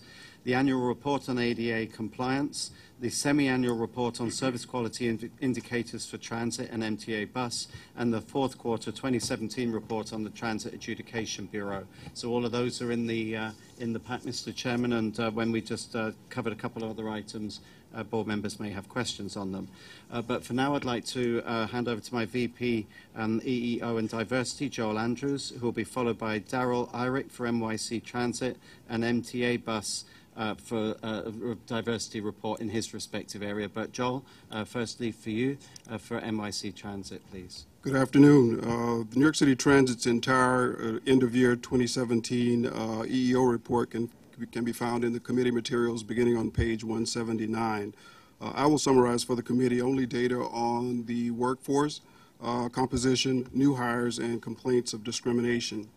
Based on human resources and EEO data, there were 51,980 employees at New York City Transit at the end of December 2017. 40,223, approximately 77% of the entire workforce, were men and women of color. 9,632 of the employees were women, or approximately 19% of the entire workforce, and 618, or approximately 1%, were veterans. With respect to new hires, New York City Transit hired 5,302 employees during calendar year 2017. 4,419, or approximately 83% of the new hires, were men and women of color. 1,344, or 25%, were women, and 123, or 2%, were veterans. With respect to complaints of discrimination, New York City Transit handled 633 complaints of discrimination as compared to 600 such complaints during calendar year 2016. And that completes my summary of the EEO data. Any questions or comments on that? Hearing none, I have one. I appreciate your report. Do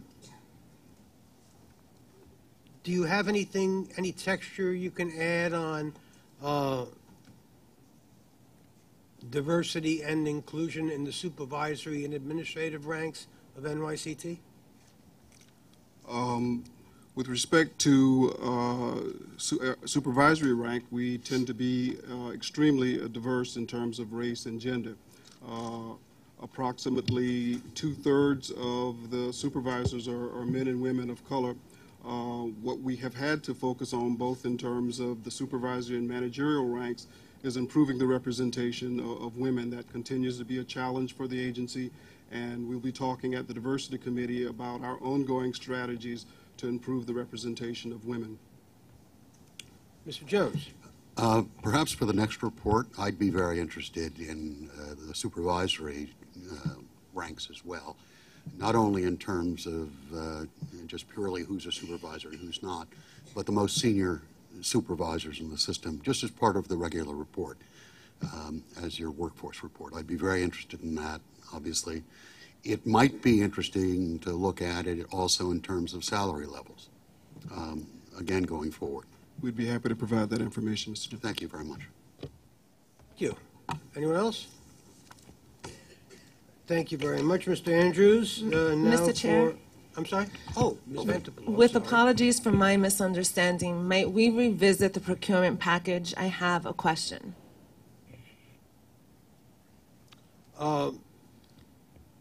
Sure. What did you want to do in revisiting it? Do you want to ask a question? Well, I thought I misunderstood that the procurement package would just be the 3 procurements, and then we would discuss the ratifications separately. I didn't realize they would all be rolled into the procurement package. The ratifications that we have before us on the new flyer buses. Okay. What was Can the we- question, Ms. Vanderpool? So I have a question on the first of the two new flyers. The first would be for the 138 low-floor buses. And the ratification is asking us to modify or ratify the modifications to that contract for 1.7 million.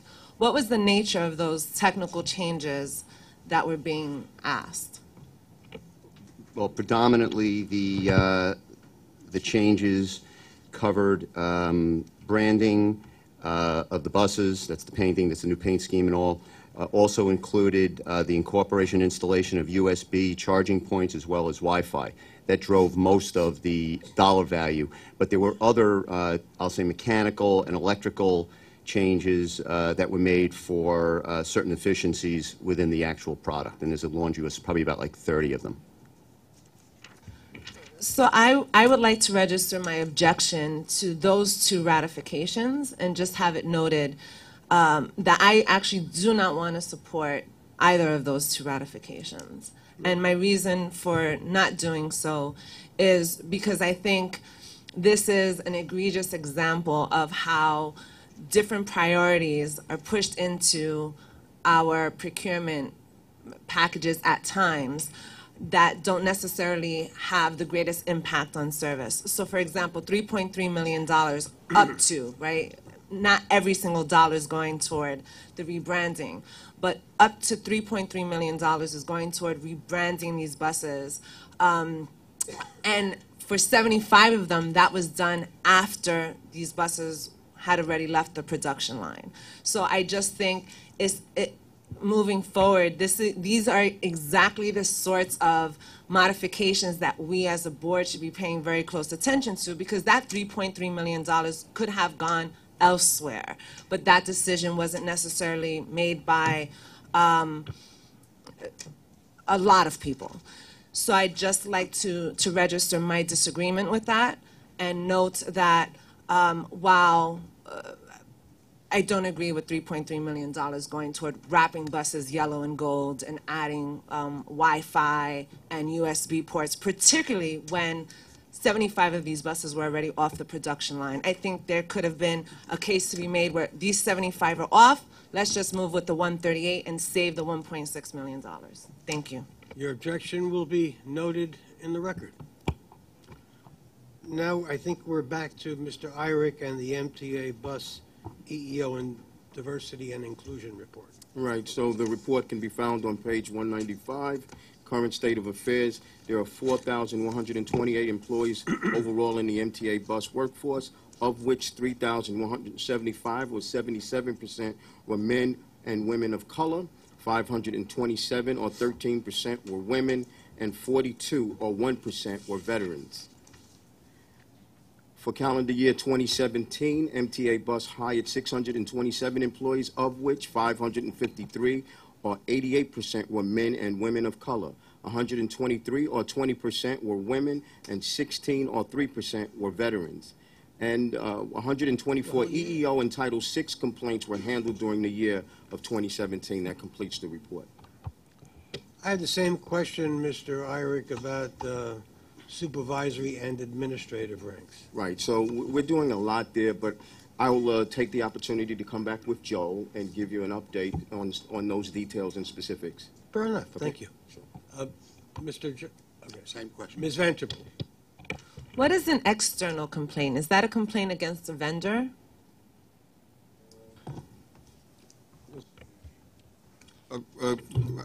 I'll answer for both New York City Transit and MTA Bus Company. We characterize an external complaint as a complaint filed by an employee with an agency outside of the MTA. So a complaint filed with the New York State Division of Human Rights, for instance, which is typically handled by Transit, at least the law department. I believe it's the same for MTA Bus Company.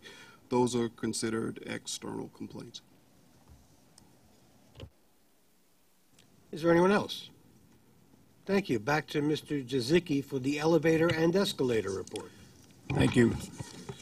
The elevator and escalator performance remained stable in the fourth quarter of 2017. Elevator availability is at 96.3% and escalator availability at 94.6%. Our recruitment of qualified staffing continues, and we continue to focus our efforts on those poor-performing assets. I might just add to that, Mr. Chairman, if I may. It's similar, in similar vein to where I've asked Darrell to pull together a strategy on bus. I've asked Frank with his team to look at elevator and escalator availability and reliability, because that again is back to basics for me. That obviously we want more elevators, consistent with my earlier comments, but we should be getting better at making the existing fleet work better and understanding again root cause of what causes them to come out of service. Is it the prevailing age? Is it a poor design? Is it vandalism? Is it weather related? Which machines are the worst performers? Let's go at them on a prorated basis. Which ones are causing the most entrapment? So we're really drilling down into the data again, and we're not letting the private elevator, escalator owners off the hook. I want to see what those people are doing as per their contracts to make sure that they keep those devices in use. So we'll keep you posted on all of that. That's another angle of attack on basics that we've got underway. Thank you. With regards to the elevator, escalator accessibility, and we've discussed this in previous meetings, some of the newer models, 0 and 1 year old, are operating at the same level of performance or accessibility as some of the units that are 28 years old. So if you could just remind us, please, what's being done to resolve that subset of units that falls in that category? Certainly. So we see an uptick in some of the newer elevators, particularly if you notice in your report, we have a very poor performing set of elevators at 63rd and Lex that were recently installed. We had a series of controller malfunctions and subsequent repairs. In this particular case, they're being addressed by the contractor under the warranty.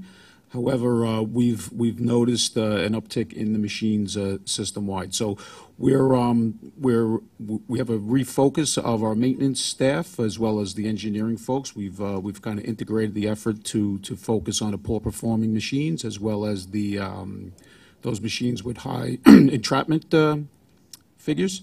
We've also directed our contractors to supplement our maintenance forces. So we have two maintenance contracts. One is in the Washington Heights area. We've directed the contractor there to perform a thorough analysis of the failures there and target some of the replacement of the components and alike.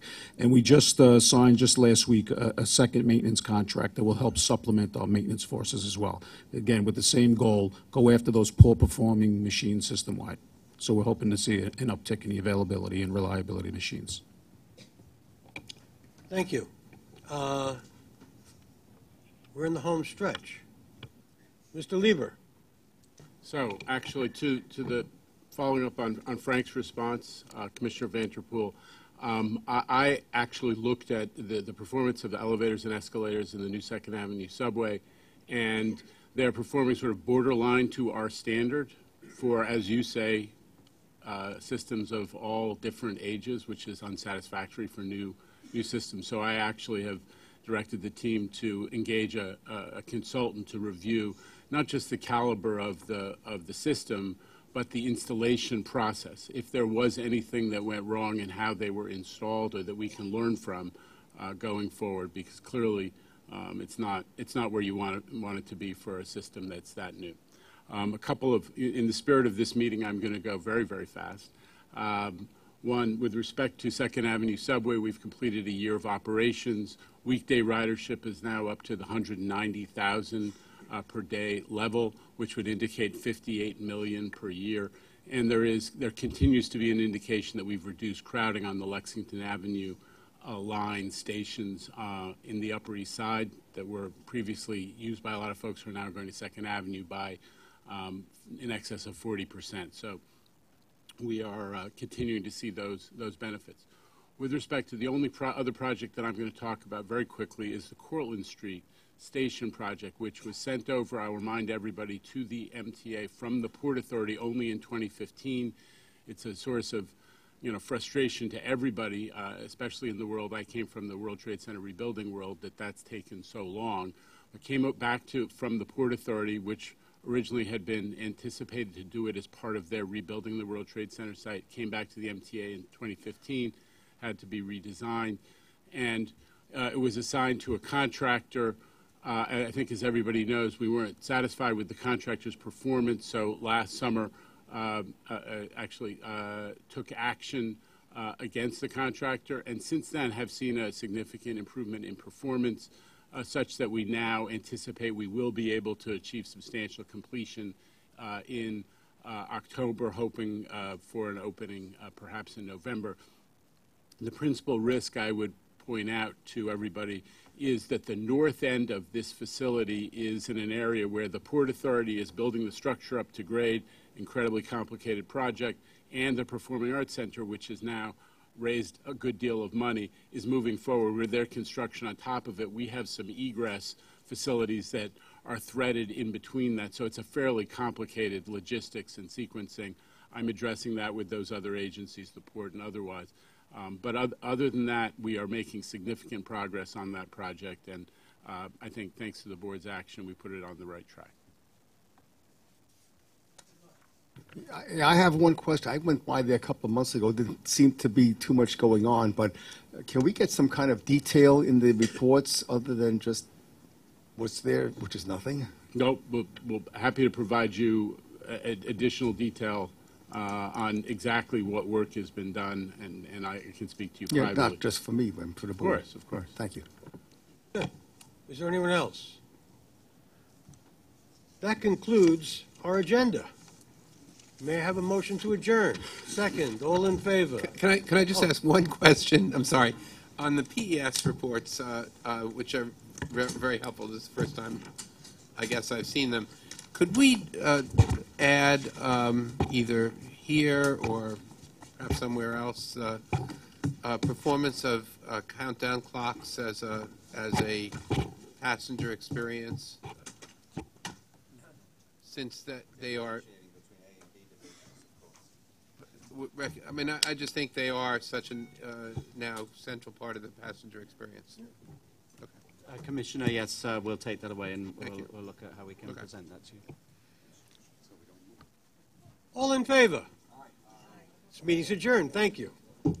As I was saying, this was terrific. Terrific. Well, we'll keep it going. We can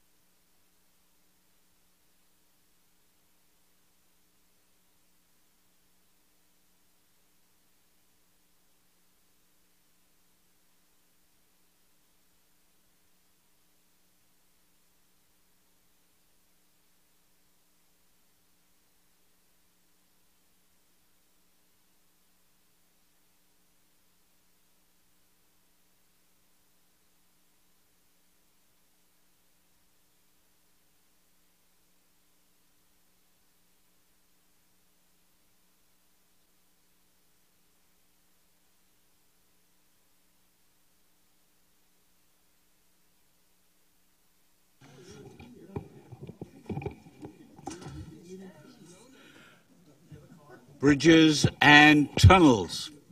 Do we have any public speakers? Murray Bowden, you're on.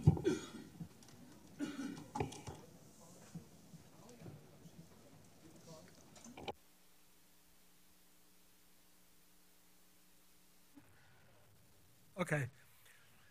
You found out at the Roaring Brook crossing how your various staffs are giving you wrong information. That red box is illegal. They never went for the request to experiment, but they did go to request for experiment on the audio. So we know they know how to do it correctly. There were two things there. One, the audio, and the second, the red box. They didn't go to the red box simply because they wouldn't get it. They didn't ask, they thought they would slip it by. They did slip it by until you looked at it, and Neil gave me the information that you're a credible observer. Thank you, Neil. He's embarrassed. Come on, Neil. We're not playing fair here. We're playing with people's lives. I know, don't comment. Same thing's happening at the Whitestone Bridge. They've told you information that's absolutely wrong, and nobody's challenged it until now.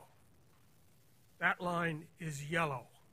There is no question about it. And you've believed them and their consultants and everybody else who has effectively lied to you.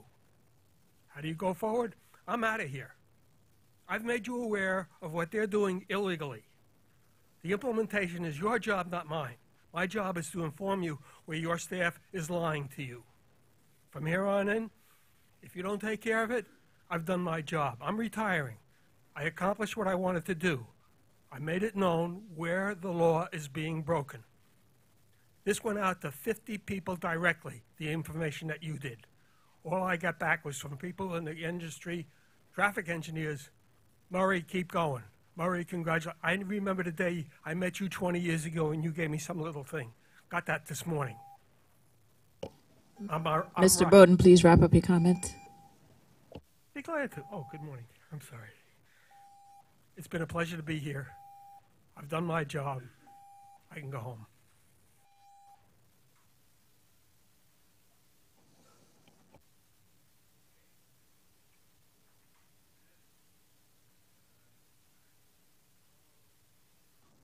Second on the motion to approve the minutes. All in favor? Aye. Contrary minded? Done. Work plan, any changes? No changes.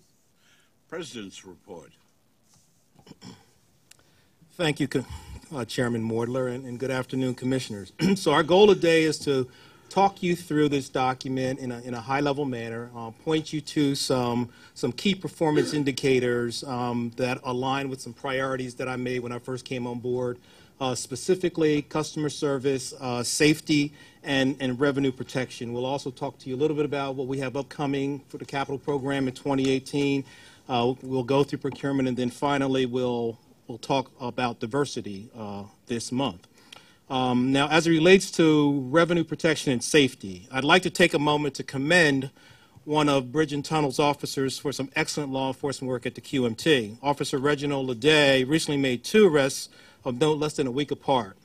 On January 26, 2018, Officer Leday stopped a vehicle for no front license plate.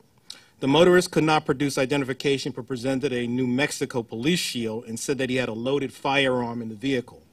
Upon investigation, the subject's driver's license was found to be suspended in New York, and he was further charged with criminal possession of a firearm and impersonation of a police officer. On February 1st, 2018, Officer Leday again stopped the vehicle for no front license plate. The vehicle fled into the tunnel, striking Officer Leday on the elbow with the vehicle's mirror. He wasn't seriously injured, but he and another officer, Sergeant Burgos, followed the vehicle along with a New York State trooper, Simon. They radioed officers at the exit of the tunnel to prevent the vehicle from escaping into Manhattan and arrested the driver for multiple charges, including assault of a peace officer and criminal possession of controlled substances, alleged marijuana, and crack cocaine. Further investigation determined he was driving with a suspended license and had an outstanding patrol warrant. I commend Officer Leday and all of the officers involved in these incidents. The 2 arrests demonstrate B&T's commitment to public safety. Our enforcement activities are focused on roadway safety, security, and tolls violations. And what we found is that these actions can result in bringing potentially dangerous criminals to justice. So at this point, I'd now like to ask Chief Dan DiCrescenzo to present the report on operations. Thank you, President Fulton. Again, excellent work by Officer Ledet and all involved in those 2 arrests. Thank you. The report on operations begins on page 20. Bridges and Tunnels set a record in 2017 for its highest ever traffic volume with 310 million vehicles. The following is a summary of December 2017 traffic changes compared to December of 2016. Total paid traffic increased by 1.8%. Easy Pass transactions increased by 10.5%. Non-Easy Pass transactions decreased by 52.5%. Passenger car traffic increased by 1.8%, and other traffic increased by 2.2%. Preliminary monthly traffic figures for January 2018 are 1.2% higher than in the same period in 2017.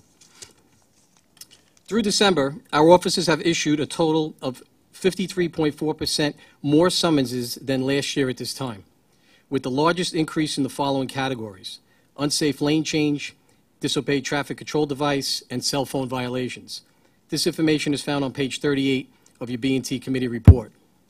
As mentioned at last committee meeting, Bridges and Tunnels is seeing its largest reductions of collisions in the old toll plaza areas. Through December, collisions in these areas have been reduced by 77%. Our aggressive mitigation efforts, coupled with this increase of enforcement and cashless tolling improvements, have helped safety performance at all Bridge and Tunnel facilities. In December, the overall Bridge and Tunnel collision rate decreased to 6.16 per million vehicles versus 7.03 for the same month last year. This ends the report on operations. Any questions?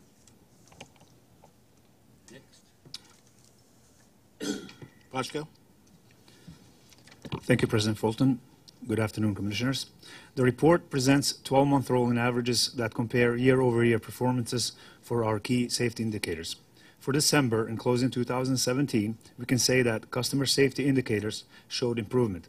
Contractor safety indicators stayed about the same, and employee safety performance took a slight step back after 5 months of continued improvements. Bridges and Tunnels has improved its total collision performance in each of the last 3 months, compared to the same period in the previous year.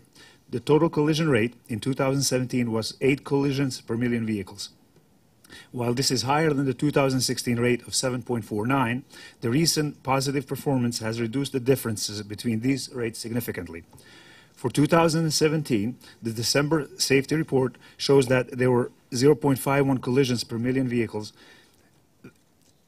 than for the same period in 2016. This is almost 1 collision per million vehicles better than the performance through September of 2017, when there were 1.49 more collisions than in the previous 12 months.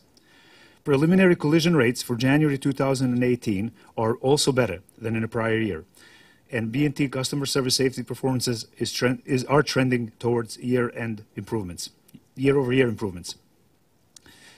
Our employee lost time injury rate increased in December, ending a 5-month trend of a better employee safety performances. The 12-month average employee lost time injury rate increased from 6.6 injuries per 200,000 work hours, lost time injuries, to 7.2 in December 2017, and it's higher than the rate of 6.7 for the same period ending 2016.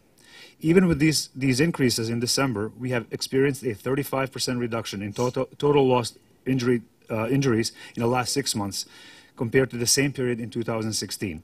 And improved preliminary performances in January is a good sign that December did not start a negative trend. Lastly, the contractor lost time injury rate is of 1.49 injuries per 200,000 work hours for the 12-month ending December 2017 is lower than the rate of 1.91 for the same period ending December 2016, and is slightly higher than the 1.48 rate reported last month for the same period in November 2017. Unless there are any questions or comments, that concludes our safety report. Any questions? Next. Okay, we'll ask Pat Parisi to talk us through customer environmental survey.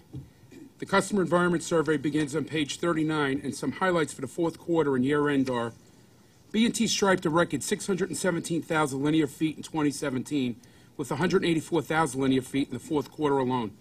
This effort was designed to help our customers safely navigate our cashless tolling and capital construction areas, and additional pavement markings were a contributing factor to the improved customer safety performance in the fourth quarter, notably in reducing sideswipe collisions.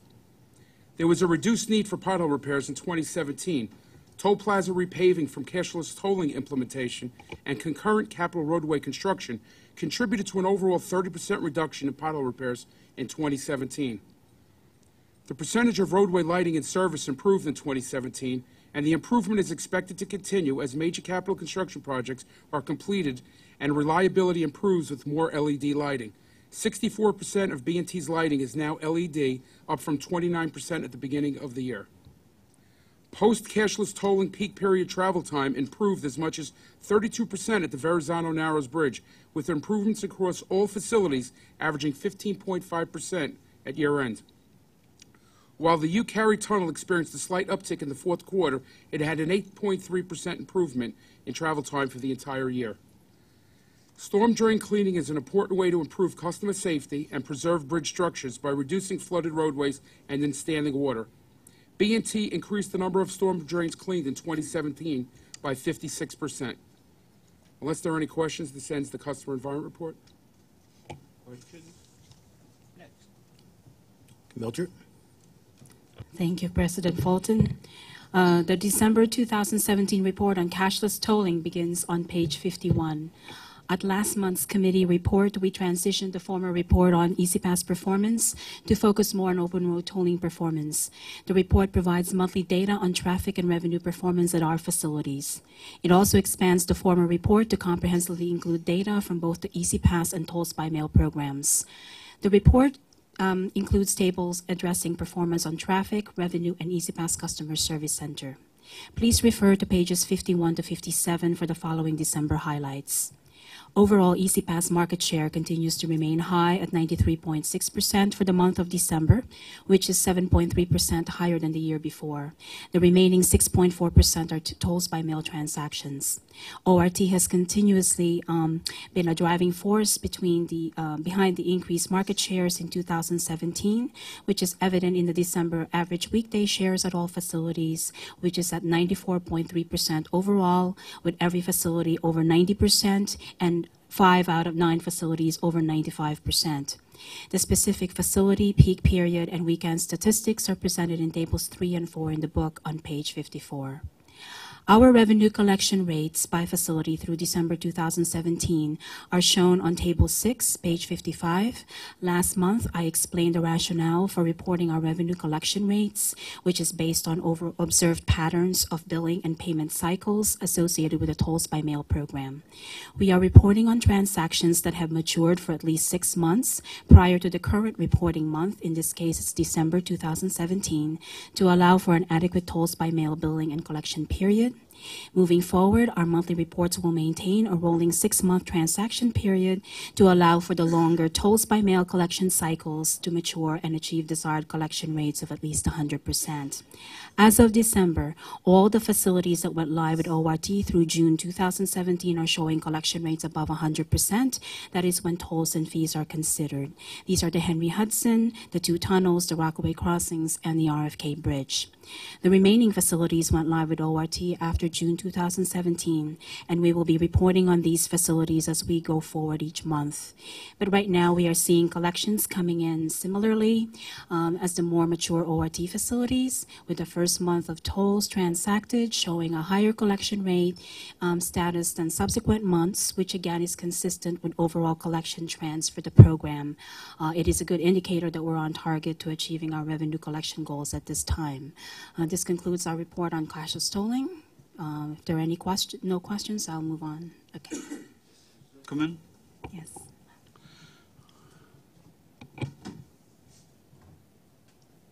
Thank you, sir.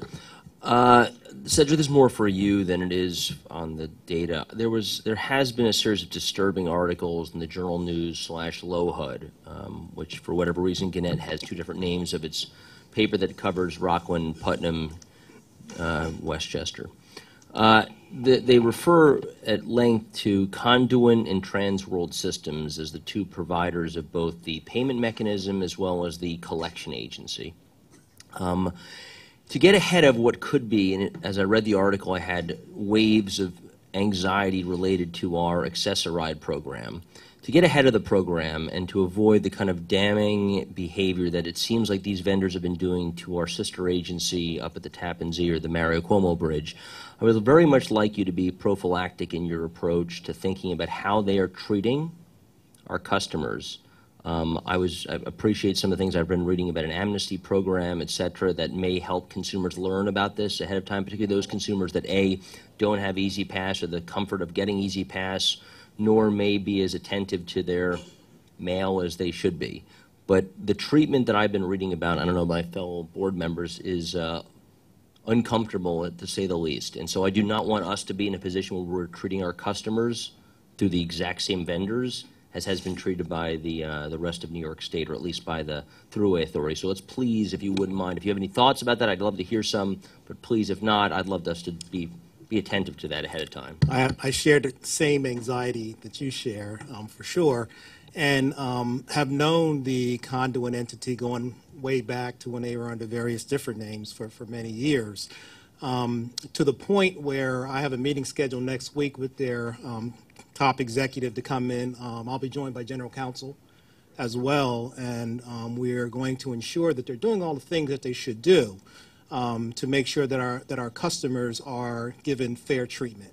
I mean, the good news for us is we have such a high Easy Pass market share, but the truth of the matter is that there are two types of customers now with two types of complaints. There's the toll by mail customer, and then there's the Easy Pass customer, and they have unique issues with regard to how they understand the invoices that they receive. So one, a conduit needs to make sure they have enough folks on the phone to be able to answer the question. Two, they need to make sure they get their mail out on a timely basis and can assure us that they're doing the same. Three, they need to make sure that they are engaging in using scripts that are customer friendly, customer focused. Similarly, on my side, my staff and I are talking about this ad nauseum. The reality is that all of the New York agencies use the same customer service center.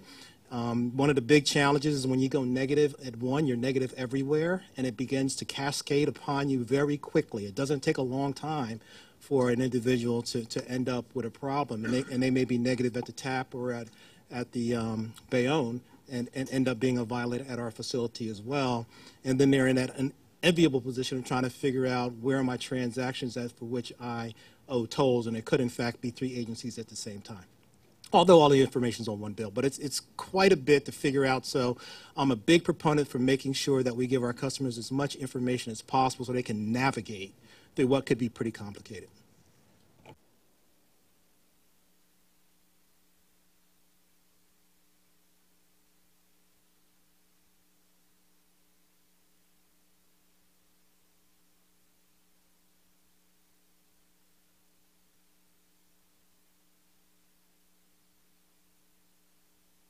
Next. The financial report for December begins on page 59 and includes preliminary end-of-year information. Toll revenue for 2017 was nearly $1.912 billion, which is $5.5 million, or 0.3% higher than our final estimate.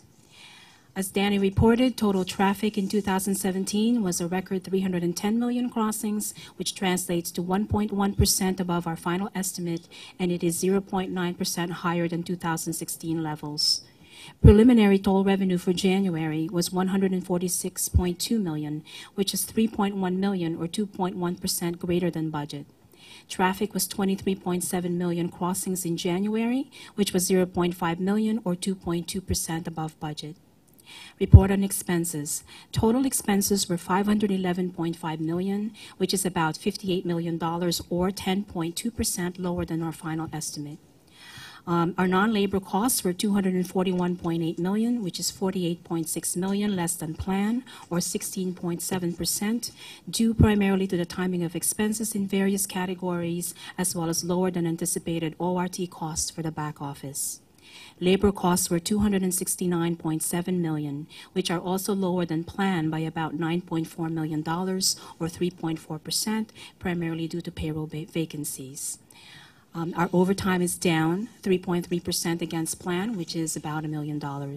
Our support to mass transit in 2017 was $1.122 billion, which is $88.6 million, or 8.6% better than plan. If there are no questions, I will move on. Any questions? Next. If there are no questions, I will move on to the next item on the agenda, which is an action item regarding the TBTA operating surplus that I will read for the record. The staff summary begins on page 72. Included in the attachments are 8 resolutions associated with transferring the 2017 TBTA operating surplus. These actions are summarized as follows. First, resolutions to certify and transfer $740,143,952 in 2017 operating surplus to the MTA and New York City Transit pursuant to Section 1219A, 2B of the Public Authorities Law of the State of New York. Second, resolutions to transfer the 2017 investment income of $1,476,772 to the MTA pursuant to Section 569C of the Public Authorities Law of the State of New York. Third, resolutions to deduct from fiscal year 2018 operating revenues of TBTA the amount of $27,960,932 to be deposited into a necessary reconstruction reserve, which was adopted by board resolution on March 29, 1968. Money credited to the reserve will be applied to the payment of the cost and expense of current and anticipated necessary construction of TBTA facilities. Finally, resolutions pursuant to the Public Authorities Law to advance monthly the fiscal year 2018 TBTA surplus to the MTA and New York City Transit in an aggregate amount not to exceed 90% of the estimate of the sum of that month's operations, if available, with the first $1.8 million going to New York City Transit and the remaining sum split 50% to New York City Transit, less applicable bond service, and 50% to the MTA, less applicable bond service. Your approval is requested. On pages 74 and 75, correction, pages 73 through 75 are the text of the resolutions. Do I have a motion and a second? So moved. Motion, second. Discussion. On the motion, all those in favor? Contrary-minded, abstentions, done. Thank you. We also have an information item, the 2018 adopted budget and financial plan, starting on page 86. The plan is essentially the same as what was adopted by the board in December and includes a schedule detailing the monthly allocation of revenues and expenses for the purposes of reporting. This concludes. Any questions? Next. Okay, Joe Keane will now walk us through the capital plan. The report on the capital program begins on page 105. The report provides details of our planned annual awards and completions for the year ahead. In summary, B&T plans to award 100 tasks with a cumulative value of over $800 million and to complete 31 projects with a cumulative value of $1.43 billion. This represents the highest value of project completions in B&T's history. Planned awards include 5 design-build projects and a major deck replacement at the Throgs Neck Bridge. Completion plan includes several significant completions for tunnel restoration and flood mitigation projects at the Queens Midtown and UL Carey tunnels, as well as reconstruction of the RFK Bronx Plaza structure. For the month of January, we committed 4 tasks for $3.3 million. There were no project completions planned or achieved in January. Unless there are any questions, that concludes the report. Questions? Next. Procurement start on page 113. There are no non-competitive procurements or ratifications. There are 4 competitive procurement actions this month and the total amount of $85.96 million. There is a competitively solicited personal services procurement for biennial bridge inspections to keep our assets in a state of good repair, covering contracts awarded to 4 separate engineering firms. These contracts total $10.28 million. There are 3 personal service contract modifications. The first one adds funding for TransCore for the maintenance of cashless tolling for a period of 6 years at all facilities in the amount of $73.01 million. The second one adds funding for JHK Engineering and HDR to provide intelligent transportation system designs in the maximum amount of $1.7 million. This increase will be assigned by work orders. The third adds funding for Enviromed for independent site safety monitoring of ongoing construction projects in the amount of $971,000. The total amount committed for these modifications is $75.68 million. Unless there are any questions, these procurements are described in detail in the enclosed staff summaries. Let me make a point, if I may. It is my understanding that on the 6-year TransCore contract, there is a provision in there that it can be terminated earlier for convenience. Is that correct, Counsel? Yes, Commissioner. Okay. Questions? Why do we need 4 firms to do bridge inspections? The bridge inspection program is, we have a rotation of consulting firms so that the same consulting firm does not inspect the same structure on consecutive inspections, and that's sort of a quality control check on the integrity of the inspection process. So that plus the fact that our structures are very large and complex and the deadlines to submit the reports are very stringent. So in order to meet all of those program requirements and to ensure quality integrity of the inspection process, we find it generally works better when we break the inspection into 4 distinct groups, which over the years that seems to have worked pretty well in terms of meeting all of those requirements. Are these the same, or are some of these firms the same firms that have done bridge inspections before? And I ask because I know a similar procurement has come before this committee, maybe within the year. Is it the same firms? Actually, we're pretty happy to, there's 2 new firms this year. So we have some new firms in the mix, which we're kind of happy about. And I've asked this question in relation to this discussion before, which is, will we get to a point as an agency where, and is it legally permissible, actually, according to mandates, where we can train our own personnel to do these inspections instead of seeking a third party to do so? Right. In fact, I think you asked the question last year. And so we are doing some in-house biennial inspections. We have a very limited staff, so the scope of what we can do is relatively modest, but we have this season we have inspected some pedestrian overpasses and other structures, and going forward, depending on staff availability and other factors, we're looking to see if we can increase that. But I will say that for the larger bridges like the Verrazano, the RFK Bridge, you know, the magnitude of and the logistics required to undertake these inspections is beyond the capacity of in-house. But where possible, we will apply in-house resources to this. And then with regards to the TransCore procurement, so there's a note in the summary that says it will cost the authority about $12 million annually to maintain and operate the cashless toll collection system. What was the annual fee to maintain the toll plazas?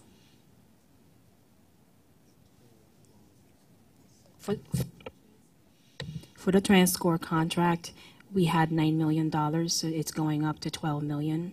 But all of this is part of when we re-estimated all the costs that we had in November of 2016. We did an estimate initially based on the Henry Hudson experience, and we programmed in those costs. So this is included. So there is an increase from $9 million to $12 million per year. Do you anticipate that $12 million growing each subsequent year? For now, I think we're just keeping it steady at that level. Obviously, every year as we, realize the actuals coming in, we're able to realize efficiencies, and we're able then to reduce at that point at the next plan. Done? Okay. The EEO report is... Oh, yeah. We need a vote on these, right? On the motion to approve, do I have a motion? Second? All those in favor? Aye. Contrary minded? Abstentions? Done. Sean Moore will now go through the B&T diversity report. It is in the book with terms of detail. Is there anybody who has any question or any desire for further exposition? On the motion to adjourn. All those in favor? Contrary minded? Done.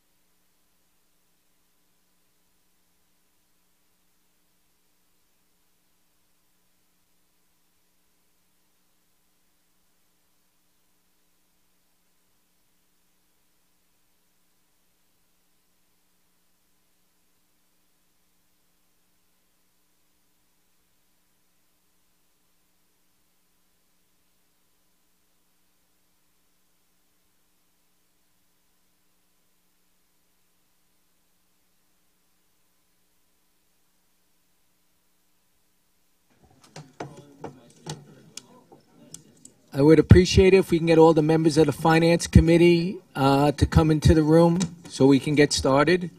Thank you.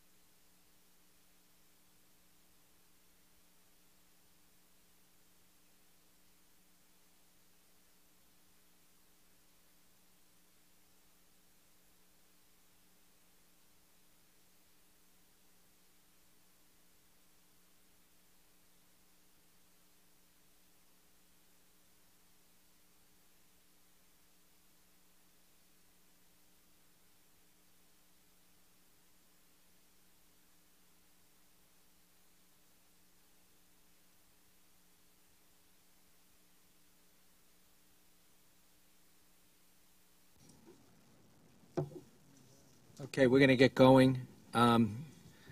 Since we're already running late. Good afternoon, everyone. I'd like to call the meeting of the Finance Committee to order, please. Doug, are there any public speakers? Oh, sorry. David. Yes, sir. We have one public speaker today. Just a quick reminder that comments should be limited to 2 minutes. The one speaker is Murray Bowden. Mr. Bowden.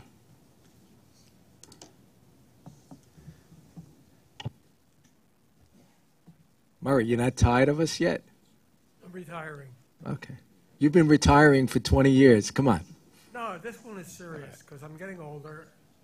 We've sold our house in the Berkshires, and we're winding our lives down because I'm making mistakes. I can't remember, and it's embarrassing. And in fact, I've accomplished what I set out to do. I've given you the information, and I'll give you the proof of what needs to be done. And the implementation isn't mine, Larry. It's yours and the rest of you. This morning, the presentation about PTC, the young presenter said, it will not stop a train if there's a car in a railroad crossing. That is crucial right then. That's the whole ball game.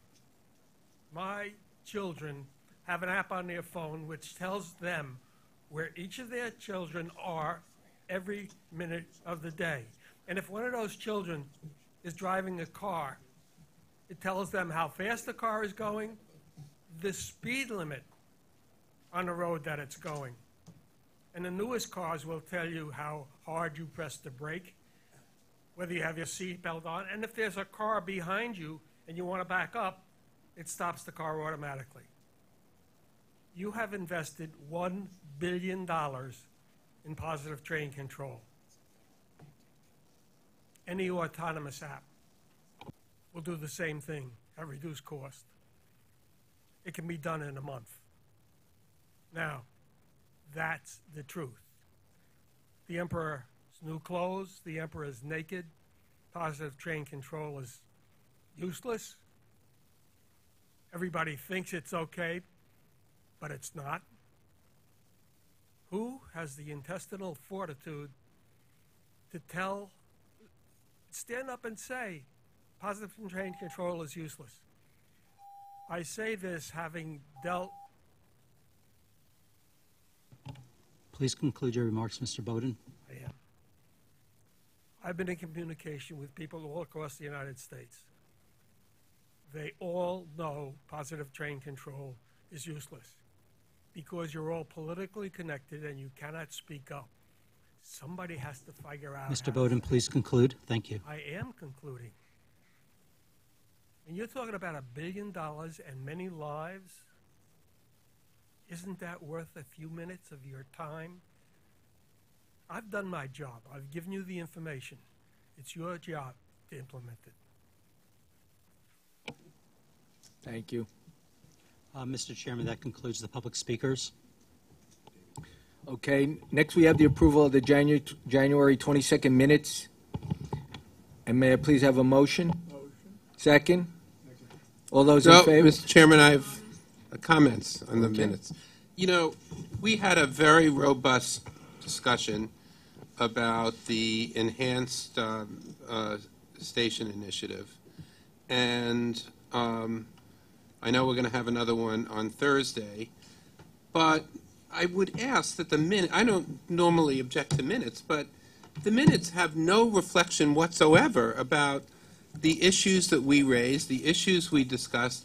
Doesn't even say we raised any issues. It just says Mr. Murdler asked a question about Package 4, and as you well know, and as the members of this committee know, we had a very, very extended discussion about the pros and cons of the ESI packages, and I would ask that the minutes reflect that conversation. That's what minutes are for, to reflect what we all say, and so I would move that the minutes be amended to include the very substantive comments that I and several of my colleagues raised. Commissioner? I would add to that, I'm confused why none of that debate was included, and then it doesn't mention that I also voted against them. So there's some inaccuracy to the minutes. Well, we'll have those minutes revised. So with the proviso that the minutes will be revised to reflect the comments of members of the Finance Committee at the last meeting, do we have a motion to approve those minutes? Well, I will move for the revised minutes, Mr. Chairman, but can the revised minutes be circulated and then revisited at the March meeting so we can all vote again? I would ask if it's possible to have the revised minutes at the Thursday board meeting, if at all possible. And if that would be not, fine. If we can't have it there at that date, then certainly, you know, in minimum 2 weeks prior to the next committee meeting. That would be fine, Mr. Chairman. Thank you. And also reflect Commissioner Trottenberg's no vote in the minutes. So with that on the record, do I have a motion to approve the revised minutes? Second? All those in favor? Nays? Thank you. Doug, I'm sorry. David. I'm used to saying Doug, right? David, can you take us through the work plan? Yes, Mr. Chairman. There are no changes to the work plan, and the next item is Budget Watch, which is on page 2 of the exhibition book. This month's Budget Watch focuses on January operating results and the subsidy cash results through February. Budget Watch compares these preliminary results with the calendarized 2018 budget, which is included in the February financial plan that will be presented shortly by Bob Ferran.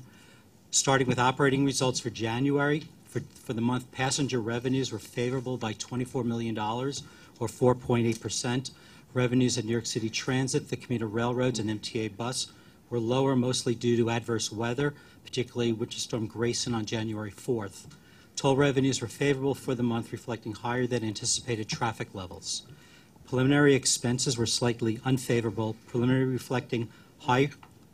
I'm sorry, go ahead. I'm reading it as unfavorable for January, unless I'm missing something. Preliminary. I'm on page 1 of the budget But watch. the fare box revenue numbers were unfavorable, but B&T was favorable. Right.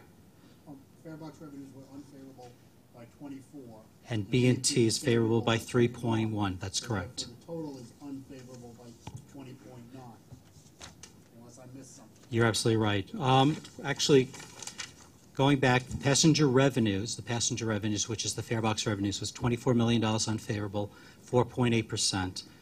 And the toll revenues were favorable for the month. Right. That's correct. That's what I thought I read. Yes. Okay, thank you. No problem. Preliminary expenses were slightly unfavorable, primarily reflecting higher labor expenses, including overtime at New York City Transit, which were mostly offset by favorable results at the other agencies. Preliminary overtime expenses for the month were $14.4 million, or 19.8% unfavorable. Winter Storm Grayson impacted overtime spending throughout the MTA, but the main contributor of the overage was New York City Transit due to requirements to mitigate subway service delays and overcrowding and to provide vacancy absentee coverage. Debt service expenses for January were $217.5 million, which was $10.9 million, or 4.8% favorable to budget due to timing of debt service payments. Moving to subsidies through February, state dedicated taxes and real estate taxes were both slightly favorable through February. Overall, preliminary results early in 2018 have been somewhat unfavorable, with lower passenger revenues and higher New York City Transit overtime, mostly offset by lower expenses at the other agencies, favorable debt service, and slightly higher subsidies. It is much too early to draw conclusions from these results. Yes. Sure. Is it the normal course that the first toll payment comes in May? Yes, that's That's standard. been the normal course over the years. Yeah, what happened is years ago, we spun up the final quarter for the state, our first quarter, into December. Right. And we've just kept that. So we received a year of MMTOA over 9 months. So Okay. this is exactly what's happened. Been for the a number normal of years. course. Yes. Thank you. If the PMT were to be, as is proposed, paid directly to MTA without having to be appropriated, when would that start at its earliest? We've been in discussions with the state, and we haven't had a firm answer, but we're expecting it to be later in the year.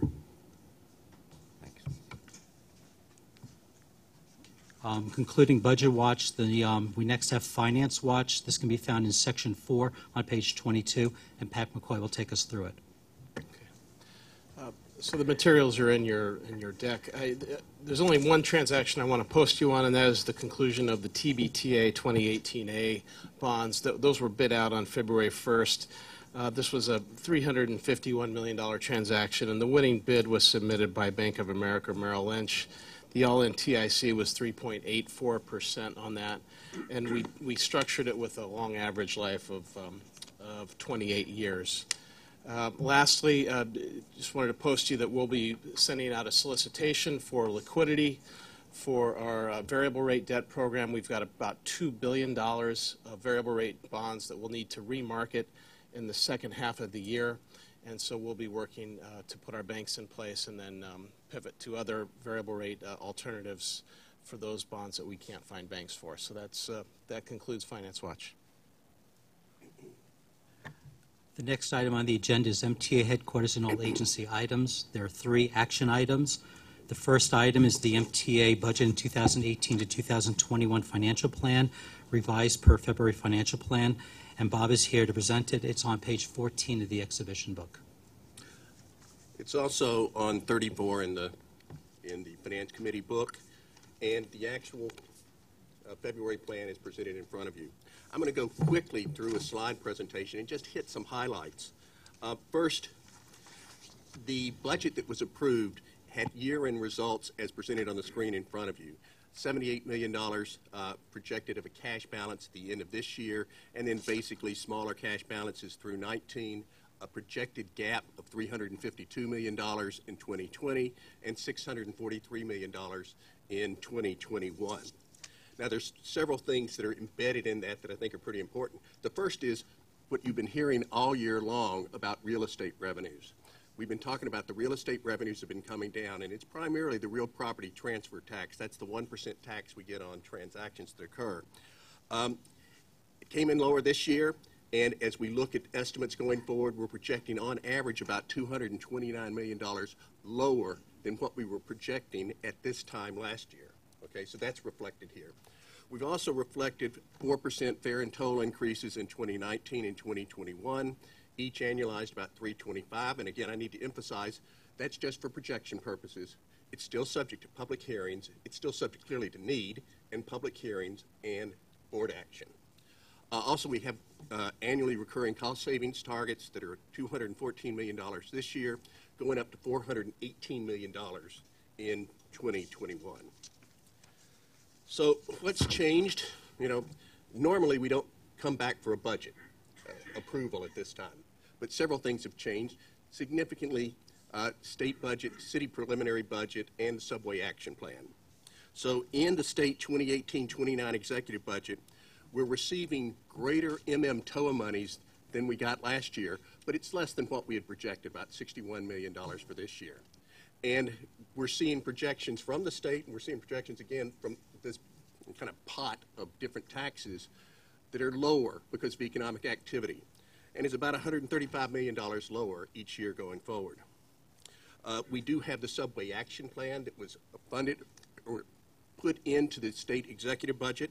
The City of New York's budget did not have it in their preliminary budget. We've got debt service savings that came from the refunding transactions that we did in December, significant savings. So that's about $161 million over the plan period. B&T came in with a surplus that was about $27 million higher than we thought. We are using capital cash on hand to avoid selling debt. So it's about $1.7 billion, and that'll generate about $252 million of avoided debt service during the plan period. And then we're making other minor changes. We were asked to come up with a plan to fund or to implement a subway action plan based on the funding that we had. The board was very explicit that they didn't want us to get ahead of ourselves. And if you recall, one of the key elements of the subway action plan was increasing the headcount to do more work. Well, basically what we're doing with the revenues that we think we will be receiving, as embedded in the current executive budget, is we're phasing in the subway action plan. And basically, we're delaying the hire of some employees. We probably already have added about 1,000 employees, doing work in this area, but we're delaying further hires until we see whether additional revenues come in. So the plan that was presented, that we are embedding into this, is presented on slide 5. And you can see operating expenses going down from what was originally projected during this kind of jumpstart period of 508 to about 256. Capital cost going down, and basically we're just delaying the car conversion. On the next slide, you can see some of the highlights of the program. And again, significant good things are happening in this plan. In summary, where are we? Well, this budget has embedded kind of break-even cash flows in 2018 and 2019, a little bit higher deficit in 2020, and about the same deficit in 2021. But what this really shows you is we need additional annual revenues coming in, or else we need the state and the city to accelerate the funding, issuance of debt in the 20 and 21 period, the end of our capital program going into the next, so that we can avoid selling debt ourselves. So that's really the options in front. Either additional revenues or the state and the city step forward and accelerate their issuance of debt so that we can delay ours. Now, I'll answer any questions, but then I can go to the recommendation. Yeah. On the new estimate of the $229 million average annual decline in real estate transfer taxes, is that a change? Is that 229? I'm a little unclear. Is that 229 off of the estimate in the approved budget? Yes. So that's a huge, considerable amount that we're not. Oh, I'm sorry. No, that was from the November plan. Yeah, that was in the November financial plan. So to what extent is it the same as the estimate in the approved 2018 budget? Yeah. What I was saying is the reason that we have these large deficits in the approved budget, as opposed to what we had the year before, is for that reason. Okay? Yeah. So just to be, so I'm clear, the $229 million annual decline is what was incorporated in what we had already approved. Yes, that's why we had those out-year deficits in 20. Because again, if you look back over history, we didn't have such sizable deficits in prior budgets. But that's changed since, a year ago. The changes this time, it's the MMTOA. That's the big change there. So that's just a reduction of the MMTOA going forward based on lower economic activity. And that's a decline of how much? That's about $135 million annually.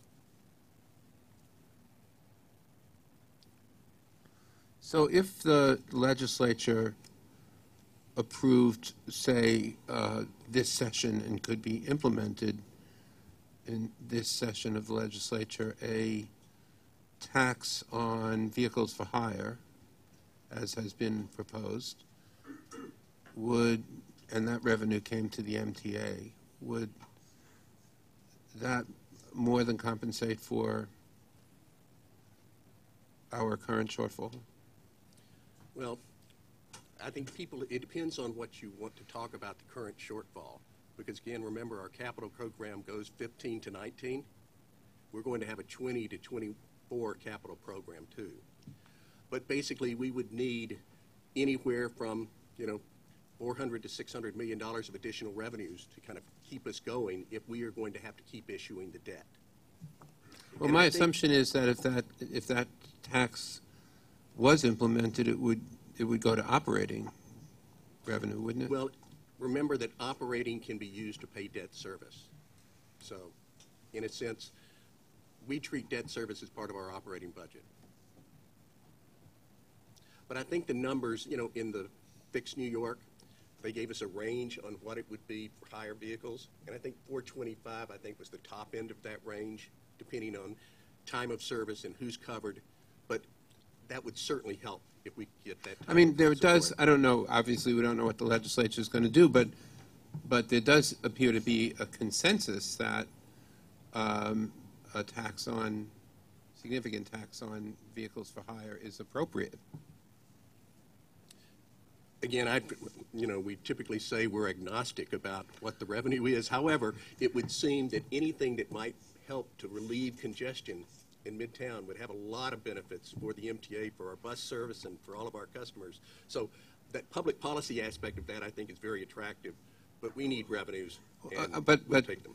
I wasn't even focused. I agree on the public policy aspects of it, but it would also be a big revenue producer, wouldn't it? From the projections, it looks that way. Thank you.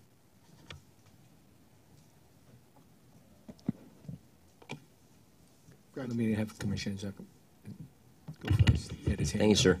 This may be a slightly technical question, Bob. Just help me on this first part about, excuse me. We're using $1.7 billion of capital cash balances. So are we mixing capital and operating here? And if so, just give me a little bit on that, please. We spend about $5 billion. We spend about $5 billion a year on capital. Okay, our capital. Right now, we have about $2.5 billion of capital in our accounts, capital dollars. And that's primarily pay-as-you-go funds. That's insurance proceeds that we've received, as you know. That's other things, settlements that come in, additional funds that have come in from Hudson Yards. So we have that. So about a half year of cash for capital that we have on hand. Interest rates have been so low that we have, and I'm getting there, interest rates have been so low that we wanted to sell debt and lock in those low rates. Right now, with the pressure on our operating budget, we can spend down those capital dollars and then avoid having to sell the debt. I totally understand your point about not having to sell the debt. I'm trying to understand what the dollars are from. They're not from, it's not from previous debt issuance that you have the cash sitting around. No. This is from other sources, not from debt. But it was earmarked for capital uses otherwise? Yes. But we're not obliged to use them for capital. Well, we programmed them. It's in our capital program. Well, that's, okay, so let's talk a bit about that. So if we're repurposing capital dollars for operating. No. No. You just said it's programmed for. It's programmed in. Remember our capital program, we use debt, we have pay-as-you-go, we have settlements, we have sale of assets. This is non-debt capital dollars that we've accumulated. We could have spent those dollars first and then sold bonds for the balance, but we've been selling bonds and spending those dollars first. And so what I'm saying is this makes sense right now for me to say let's spend that money and avoid or delay selling bonds, and that gives us relief on our financial plan. Just going forward, the adjective in front of cash, calling it capital cash, is what caught my eye. Okay. Is cash. Yes, this is money in the bank. Right. Okay. Not operating funds in the bank. This is understood. Money earmarked for capital. Got it. Commissioner Paley? Going back to the operating discussion, the $450 million that Carl is hopeful the legislature will do, and many of us agree, while that will compensate us for the some of the shortfalls in the real estate tax and MMTOA proposals, I believe it would not have any impact on the proposed 2019 fare increase. That's right. That is not enough money to alleviate any portion of that fare increase. Right. If we, as I mentioned, the proposed fare and toll increase annualizes out to $325 million. So if one wanted to substitute another revenue stream for a fare and toll increase, we'd have to come up with $325 out of the box, and then you'd still see the same out-year deficits that we're projecting here. So, right. No, I mean you see the 2021, because what you've done is basically substitute one source of money in 19 for another source of money in 19. Correct? If my point is if we add to the for-hire vehicle amount tax, and instead of collecting $450 million, we collect $800 million. I'm just picking a number. That would cover, or could cover, the proposed 2019 fare increase, because 350 is 350, that would not do anything to 2020 or 2021. However, it would eliminate the need for the 2019 fare increase. Yes. Dollars are fungible in that regard. Right, and then we'd have the same conversation In for 2021, but we wouldn't have to have it until 2021. That's absolutely right. Okay. So the point I did want to just make sure everybody understood is when we show these out-year projections, out-year gaps, right, we've assumed those fare and toll increases. So if one wants to avoid them, it just means the revenue raise need is greater. Right, understand. Significantly greater. Understand. But that is an option. Yeah, yes. And I'd have to say, too, that's why these savings targets that we're trying to achieve are so critical, because we're assuming that we can hit $214 million of savings this year and increase it on an annually recurring basis to $418 million in 2021. If we don't achieve those, the gap's bigger, the revenue need is going to be greater. I realize that we're only 6 weeks into the new year, but do you remain optimistic that we'll achieve those savings targets? We've got a number of things targeted, identified, and we're going to push as hard as we can. You may know we have restricted hiring. We're really reviewing all new hires. If it's not critical, if it's not essential, if it's not safety or security related, we're vetting every single hire. We're cutting back on travel. We're cutting back on programs that our employees, participate in. So we're really looking at expenses. Bob, maybe we can have quarterly updates on how we're tracking on the savings plan. So this way we'll be able to monitor it, not wait till the end of the year to find Yes, out. Mr. Chair. Okay. Any other questions? Can I have a motion? Well, let me just read real sorry. quickly.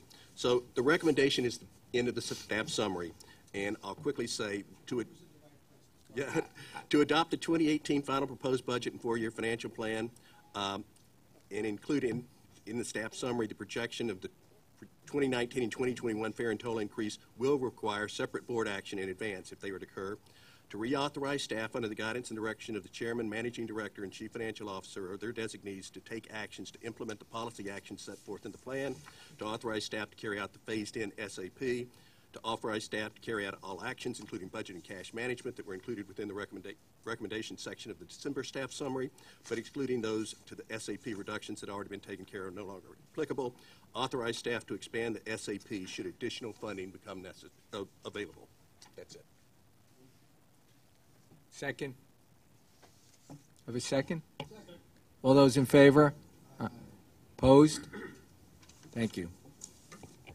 The next item is the 2017 TBTA operating surplus, which seeks approval of resolutions which will certify and transfer $740,143,952 of its operating surplus to the MTA and New York City Transit, transfer $1,476,772, representing 2017 investment income to the MTA, deduct from operating revenues of the TBTA for its fiscal year ending December 31, 2018, the amount of $27,960,932, which amount shall be paid into the necessary reconstruction reserve and advance the 2018 TBTA surplus. Questions? Motion? Second? All those in favor? Nay? The third item is the mortgage recording tax escalation payments to Dutchess, Orange, and Rockland counties. It is recommended that the board authorize escalator payments totaling $4,390,421.59 to Dutchess, Orange, and Rockland counties from available funds on deposit in the MRT2 corporate transportation account. Questions? These are done because the state law of the state of New York requires it. It's not discretionary on our part. Correct. We're required to do so. Right. It's what we call the DORF fund. Right. Just want to make sure everybody understands. We didn't do it to piss you off, man. Can we have a motion? Second? All those in favor? Nays? Next, we have David Ross with procurements for headquarters and the agencies. Thank you. So first, for headquarters, there are 27 procurements for a grand total of $80,852. There are 20 competitive procurements for personal service contracts and modifications for a total of $96,080,017. I note there are two corrections I have to make. One is there was a printing error. Item 20 refers to a staff summary in the book. It's not there. So that will be added for Director's Desk. It's for an extension for the bus customer information system. It's an existing contract that we're extending for a couple of years, and so that we can more coincide a new procurement with the new fare payment systems being purchased. So like I said, that'll be added to Director's Desk. There's also an error in the staff summary for the Greystone item, number 16. It refers to there being 11,000 station affecting accounts. There are 1,100 station affecting accounts. So that was an error in the staff summary itself for the Greystone item number 16. Questions?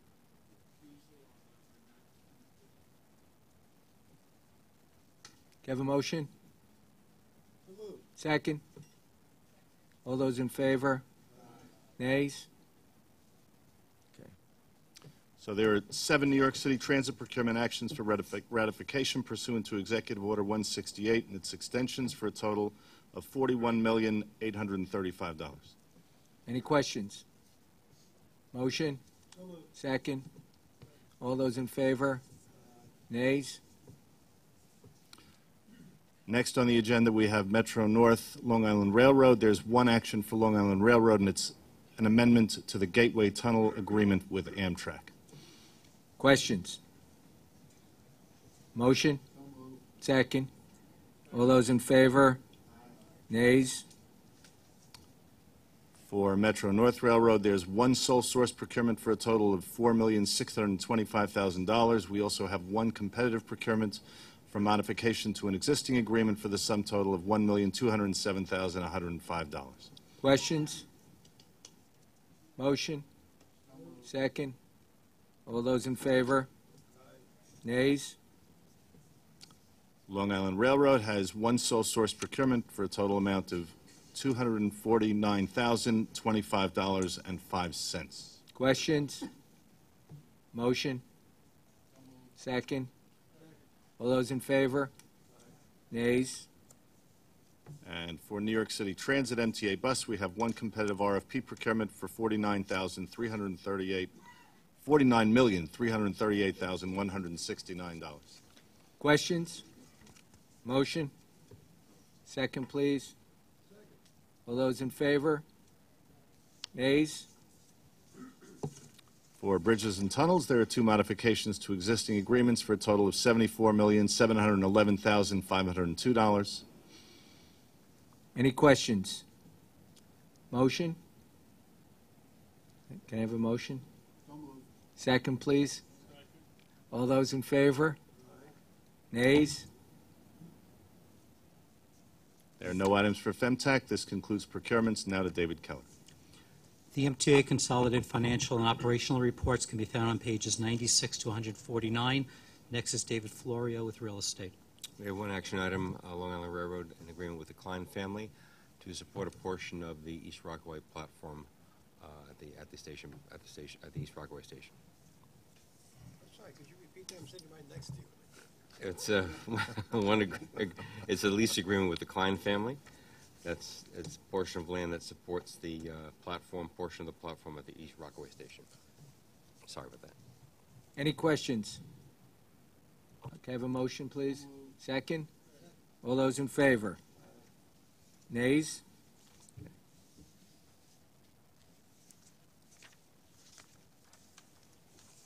We need a motion for the Finance Committee to adjourn? So moved. Second? All those in favor? Aye. Thank you. We are adjourned. I love getting things at the 11th hour. I just love when it's burning through like that. Oh, have to recite oh every yeah. single one. Yeah, well, I mean, if I had anything really interesting, I would.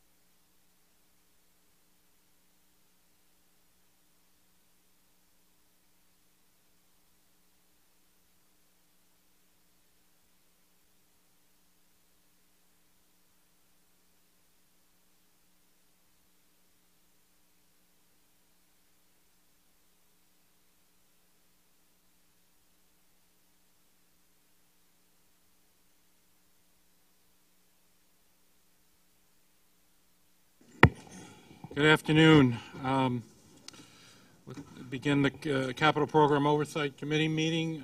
Don, do we have any speakers, public speakers? We have two public speakers. The first is Kevin Zing. Kevin Zing.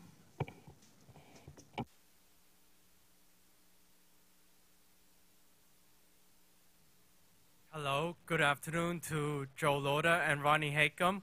My name is Kevin Zhang.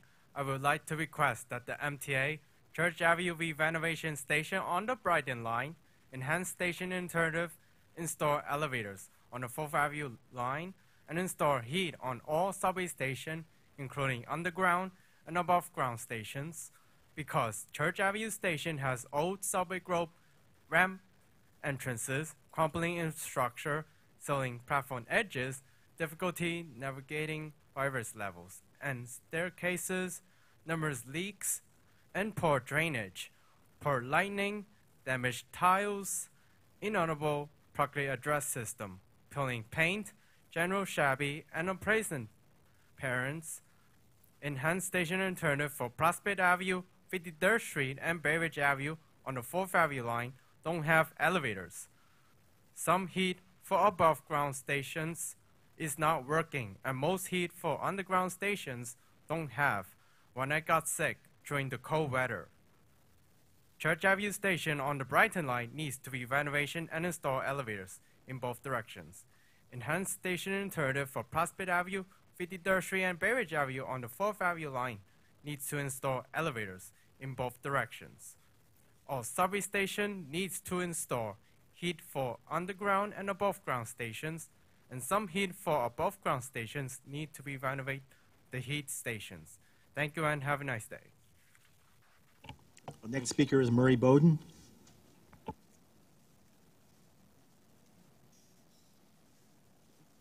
Already described why positive train control should not be funded any further.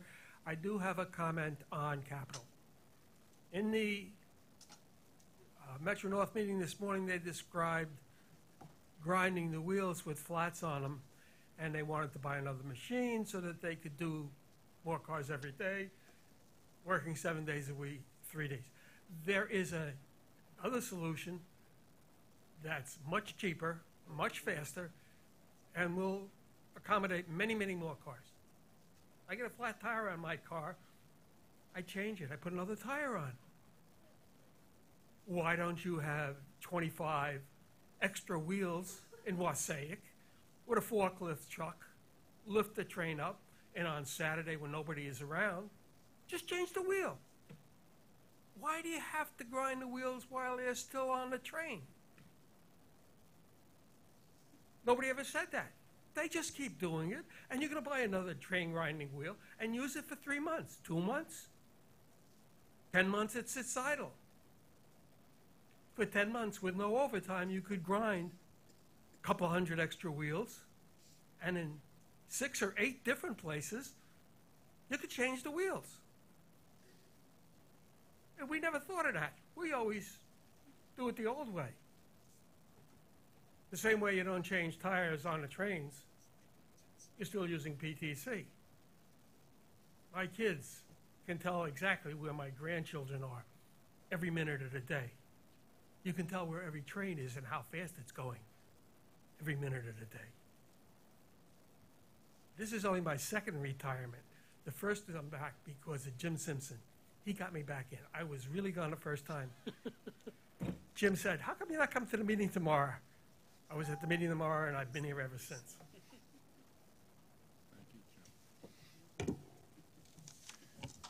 Okay. Before we start the meeting, I'd like to say a few words about Mike Wetherell. And it's actually a fond farewell to Mike, who's retiring as MTA's Director for the Office of Construction Oversight. At OCC, Mike has been responsible for the oversight of many of the major projects in the MTA's multi-billion-dollar capital program, as well as the management of the construction mentoring portion of the Small Business Development Program. Mike has more than 30 years of transit management experience, including, in addition to his work here at the headquarters, engineering and project management, roles at the Long Island Railroad as well as New York City's transit, including the private sector. He is a graduate of the Naval Academy at Annapolis. He has also served in advisory roles regarding passenger rail safety at the national level. Beyond his credentials, Mike has been a wonderful colleague to all of us here at the MTA family. He's a true professional, always taking his work very seriously. We will miss him greatly, and we wish him all good things as he moves on to new challenges. Mike, thank you very, very much.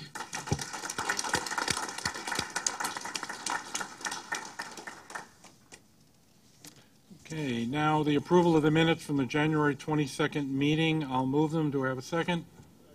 Any questions, comments, edits? There being none, all in favor say aye. Aye. Any opposed? They carry. The committee work plan. Don, do we have any? No changes this month. Okay, no changes this month. Now to presentations. Long Island Railroad and Metro North positive train control update. Before we do that, can I ask, who was not here for your presentation at the Railroad Committee? Okay, Carl and Peter. Okay, fair enough. Okay. Good afternoon. The railroads have a very aggressive project schedule. However, we remain on target to have all of our lines in PTC operations by the end of the year. Collectively, percent complete is roughly 62%. The project budget remains at $968 million. However, Long Island Railroad estimates that they need an additional $40 million to complete their project. This slide, the last time we met in October, it was apparent that we had not done a good job conveying the fact that we already have PTC system in place that currently meets some of the FRA mandates for PTC implementation. We have the way Metro North and Long Island are deploying their PTC system, it's an overlay system. We're implementing the advanced civil speed enforcement system, which is found on other Northeast Corridor railroads, on top of our existing signaling system. And this table conveys that information based on the yellow and the green check marks. The left-hand column shows the 5 PTC goals and identifies what PTC is designed to prevent.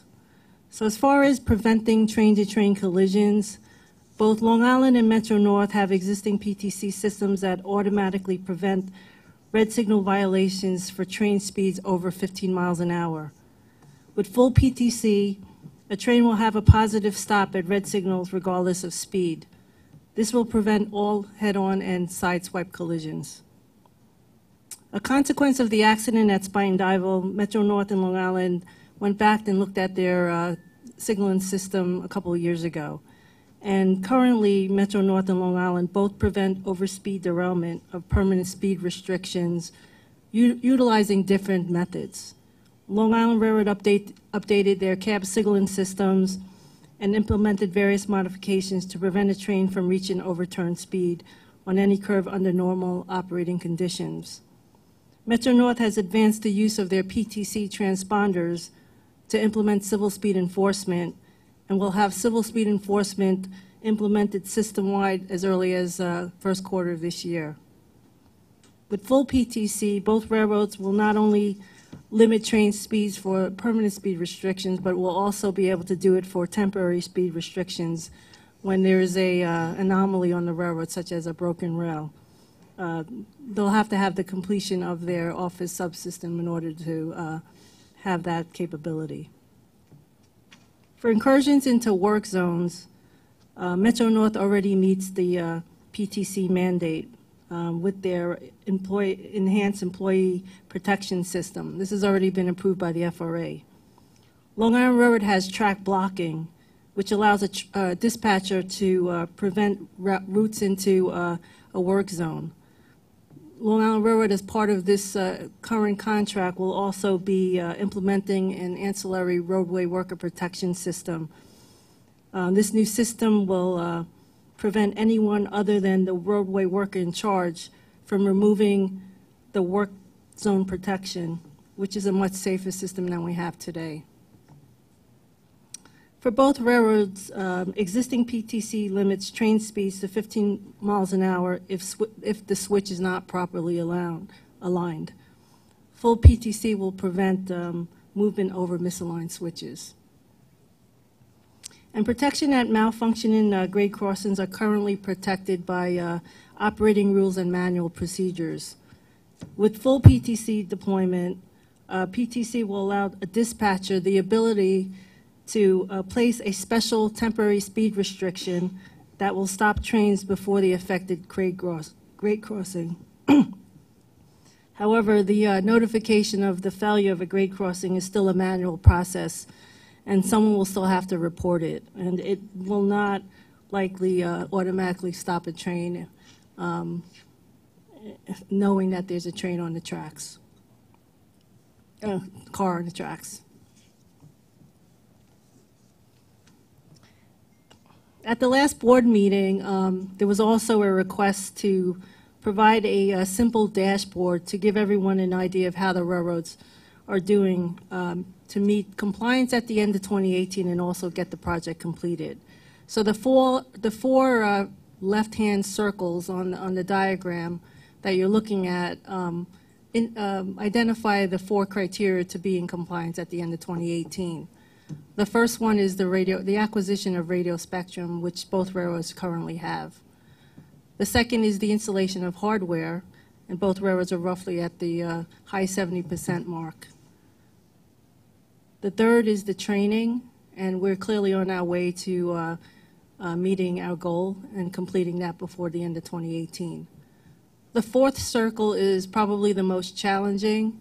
It's the criteria to have one of our subdivisions in revenue service demonstration.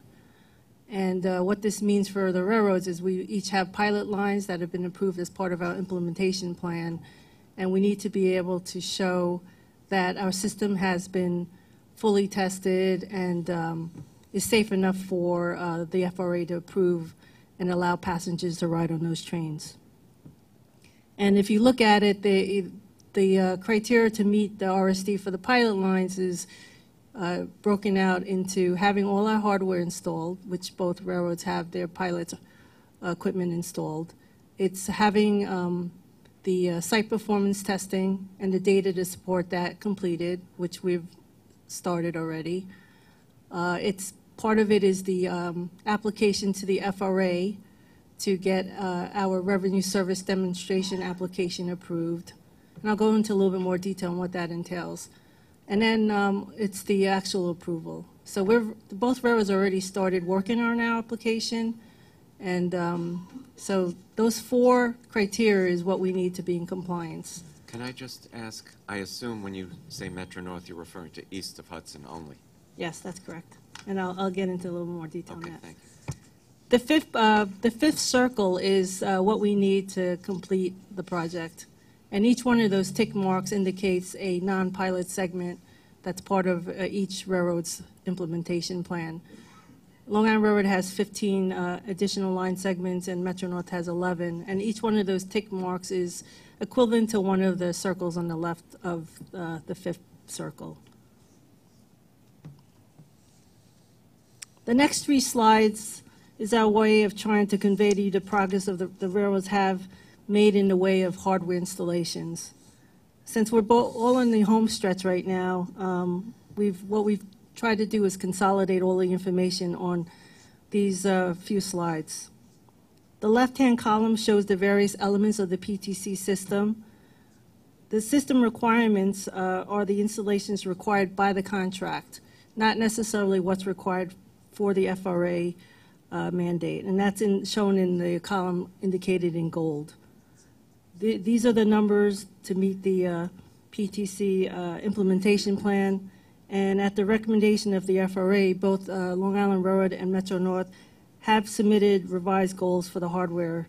And as you can see, the numbers for the wayside elements are the same as what's required by contract. However, the numbers required for the trains are less because in order to run operations, you only need the front and back end of the trains to be equipped, and so therefore you don't have to equip all of them to meet the mandate. The percent complete column shows what we've done so far through the end of January. And the remaining goals is what we've shown here is the projection to meet the completion of the contract. So the green highlighted boxes indicate the month in which we would meet the FRA goals, and the numbers that are shown on the projections are to meet the contract goals. And as you can see on Long Island, we have a couple of things that are outliers into like November, December. Those are actually for work that's being done on the East Side Access tunnels, which is not required for compliance. But you can also see that the Long Island Railroad has met their goals for the M7 installations. On the next slide, similarly, Metro North also, the information is also indicated in the same way. And as you can see, they've already met their goals for the M7 installations as well. This is, they've shown their hardware projections in 2 slides. The first one is for east of Hudson, and on slide 6 is the installations for west of Hudson on the Port Jervis line. And the important thing to note here is that the Metro North installation numbers are dependent on New Jersey Transit. New Jersey Transit is responsible for the design and the equipment to provide to Metro North so that they can install it. I'd like to add to that that's the portion that Metro North has responsibility for. The Pascack Valley line is totally in the control of New Jersey Transit. So we're not neglecting a line. It's just not within our bailiwick at the moment. Thank you. Since we last reported in October, there were several project milestones that we had discussed, and the project team was working hard to achieve. The final design review milestone should have been completed at the end of last year, but has been pushed into March. The delay in this milestone is somewhat less concerning than last year, as the team has done more testing and does not foresee any major system or hardware changes. The team has also reviewed and approved most of the documents that have potential to impact software development and prioritized the necessary documents required for the FDR milestone. So, for instance, some of the documents that are related to training and maintenance have been deferred and are not directly tied to the design. Both railroads started their office FAT and have consequently also completed it in early February. To help mitigate some of the schedule delays, the focus initially was on testing the core PTC functionality. The testing teams also allotted an additional week to complete all of the testing for the non-core functions to identify all test variances before advancing to the next phase. The success rate for the non-core functions did not meet the entrance criteria for the start of integrated system FAT. For Long Island, we had a success rate of roughly 82%, and Metro North had a success rate of roughly 68%. Based on that, the railroads and the contractor sat down and reevaluated the risks to move forward and made a joint decision that we needed to move forward with open test variances. So what I'll talk a little bit more about some of the mitigation strategies, but additional testing for all the subsystems remain to be scheduled, and the plan is to correct all of these test variants before we exit out of site performance testing on the pilot lines.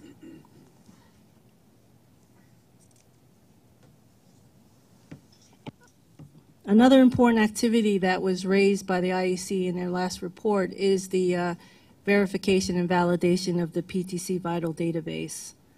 And happy to report that this particular activity is moving forward. The contractor completed the work for the pilot lines in order for us to be able to start our pilot testing in the field. They've added more resources to this activity.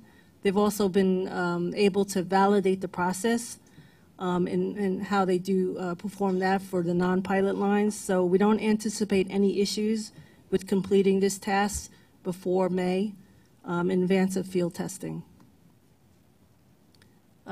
Like we had reported, we continue with deliveries and installations. We're also continuing our efforts with training.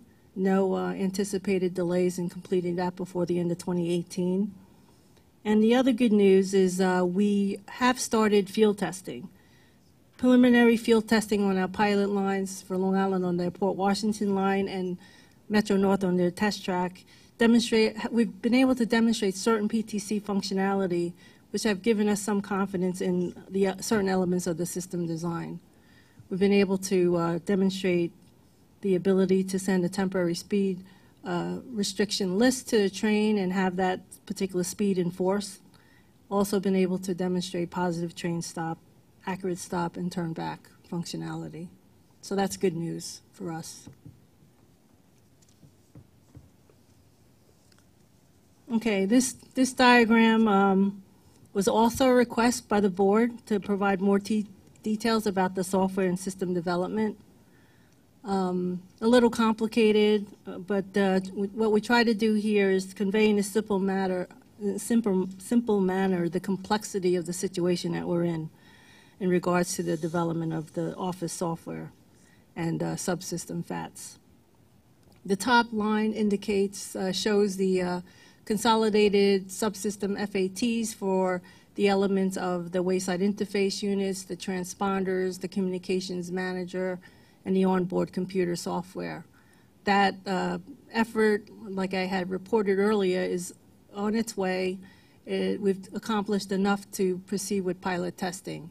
We still have some work to do as far as closing out variances, so this is why you see two diamonds there. So the first diamond, we've already passed that. We're working on correcting those variances so that by the time May comes, we have those corrections incorporated.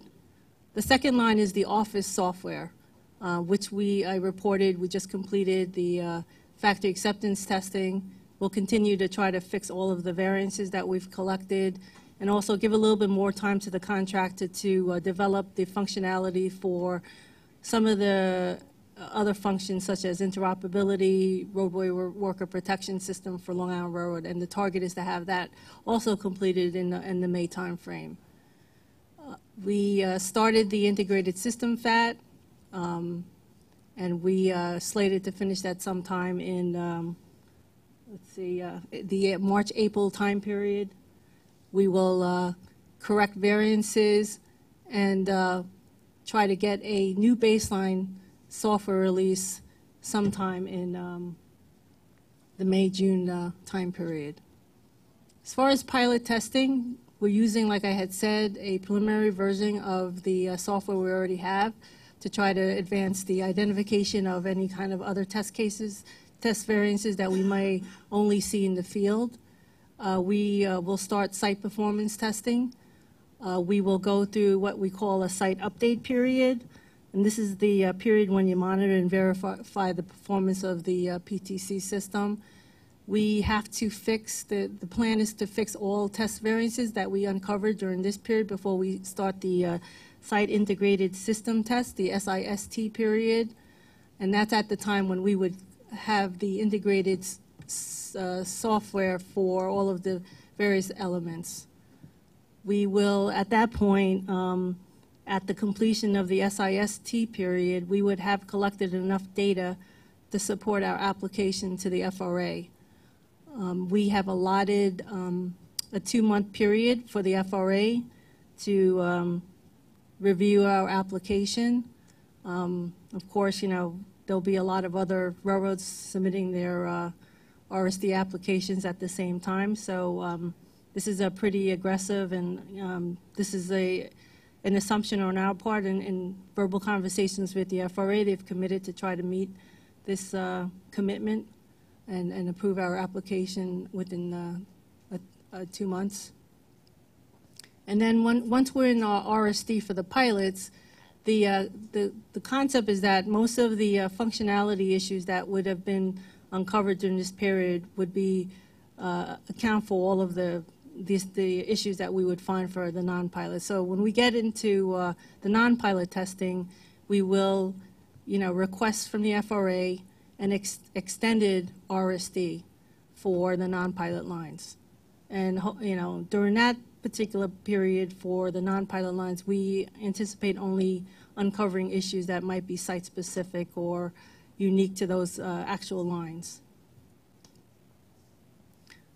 The next slides provide a little bit more detail into the field testing, the approach that the railroads are taking to place all the lines into PTC operations by the end of the year. And while the railroads are waiting for the approval of their RSD application shown in red, we'll start the site performance testing for some of the non-pilot lines. So in the case of Long Island Railroad, we will plan to test 3 simultaneous lines and ramp up to as many as 6. And this, of course, will take a lot of locomotive engineers and signal engineers to support that effort. The assumption, like I had said, is that most of the software bugs that were found during pilot testing would be corrected and that only site-specific issues would be uncovered during this period.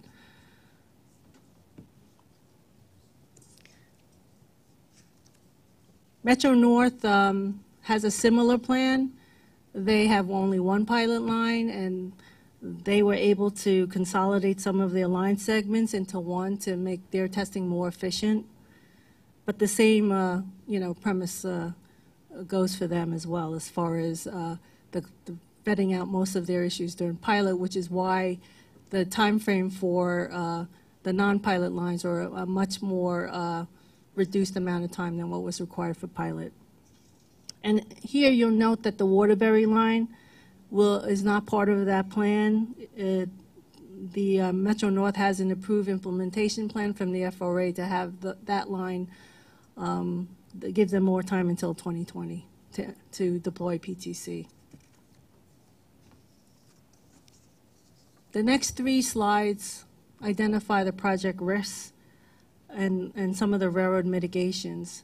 And like I had said to the committee earlier in the day, this is really an aggressive project. We, on probably a weekly, daily basis, are looking at our risks and trying to mitigate schedule delays, taking on more technical risks just to make the date. And we are working as hard as we can to make sure that we deliver and complete the project on time. So one of the major risks is advancing the integrated system FAT and field testing with open test variances from the subsystem FATs.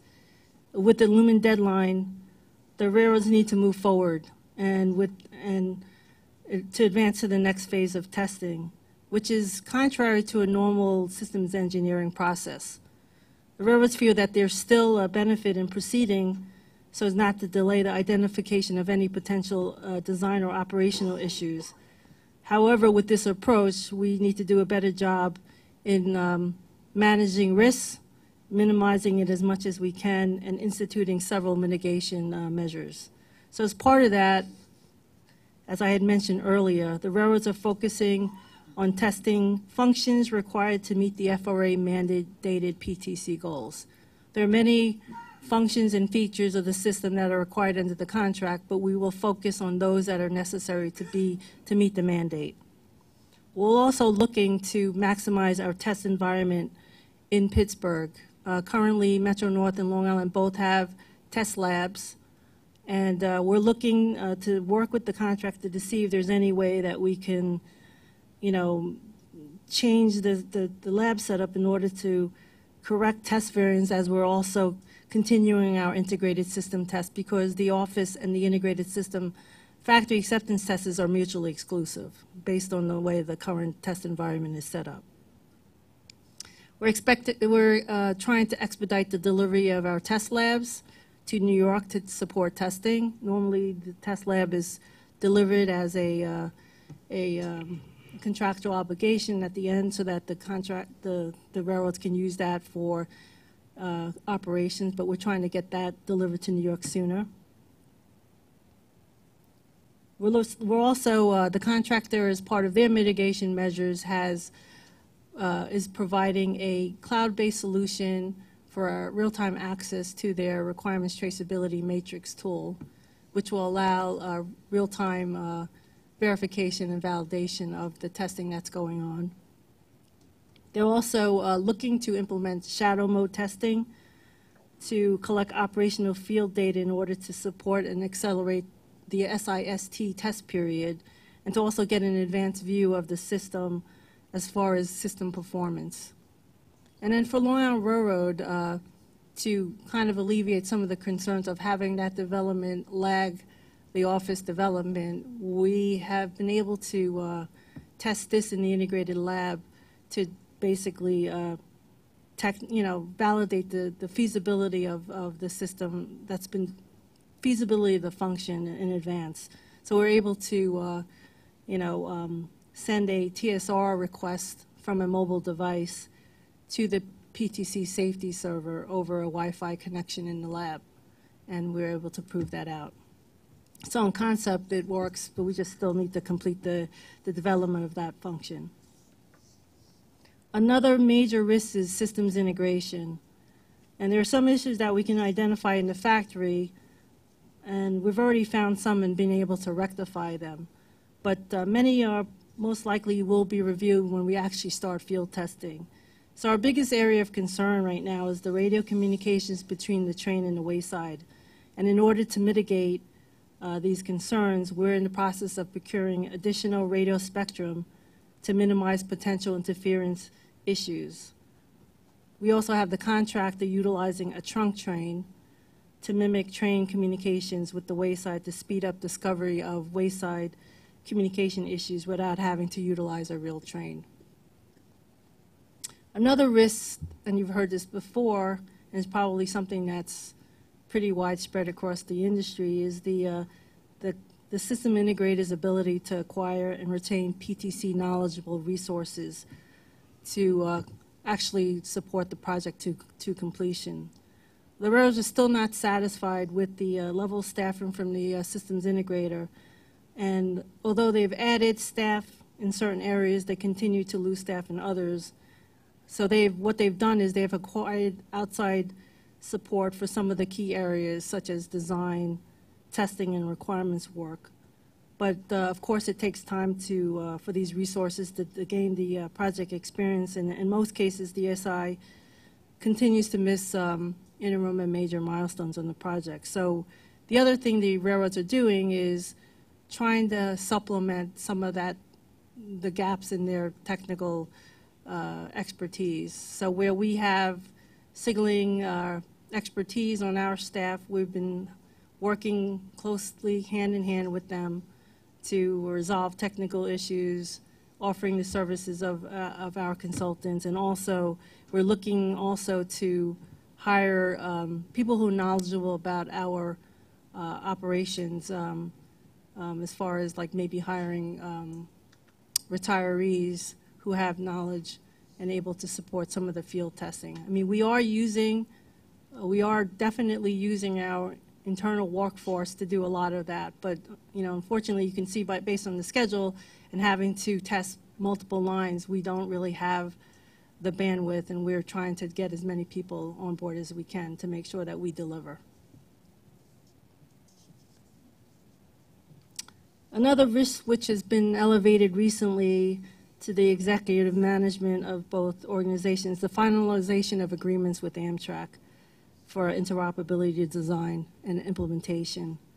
Letters of understanding have been shared and are being reviewed, and we're working close to make sure that we're in full agreement with what that interface looks like, because any change will put the project at risk. We also, in parallel, the railroads are also looking to have Amtrak's PTZ vendor review some of our critical interface documents directly to ensure the technical agreements are still valid. And the next one, like I had discussed, is the timely approvals by the FRA for certain work which requires their approval. And as I had said, I made many assumptions in our project schedule as far as the timeline that they would be able to commit to. Verbally they agree to it. However, it really depends on, I guess, the volume of work that they have and their ability to field responses from multiple railroads at the same time under the strict deadline. So recently, one of the good things is that the FRA had provided informal guidance to us as far as what's required in our RSD application. Having better definition on what they expect will hopefully ensure that we get our applications approved with no issues. And then finally, the last risk is the dependence on New Jersey Transit to complete our installations for the Port Jervis line. Metro North has met with their executive management. They have requested a proposal that will support the implementation of civil speed enforcement and also a procurement strategy to expedite the delivery of PTC equipment so that Metro North can get their installations done quicker. The last two slides are a narrative on the timeline, the project timeline and a look ahead. They provide by month project milestones through the end of the year. I'm not going to go through the list, but if anyone has any questions, feel free to ask. This list will be updated and should give you an indication every month whether we're on schedule. So right now, we already have completed our office FAT, and Metro North is on its way to completing civil speed enforcement on the east of Hudson. That concludes my report. If anyone has any questions. Any questions? Yeah, just two questions. One, what happens if we don't comply by the end of the year? Well, there's two things. We are targeting completion at the end of 2018 to get all lines in PTC operations, but to not get fined by the FRA, you have to be in PTC compliance, which is the 4 circles that I showed on that slide. So we need to have, and we're pretty confident we're going to make that. We just have to get our pilot lines in revenue service demonstration. And as you could see, based on the completion thus far, that should be no issue. And do you have a sense of where we are in terms of progress compared to other systems that are also required I think to we're comply? all in the same struggle, challenges of trying to get our projects done. Frankly, the only person I work with is Metro North. I do look at the status of other railroads. I mean, there are some that are less complete than we are, and they've already told the FRA that they're not going to make it. They need more time. And clearly there are several that are already done. But they still have requirements. For instance, I think Amtrak and SEPTA, who are PTC on their property, they also still have to complete the interoperability requirements. So they're almost there. They've indicated that they'll be done before 2018. Thank you. Debbie, you mentioned that PTC is a layering approach. If Spite and Dival happened again, could it happen again given the civil enforcement that we have? We've already instituted measures to prevent something like that from happening. So that would not happen. The situation in Seattle would not happen. The situation that recently happened in the Maryland area, that would not happen. You know, from the misaligned switch. Right, down in the Carolinas. Yeah, Carolina. Right. So there are many instances where our existing signaling system, which we will call our existing PTC system, already protects against those kind of situations. If, God forbid, one of our trains hitting into another one of our trains, what? There's still under PTC, the regulations, you can still have a low-speed collision under 15 miles an hour. But you will not get a situation where someone's going too fast and tries to slam on the brakes and slides past the red signal. The way the system is designed, it knows the weight of the train, it knows what kind of train it is, it applies the brakes accordingly to make sure that the train stops in advance of the interlocking red signal. Is that what we have today with No, that's civil what we enforcement? That's will what have. we will have. Right. Okay. So what we have today, though, to prevent the speeding that happened in Spite and Dival, how does that work? As far as the civil speed enforcement. There were many implementations. I know we upgraded the cab signaling system. We also made some modifications to the train to ensure that wouldn't occur. Oh, okay, Glenn. So Metro North has identified, as Debbie said, curves and bridges where we could have exceeded the overspeed derailment, and in each of those we have enforced a maximum cab signal speed. In this case of Spuyten Duyvil, the most any train can get is a medium cab, which is 30 miles an hour, no matter what. And it automatically, regardless of what happens with the engineer? That's correct. It automatically happens, whether... If the engineer does not comply, the brakes come on. Okay. Thank you. Any other questions? Yes, Andrew.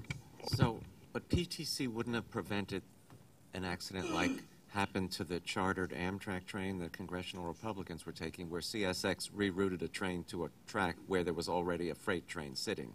It wouldn't prevent anything like that. It doesn't have any. It can't stop if a train is sitting on the tracks.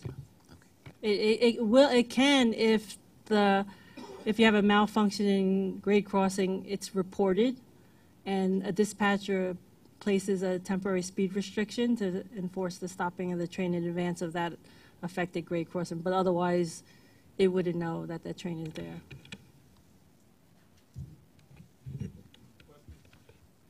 Nabil? Norman? Yeah, I just want to, I believe, Andrew, that you had them confused, that the congressional train was a dump truck on the tracks.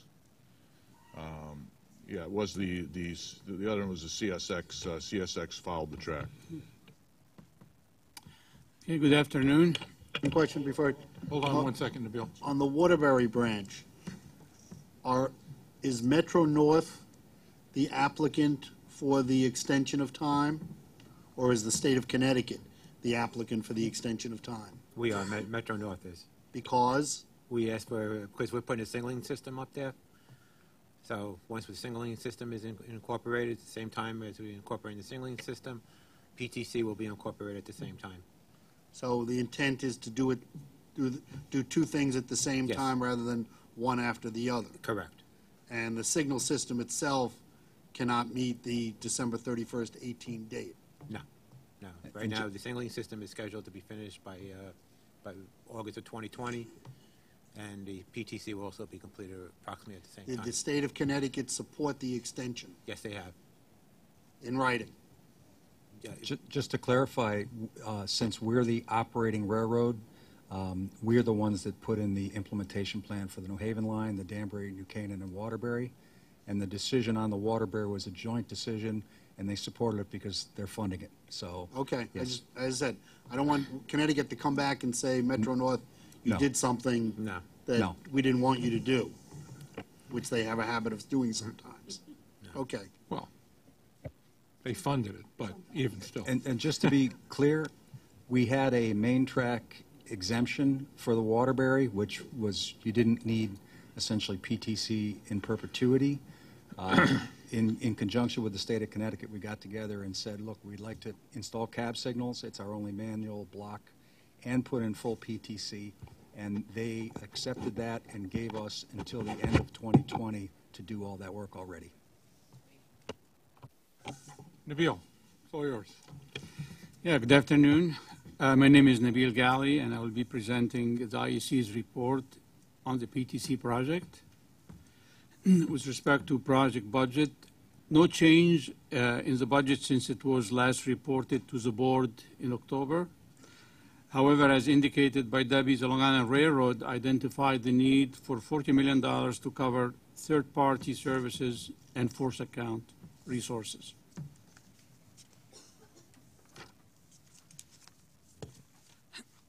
With respect to project schedule, the railroads are forecasting that by December 2018, all lines will be in revenue service demonstration. Since our last report to the board in October, the final design review milestone slipped from December 2017 to March 2018. To mitigate this delay, the railroads are focusing on addressing priority items that could potentially impact software development. Also, the system integrator progressed the factory acceptance testing activities for the office software for both Long Island Railroad and Metro North. However, a number of test variances were identified and need to be addressed. In order to mitigate any impacts on the testing schedule, the railroads analyzed the results of Office Corps requirements and determined that these results warrant progressing to the next phase of testing with focus on the core requirements. The plan is for the variances will be corrected and tested in the second FAT iteration. In the opinion of the IEC, achieving the December 2018 date remains challenging, as the time allocated to remaining activities has been further compressed. Also, the current schedule is highly dependent on the system integrator's ability to successfully complete the system integrated testing while resolving the identified test variances.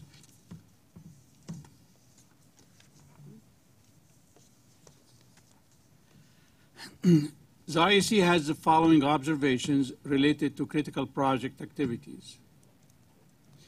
The recent results of the factory acceptance testing continue to point to the need for improvement in requirement traceability, test readiness review, test case coverage, and related documents. The system integrator completed the field database verification for the pilot lines. As indicated by Debbie, more work is needed to verify the field data for the remaining line segments. The system integrator also delayed the start of formal pilot testing from February to March 2018. In order to mitigate further delays, the project team is currently conducting preliminary testing on the pilot lines to demonstrate a number of PTC functions, as well as to gain confidence in system design and performance. To achieve completion by December 2018, multiple revenue service demonstrations are planned for non-pilot lines within a short period of time. The IEC is of the opinion that this would be challenging to achieve due to the magnitude of work to be done and potential constraints on resources and track access.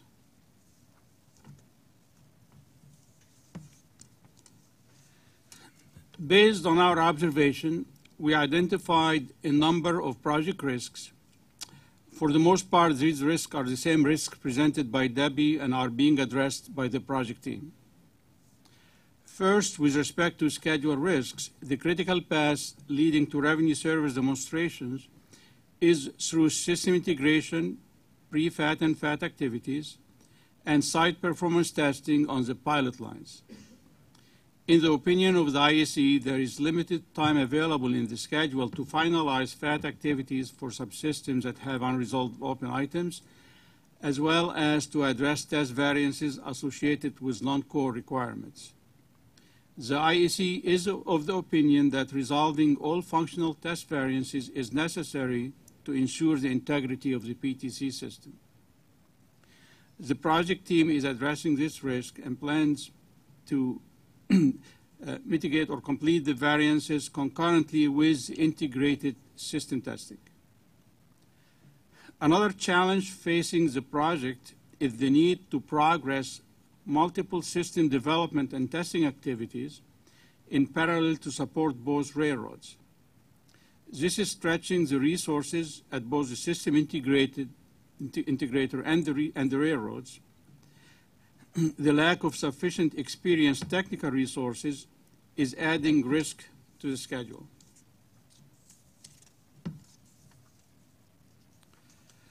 As I indicated earlier, the project team is focusing on the PTC core functions. While this strategy enables the testing to progress, the IEC is of the opinion that additional test coverage is necessary in areas related to human factors, reliability, availability, and maintainability, stress performance, and failover management. Another risk is related to the limitations of the integrated system factory testing environment. As a result of these limitations, certain test cases need to be performed during field testing. This could delay the detection and mitigation of potential variances.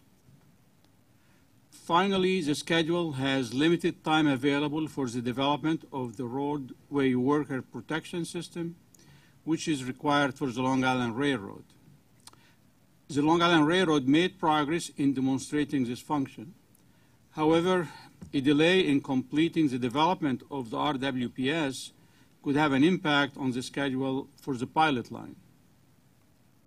Having presented project risks, I would like to mention that the IEC is encouraged that the project team is proactively addressing these risks and is making every effort to meet project challenges. This concludes the IEC presentation. I'll be happy to answer any questions. Are there any questions? Thank you, Nabil. Now we're going to move forward to the Bridge and Tunnel Progress Report on its capital program. Joe Keene. Joe, if you could, it's all good news. If you can condense it, that would be great. And if anybody can find the HVAC guy, tell him to turn it up, down a little bit.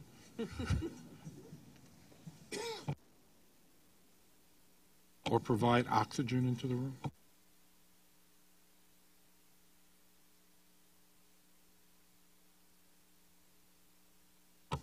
Okay.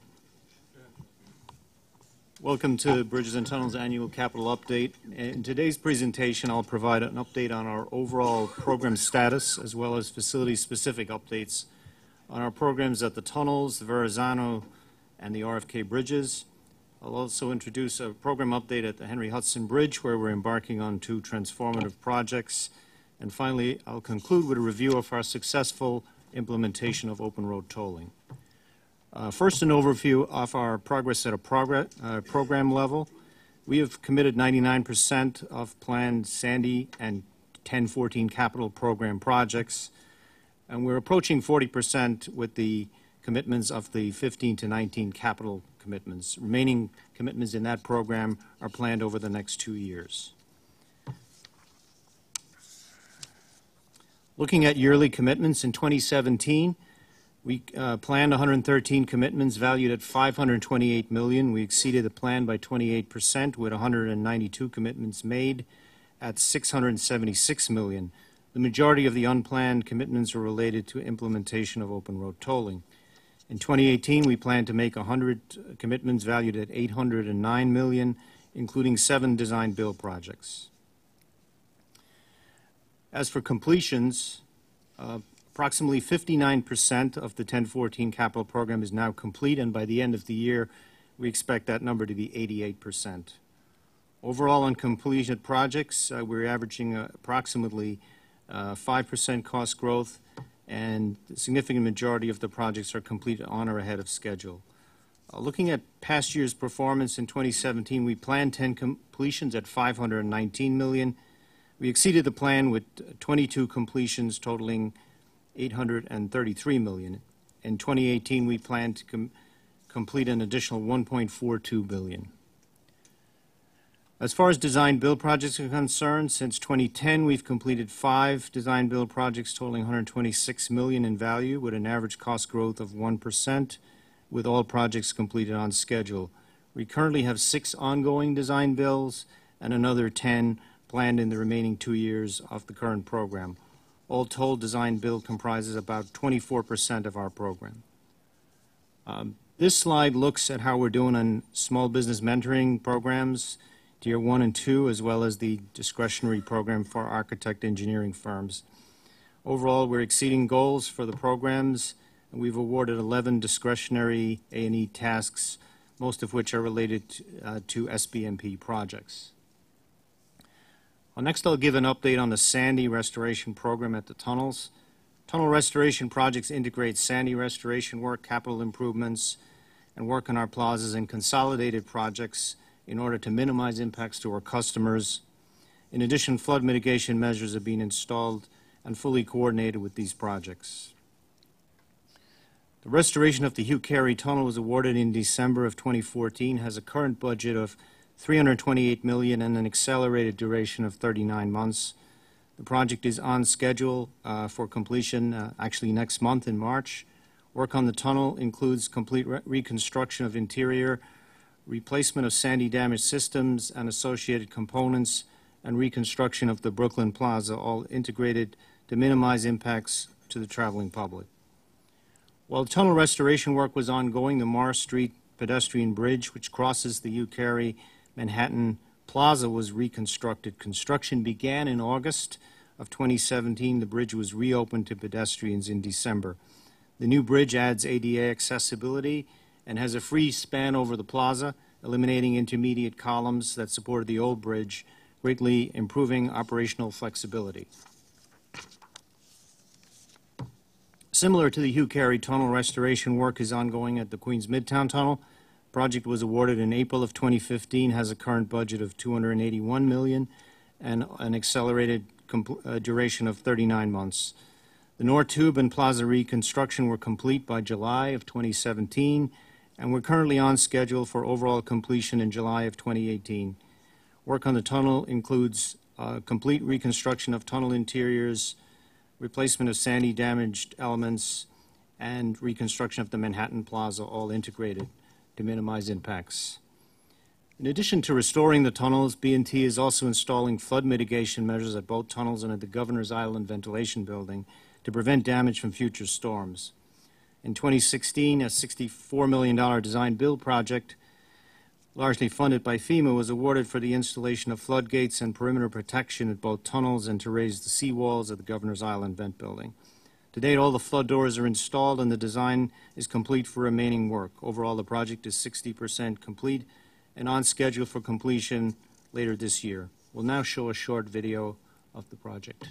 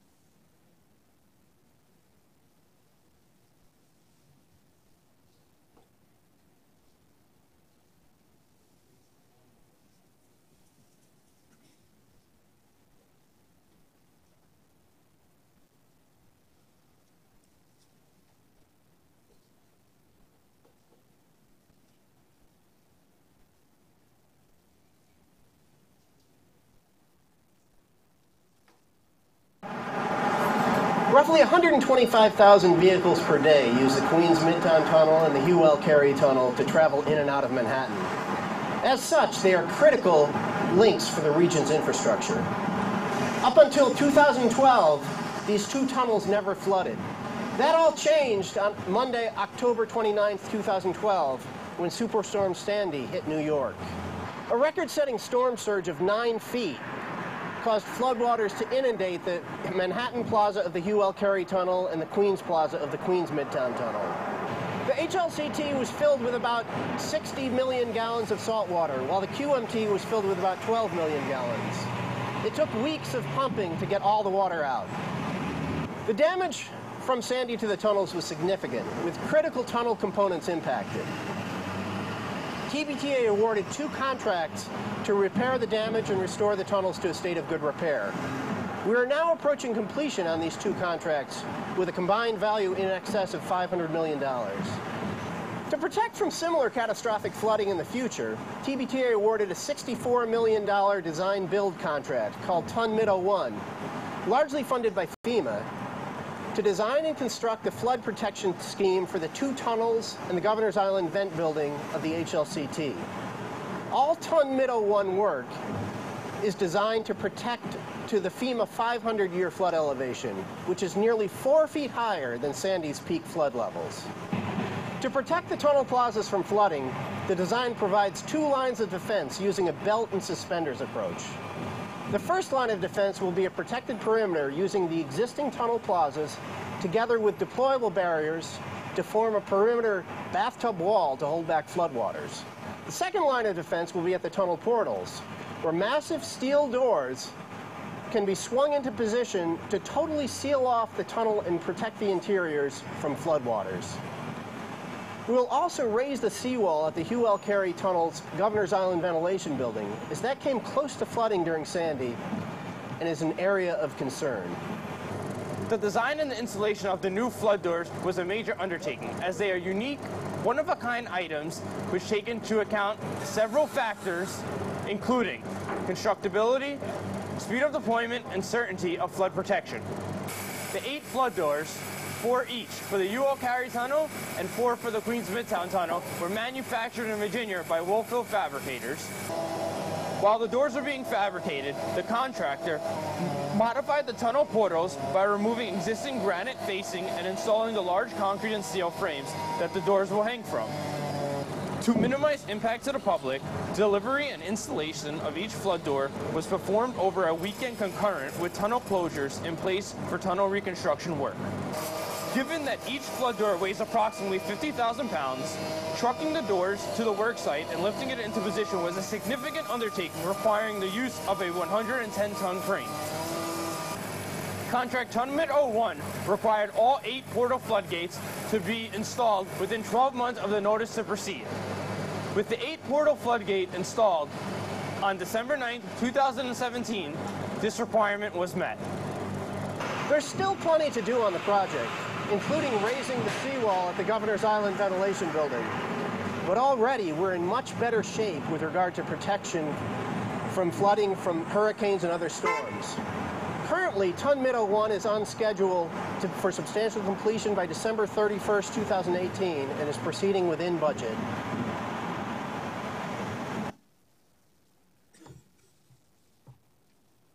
Next, I'd like to give an update on the program at the Verrazano-Narrows Bridge. Shown in blue on the slide are 2 significant projects which are now complete. The $248 million replacement of the upper-level suspended span deck and its reconfiguration to provide a 7th lane reversible bus HOV lane on the upper level, and a $91 million construction of a new bus HOV ramp on the Brooklyn side of the bridge, providing direct access to the new upper-level HOV lane. These 2 projects were the final part of a coordinated series of initiatives between MTA B&T and New York State DOT to create a continuous bus HOV lane from Staten Island to Manhattan. With the use of incentives, both projects were completed ahead of schedule, allowing bus HOV lane on the Verrazano to be open almost a year ahead of plan in coordination with implementation of open road tolling. This continuous bus HOV lane from Staten Island to Manhattan has enhanced regional mobility, improved access for express buses and HOV3 vehicles, and reduced travel time, significantly benefiting mass transit and thousands of daily express bus passengers. We'll now show a short video of the bus HOV lane from a customer perspective.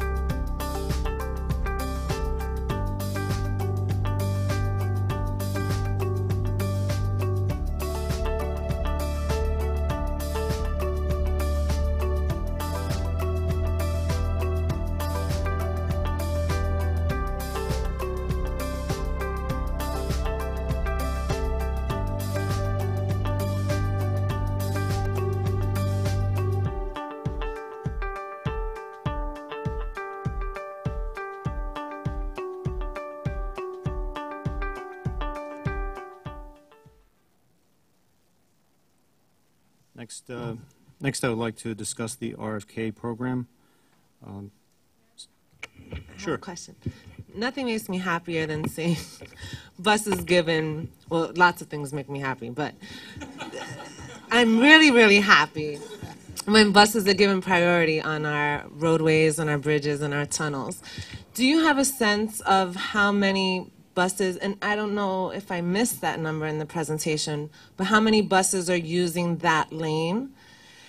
One of my favorite stats, and Ronnie, you can appreciate this, is the exclusive bus lane transports like 1,800, buses, I think, every hour, is it? Or during that 3 hour, during the peak. Do we have a sense of how many buses are actually utilizing that HOV lane? Yes. Altogether, yeah. Okay.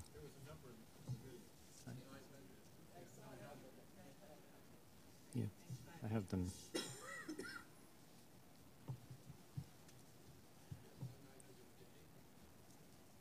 There's about 1,500 a day in the peak period, yeah. Okay. Next, I'd like to discuss the RFK program. Since 1992, the RFK Bridge has been undergoing significant reconstruction with over $1 billion invested to date. Approximately 68% of original roadway decks by area have been replaced. And with the completion of investments in the current program, this will increase to about 76%. While we have made significant progress, almost 25% of facility decks remain to be addressed in upcoming programs.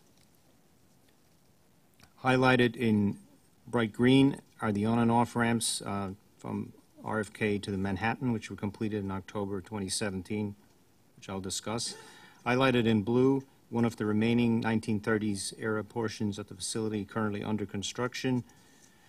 This is the Bronx elevated structure. Construction on the Bruckner approach ramps and footings for a future direct connector ramp to the Harlem River Drive are being implemented via interagency agreements with both New York State and New York City DOT. And these are examples of strategy of working with our transportation partners to make joint improvements in key corridors to the benefit of the entire region while minimizing impacts to customers. Highlighted in yellow is a new Harlem River Drive direct connector ramp that will be constructed later in this program, as well as the FDR ramps where we are currently undergoing interim repairs to extend the service life of this ramp. First, I'd like to discuss a major completion, which was the reconstruction of the on and off-bound ramps from RFK to Manhattan. This $68 million project was completed 2 months ahead of schedule and within budget.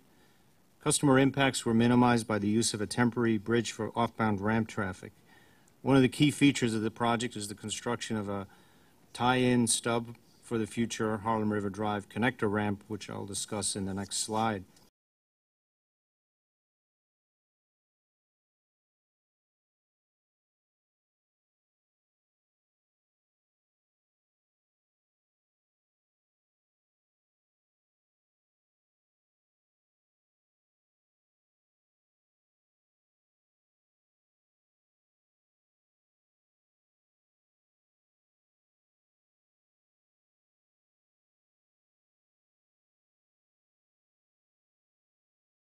Phase 3, shown in yellow, is the future design build project to construct a connector ramp from the RFK to the Harlem River Drive. This project is planned for award in 2019 once the ongoing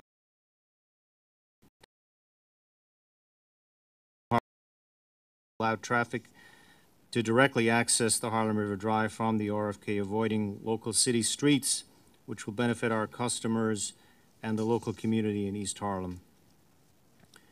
This slide shows the ongoing reconstruction of the Bronx Plaza deck and supporting structure. The scope of this project was realigned to facilitate implementation of open road tolling, including the elimination of tolling infrastructure and the installation of open road tolling infrastructure on the Queens and Bronx approaches. Deck replacement was modified to account for a reduced structure width that, along with other changes to construction staging, resulted in significant schedule savings. It is anticipated the project will be completed on budget and ahead of schedule later this year. Next, I'd like to introduce a Henry Hudson facility where we've begun construction on 2 transformative projects. Shown here is an ongoing project to reconstruct the concrete substructures off the bridge, including the skewbacks and the pedestals, which are shown in red. The project is a prime example of successful implementation of design build. The concrete skewbacks, which are large blocks of concrete that support the steel arch, and concrete pedestals shown in red need to be reconstructed to maintain the facility in a state of good repair. While the pedestals can be replaced, the skewbacks cannot, and therefore innovation was necessary to determine an optimal rehabilitation scheme. To take advantage of contractor innovation, the authority issued a design-build RFP to address the rehab of the skewbacks and pedestals and extend the life of the bridge. The design-build project was awarded in May for $82 million with a duration of 33 months and is in the early stages of construction. Construction is below the roadway and traffic impacts are expected to be minimal. Next slide shows the stage reconstruction of the upper and lower plaza decks and the southbound approach of the Henry Hudson Bridge.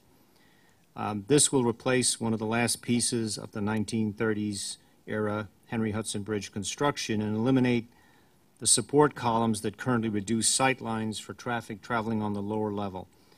The reconstruction of plaza decks is facilitated by the successful implementation of open road tolling and the relocation of utilities that were done in prior phases of the project. The project was awarded in April of 2017 for $86 million with a 19-month period of lane closure impacts and is currently in the early stage of construction. 2 lanes of traffic matching 2 lanes on the Henry Hudson Parkway north of the bridge will be maintained in each direction to minimize impacts to the public. The contract also includes significant incentives to minimize the period of construction impacts. Now I'd like to conclude with a brief review of the update of the open road tolling implementation that was done facility-wide in 2017. Implementation of open road tolling at our 7 bridges and 2 tunnels completely transformed the existing plazas, as you can see from the before and after pictures of the RFK Manhattan Plaza. Work entailed removal of old toll plaza infrastructure, including toll booths, canopies, islands, related HVAC electrical systems, and gated tolling equipment, and the construction of monotube gantries to support new open road tolling equipment. We also installed new concrete pavements within the tolling zone, modified vertical and horizontal alignments for higher speed, and channelized traffic for the open road tolling environment. All of this work was seamlessly integrated with our ongoing largest ever capital program. For efficiency and speed, we used an integrated program delivery method, allowing us to leverage existing competitively procured contracts at each facility using contractors that were already mobilized at these sites. This maximized coordination with ongoing reconstruction work and helped minimize customer impacts. We employed aspects of design build to ensure full engagement of all the stakeholders and to ensure project success. The last 2 facilities, which were the Bronx Whitestone and Throgs Neck Bridge, were brought online in September of 2017, 3 months ahead of the planned overall completion date of December 2017. Remaining work focuses on completing plaza modernization and site improvements. B&T budgeted $501 million in the current program. For ORT, to date, we've obligated $343 million, and we expect to complete the program within budget. As you can see, there are multiple benefits from ORT program, not least of which is a $650 million capital cost avoidance over the next 20 years by not having to rebuild traditional toll plazas. We'll wrap up the presentation with a short time-lapse video of the RFK Plaza transformation under open road tolling.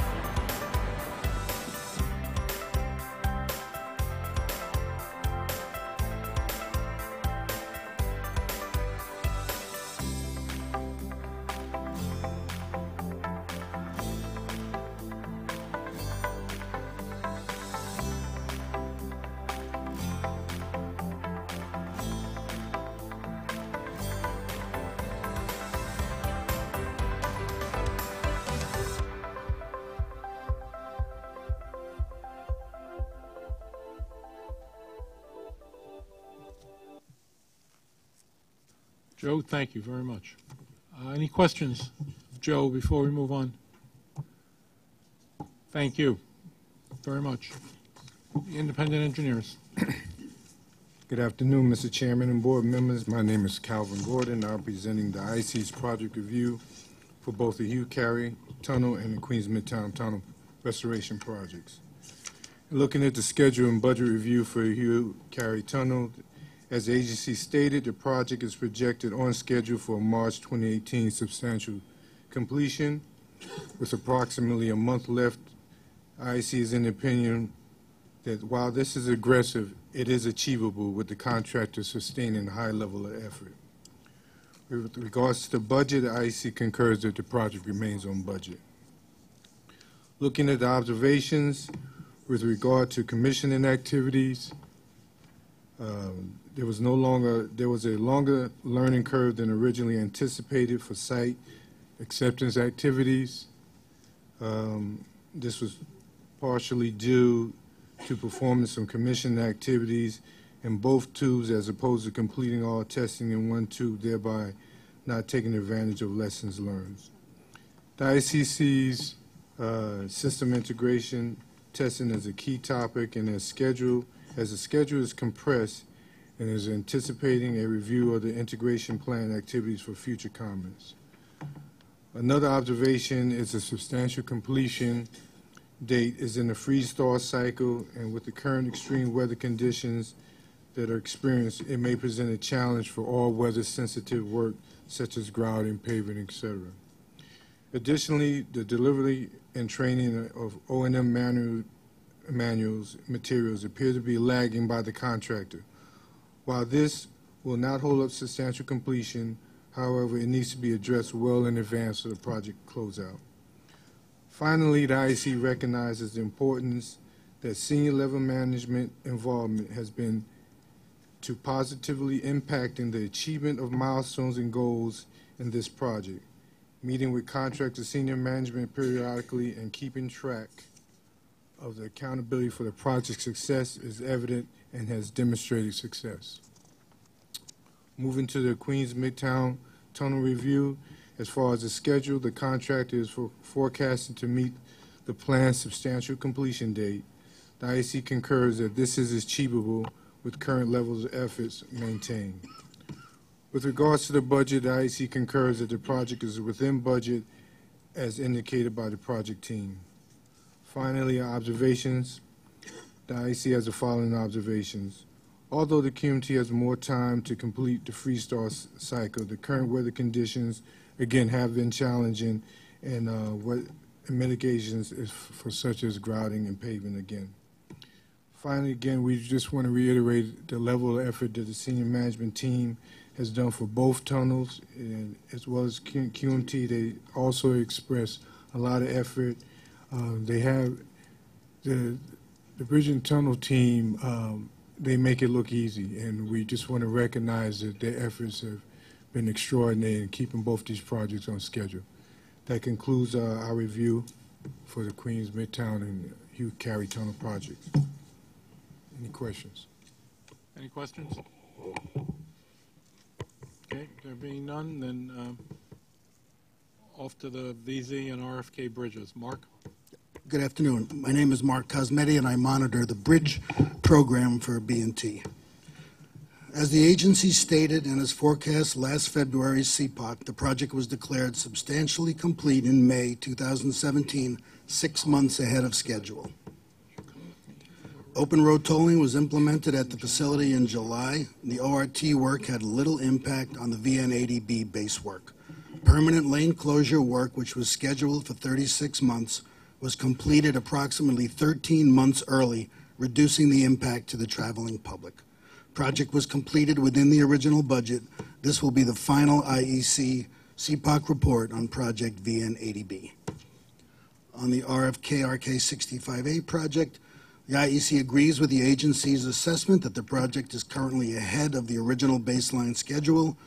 The following potential schedule impacts were mitigated. The implementation of open road tolling resulted in a reduction of scope for work no longer needed, and the number of work stages was reduced, saving time and money. The contractor was given a contract modification to accelerate the project to complete all permanent lane closure work by the end of this summer, which is several months earlier than the baseline schedule.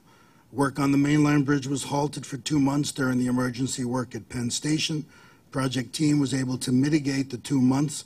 Permanent lane closure work is still scheduled to be completed within the accelerated schedule. Project is currently within budget. As mentioned, open road tolling resulted in a savings for work no longer required. This last slide lists 3 of the risks that are remaining. These risks are significantly, the probability has been significantly reduced.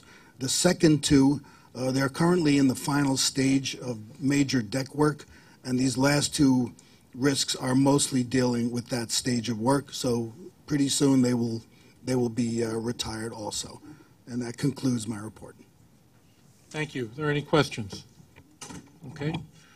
Now we're off to the update on the minority the Minority and Women and Disadvantaged Business Participation Program. Name? Is Mike here? Yeah, Mike. Okay.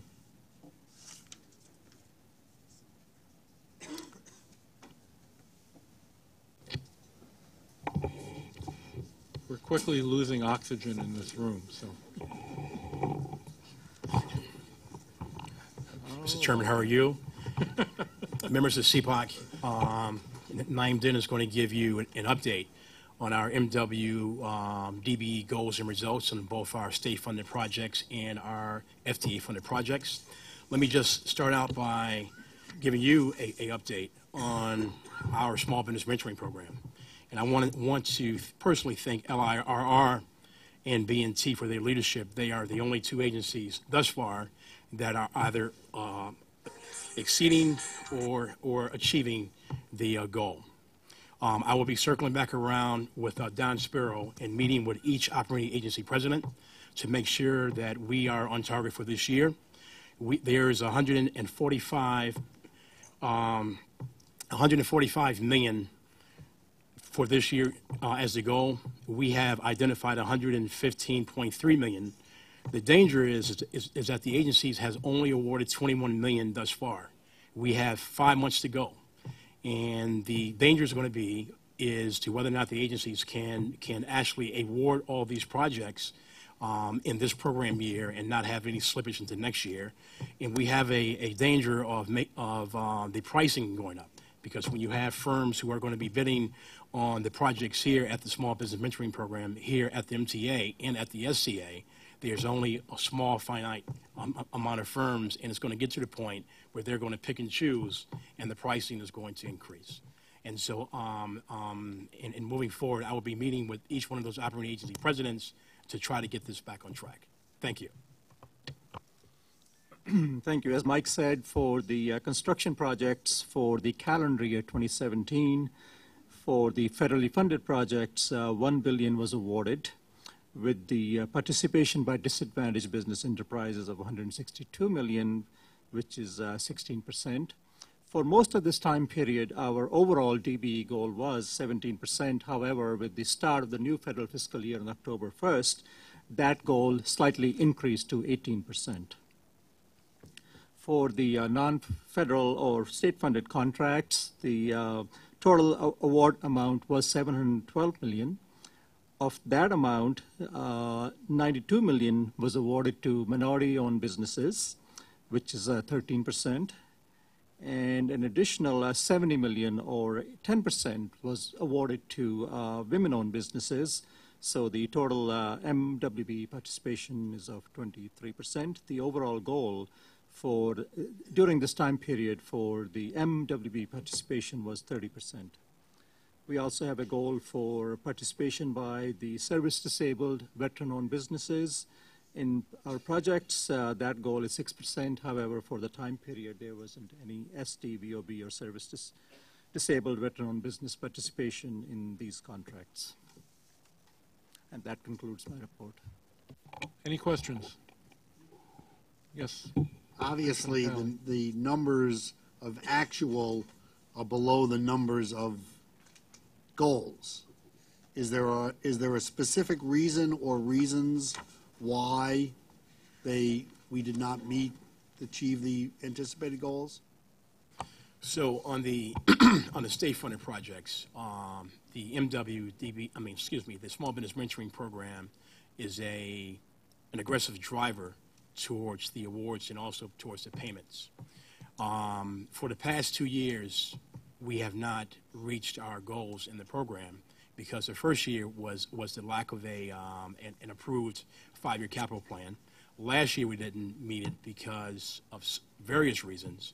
So Ronnie sent out a correspondence to all the agency presidents asking them to appoint a person on this working committee in which we are meeting once a month and empower that person to make sure that our goals in this program is going to be aligned. I'm a true believer that if we reach 145.9 million this year, you will start to see a trend. Let me give you some context. When we first started this journey about 9 years ago, there were $116 million in payments to state-certified firms, which was 6%. Last year, that number increased to $387 million at 23%. For the first 9 months of this year, we are already at $470 million. So for the first time in the history of this organization, in 1 year, as far as payments are concerned, we are going to reach about $700 million, which is we are now ranked the #1 state agency in the state out of 96 as far as payments made to state-certified firms. We will fix the Small Business Mentoring Program. You will start to see goals being met and goals being achieved. I'm just hopeful because I know that there are significant goals in the Long Island Railroad third track project. And we would all hope that we could meet those goals. I'm just hopeful, I'm concerned that the lack of meeting these goals will lead to the lack of meeting those goals. And that is a concern. So thus far, both in the 33 station initiative and the third track, the third-party contractors have submitted goal plans which they are indicating that they are going to achieve those goals. My staff monitor these goals month by month, and when we see when we see goals slipping, we then bring in the contractor and the agency and ask for an action plan. And so we are monitoring these projects because we want to ensure that the goals assigned are going to be the goals that's going to be achieved. If you could keep, listen, from my perspective, obviously I'm interested in the third track project. Yes. It's the most important project on Long Island. I want to make sure that we meet the goals that we have set out. Yes. Otherwise, there's no point in setting goals. Right. So if you could keep us informed on some kind of quarterly or basis, either at the committee meeting or here, to let us know where we are, because those contracts are starting to be done. That project is starting to move forward, as we heard a report this, earlier this morning. Mm-hmm. So I want to just make sure we don't get behind at the beginning. Got it. It's done. Thank you. Done. There being no further questions, we'll move on to commitments and completions. Thank you. The 2018 commitments and completions plans are start on page 68 of your book. I will simply note that in 2018, both on commitments and completions, we have very ambitious targets, and so I've asked the agency presidents to monitor these completions and commitments carefully, and as you know, we'll be coming back with our progress throughout the year. In terms of the January 18 highlights that are set forth on page 71 and thereafter, I will note that there were 0 commitments scheduled for January and 0 completions scheduled for January. But by year end, we forecast meeting all of our goals as set forth. The end of my report, sir. Thank you. Are there any questions? Are there any comments? Is there a motion to adjourn? So move. Thank you. The Diversity Committee is about to begin.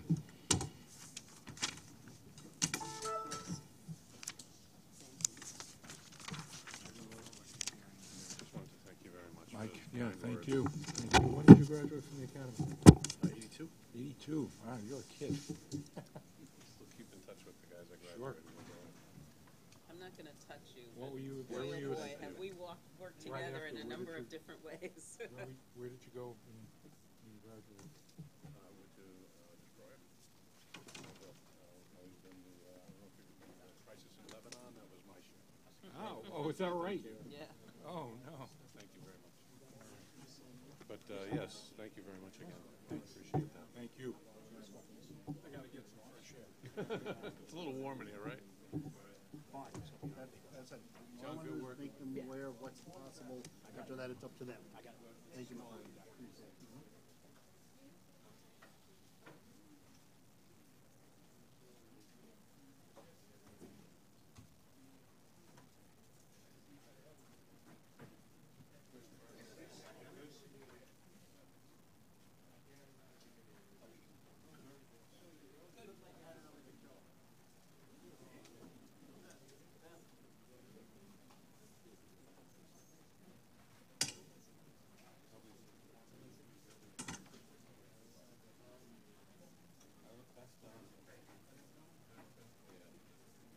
Oh, no, that's Mike.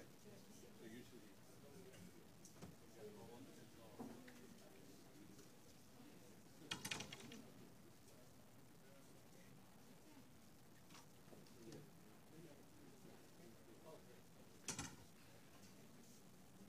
Well, I'm sitting here.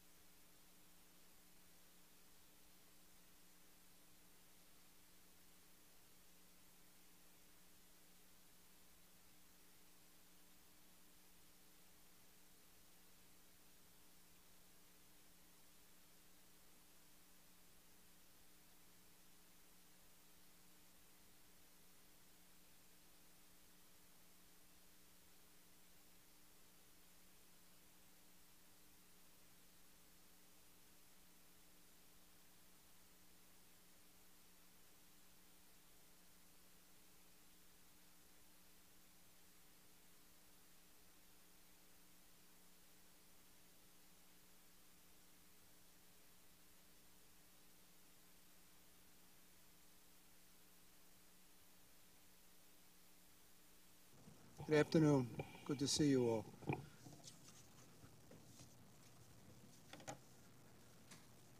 I would like to take and get the group together, and here we are. Michael? Yes, we are ready to start. Already. Next item of business is the approval of September 27th. Minutes. I don't think we can make these, so why don't we move on? Okay. And there's no, and there's no speakers. Okay. Naeem? Good afternoon, Mr. Chairman. I can just start the presentation.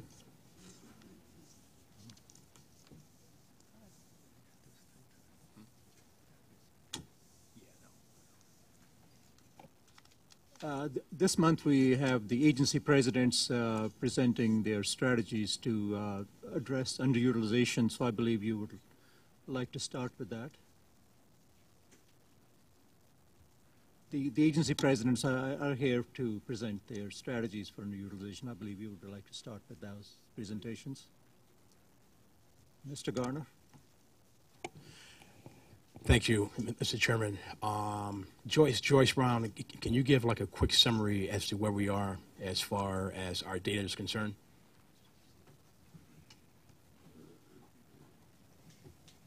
Good morning, good afternoon, everyone. We have completed all of the workforce data for all the agencies and now able to do the utilization for the agencies, and it's presented in the book. Great, and basically we are now meeting with HR. We're going to focus on creating strategies that's going to allow us to hire in a more inclusive manner, focusing on those areas in which we need to establish working relationships with outside groups. Correct? Yes, we are. Okay, great. Mike?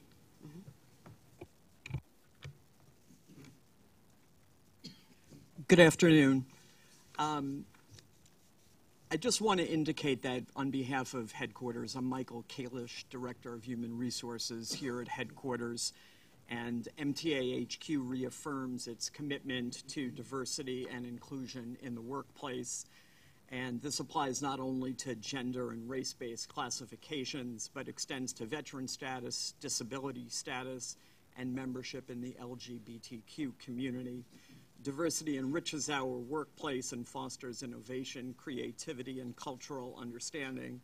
MTA HQ embraces diversity in all that it does, including but not limited to in its recruiting, hiring, and promotional decisions. DDCR's workplace data shared with Human Resources reflects that in 2017, headquarters hired 457 employees. 64% of these employees were minorities.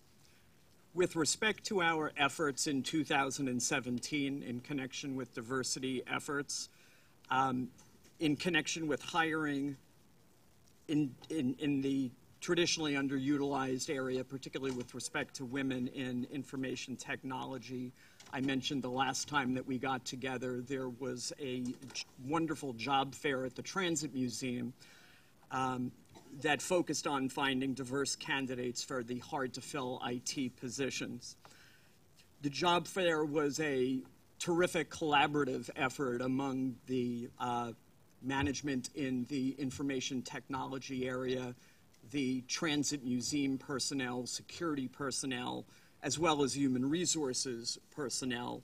And we were very pleased with the outcome of those efforts. Ultimately, in 2017, there were a total of 10 hard-to-fill positions that were filled as a result of that job fair, and 6 of those 10 were women. In addition, in 2017, as reflected on that slide, there were 2 important DDCR positions that were filled, one of which is the Assistant Deputy Chief Diversity Officer for EEO Compliance. Another exciting DDCR position that was filled was a brand new position that we discussed last time before it came into existence, but the Assistant Chief Diversity Officer for Title VI and Workforce Initiatives. Happy to say that that position was filled in December of 2017, and that's the position that was to work closely not only with human resources at headquarters, but at the human resources departments throughout all of the agencies, specifically to identify particular vacancies that reflect gender or ethnic-based underutilization, and to assist in creating creative recruitment plans to target any identified underutilizations. Other accomplishments in 2017 include ongoing recruitment efforts in the very diverse pool of military veterans. HQ participated in and organized multi-agency attendance at 11 separate military job fairs and outreach events.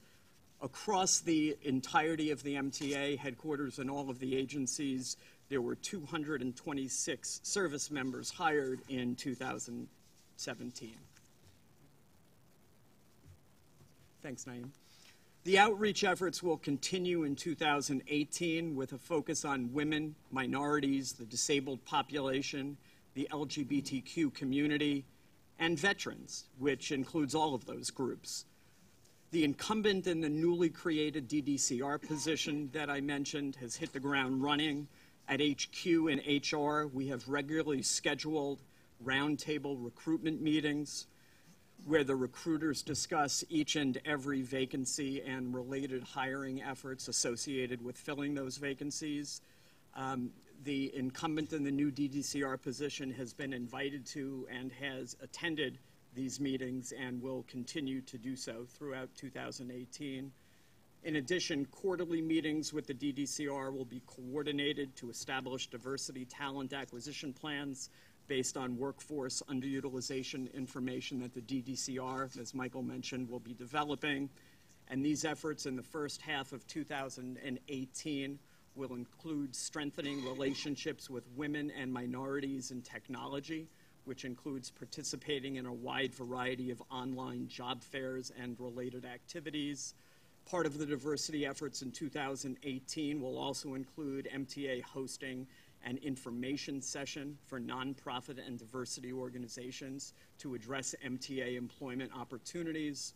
Finally, other efforts in 2018 will or have already included additional military recruitment events, coordinating attendance for the New York City Mayor's Office for People with Disabilities Champions of Change Business Council, participating in Today's Girl, Tomorrow's Woman Symposium, and other events. The commitment to diversity and inclusion in the workplace will enthusiastically continue in 2018. Thanks, Mike. Chief, you're up. Good afternoon. Well, I just want to assure everyone that increasing diversity in the ranks is an important priority to the MTA Police Department, not only at the entry level, but throughout all levels of the police department.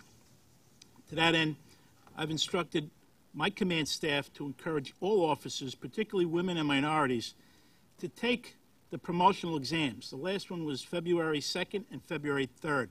These are exams to sergeant and lieutenant.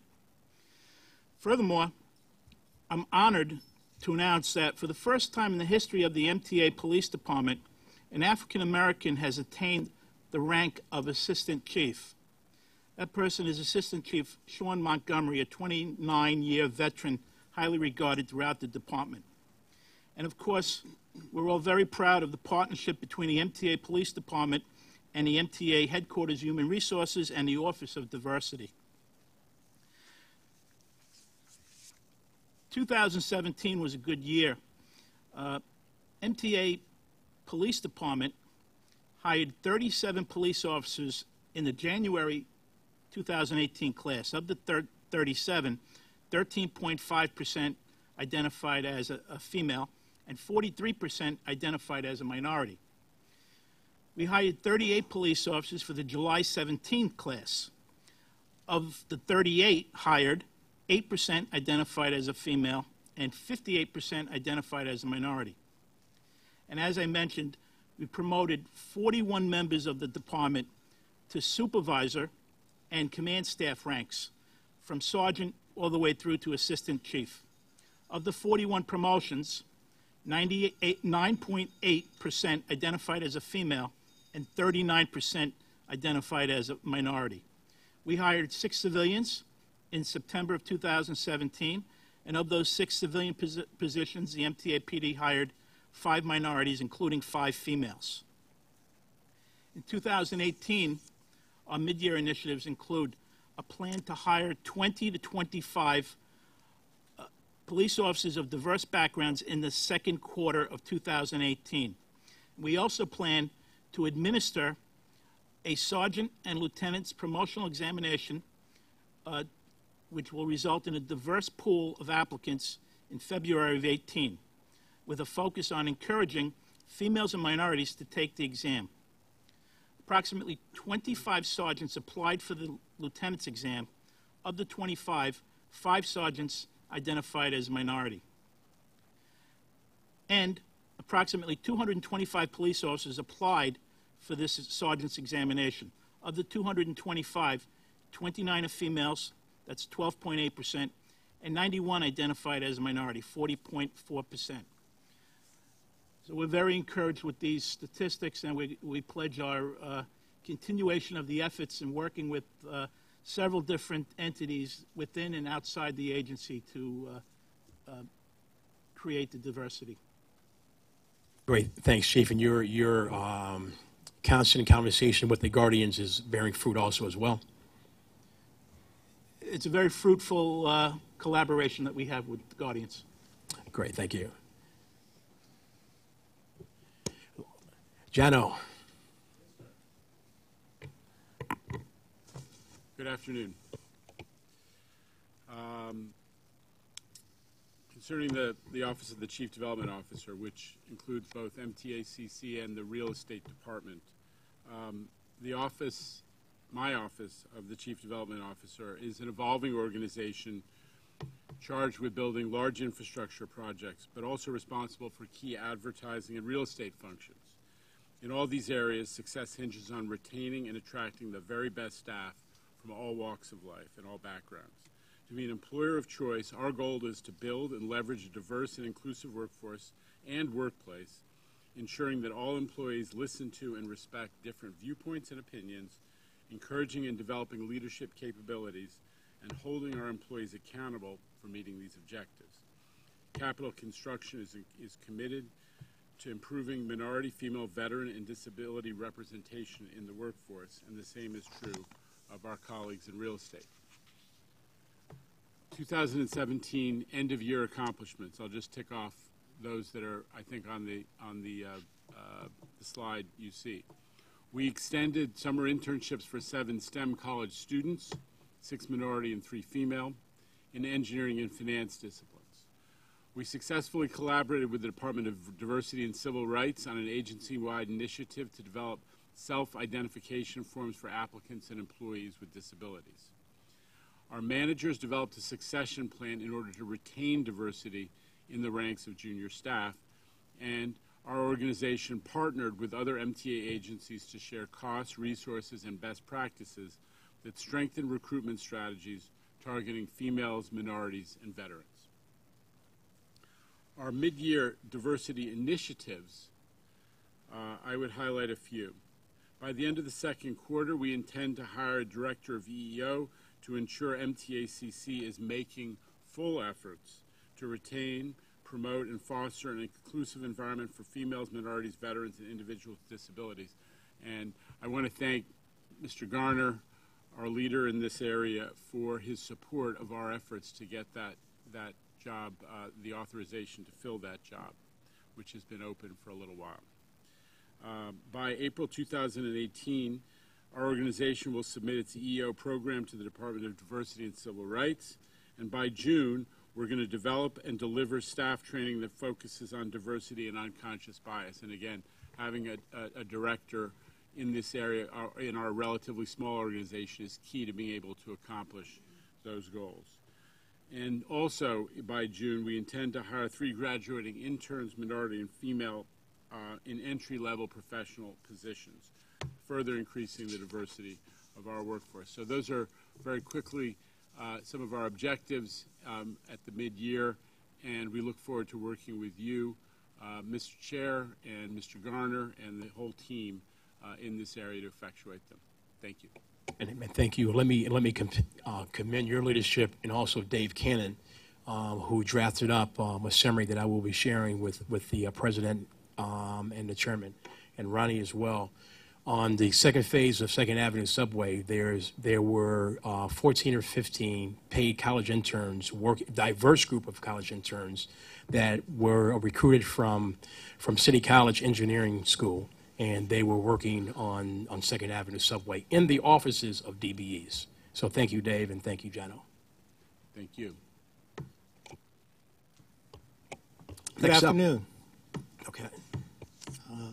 Chairman Malloy, committee members, and fellow colleagues, I appreciate this opportunity to speak with the committee today. MTA Bridges and Tunnels is the world leader in bridge and tunnel management and public service provider of open road tolling.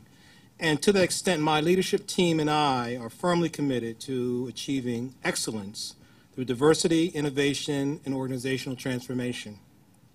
Our aim is to become best in class against which other toll agencies can measure themselves by. It is from this platform that our team will expand its commitment to workforce diversity initiatives and the creation of robust business opportunities for minority, women, and veteran-owned business partners.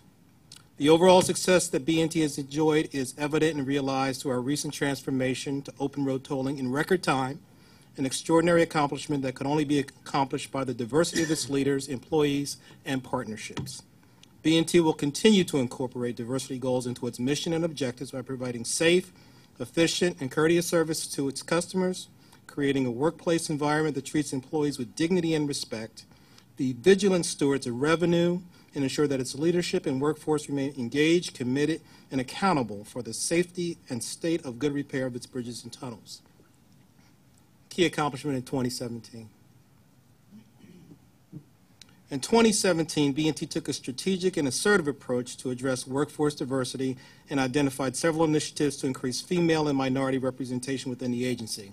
At B&T, we not only acknowledged that diversity is key to our talent management success, but the importance of creating strategies to connect and create opportunities with our diverse business partners. I would like to take this opportunity to briefly walk you through and share a few thoughts of B&T's initiatives and outreach efforts in 2017. B&T successfully engaged in several minority women and veteran-owned business outreach events in the third and fourth quarter, which included New York State Minority Women Business Enterprise Forum, Circle of Sisters, Veterans in Economic Transition, the MTE DBE Opportunity Day held in conjunction with the FTA, the Conference of Minority Transportation Officials, and Transportation Diversity Council, and several other new firm orientations. B&T's outreach efforts have created numerous opportunities for design, build, construction contracts. Our contribution to MTA small business mentoring programs and discretionary architecture and engineering programs for 2017 included Tier 1 awards of $869,930,000 of Tier 2 awards of $1.9 million, and lastly, 14 discretionary architecture and engineering awards in the amount of $1.3 million. To date, B&T exceeded Tier 1 goals, which resulted in a delta of 120% and Tier 2 at 154% of the overall capital plan. With respect to our workforce, B&T elevated the issue of female underrepresentation and strategically targeted females in STEM-related fields. In fall of 2017, B&T's Enterprise Asset Management Program held a recruitment event in September to attract a substantial number of females within our workforce that had an interest in asset management, engineering, maintenance, and other fields. This resulted in a successful participation of 45 employees, 50% of which were women, in a one-day EAM training held on October 30th, 2017, which led to an increase of female and minority participation as leaders in reliability and asset management professionals. In the fourth quarter, B&T hired 5 management associates to full-time positions in engineering construction, of which 40% were females and minorities. 2018. I had the opportunity to present highlights of B&T's initiatives at the 2017 MTA Diversity Committee. As our agency continues with its workforce transition to open road tolling environment, B&T's leadership will continue its diverse initiatives, which include targeted recruitment of females in critical mid-level positions, the launch of a succession planning committee, and developing strategies with the results of B&T's Employee Diversity and Engagement Survey. To facilitate and guide B&T through this process, we welcome our newest member to the B&T Executive Staff and Human Resources Team, Vice President Patrick Smith. As Vice President, Patrick will provide strategic and tactical leadership and serve as strategic advisor to departments to help address the underutilization of females and minorities where they may exist within the workforce.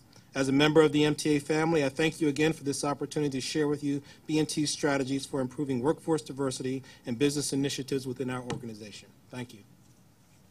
And let me thank you for your leadership in a very, very short period of time. You have came in and really done great things. But also, I want to personally thank you for being the only agency that has exceeded our small business mentoring programs for this year. Thank you. And Kathy. Good afternoon, everybody. Metro North is committed to increasing diversity in the workforce and maintaining a culture that embraces our differences. Metro North strives to achieve excellence while ensuring that we maintain an environment that acknowledges and celebrates the diversity of its employees and its customers. Our agency and our leadership support these values through implementation of our 5-year strategic plan, which identifies our people as our greatest resource and one of our key strategic priorities. Metro North Railroad also realizes that the diversity of people drives diversity of thought and improves business outcomes. Therefore, recognizing the expertise and capabilities of minority and women-owned business enterprises is part of our commitment to ensuring that we are performing business in a manner that is inclusive and that seeks to recognize the potential of businesses large and small. So just a few of our 2017 accomplishments. We are specifically very focused in terms of improving female representation in our workforce. We're currently only about 14% females. So to that end, in partnership with CUNY and Cornell Tech, Metro North hosted 3 female interns who participated in the Women in Technology and Entrepreneurship program to expose them to railroad technology. We participated in the annual New York State Minority and Women Business Enterprise Forum to network and develop business partnerships with Metro North. In September of last year, we participated in the Circle of Sisters event held at the Javits Center to promote employment opportunities for females. In 2017, we participated in a panel discussion led by the New York City Department of Education to look at the school electrical curriculum and see how it aligns with the railroad industry. And we've also been very focused, as the rest of the MTA has, in terms of improving our veterans' opportunities. We attended the Recruit Military Job Fair and CUNY Military Job Fair to provide informational sessions about job opportunities. Overall, we attended 14 such events over the course of 2017. 2018, our initiatives. We are going to be launching diversity initiatives to expand our diverse workforce through professional development, outreach, and employee engagement events. We already have and will continue our Women's Book Club. Metro North will continue its annual internship program, its associate engineer program, and we will also hold a skilled craft job fair to enhance our diverse workforce. We're particularly proud of our internship and associate engineer programs. We've had a tremendously diverse workforce in both of those programs, and look at both of those programs as key diversity initiatives. To increase veterans participation, we will continue our commitment to partnering with HQ and attending job fairs and outreach events to bring awareness of our many employment opportunities. Halmar, in conjunction with both DDCR and Metro North, is going to be hosting an SDVOB vendor outreach forum by June of this year. The intent of this forum is to identify sources for products we purchase frequently. This is intended to create a more competitive and diverse market of suppliers that we hope will also result in better pricing for Metro North. And then by June of this year, we will establish the first hiring goals for individuals with disabilities. Those are a few of our initiatives for 2018. Again, I thank Mike and I thank Chairman Floyd for their leadership in this very important area.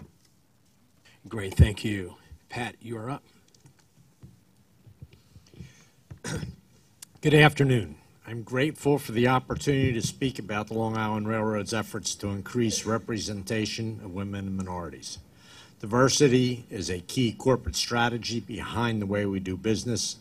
Long Island Railroad continually strives to build a diverse workforce and to ensure that all employees are given equal opportunity to maximize their potential and establish successful careers.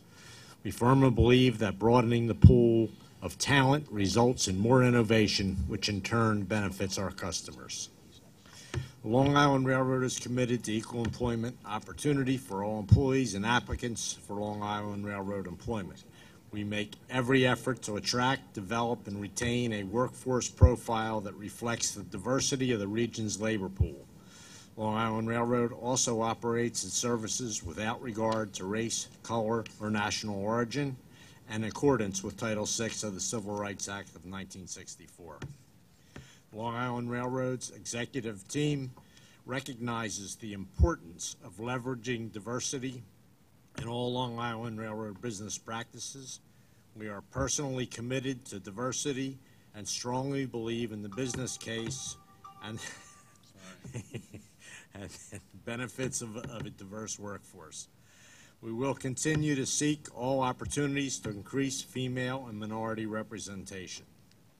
Between January 1st and December 31st of 2017, Long Island Railroad's workforce increased by 211 employees from 7,163 to 7,374.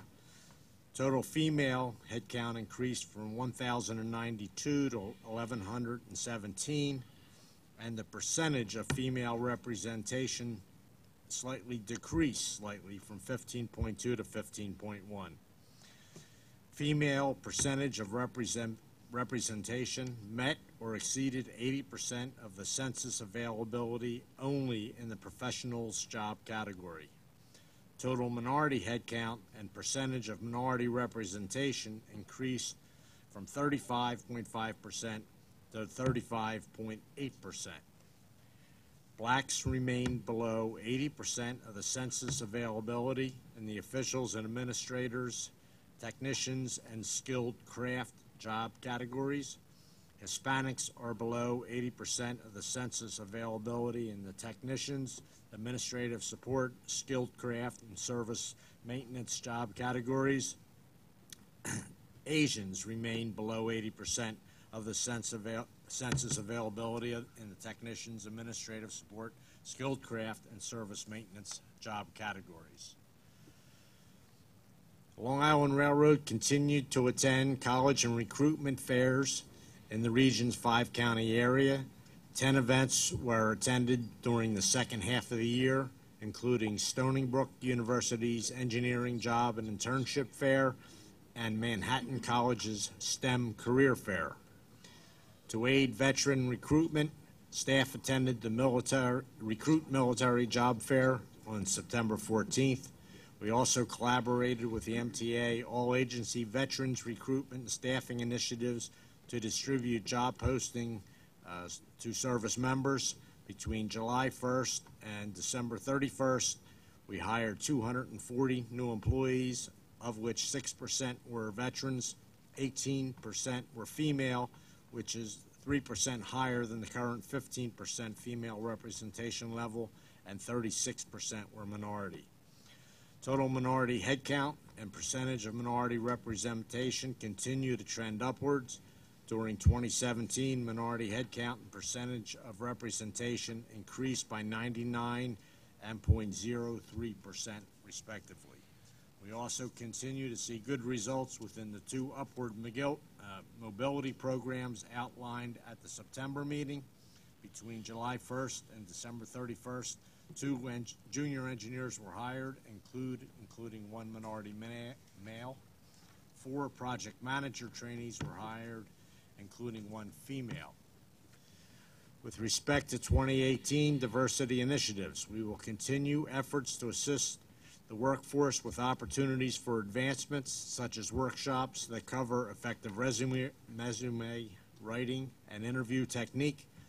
Applicants are also afforded the opportunity to receive constructive feedback on recent interviews. Long Island Railroad staff will continue to work closely with MTA all-agency veterans recruitment and staffing initiatives to reach as many veterans as possible for vacancies.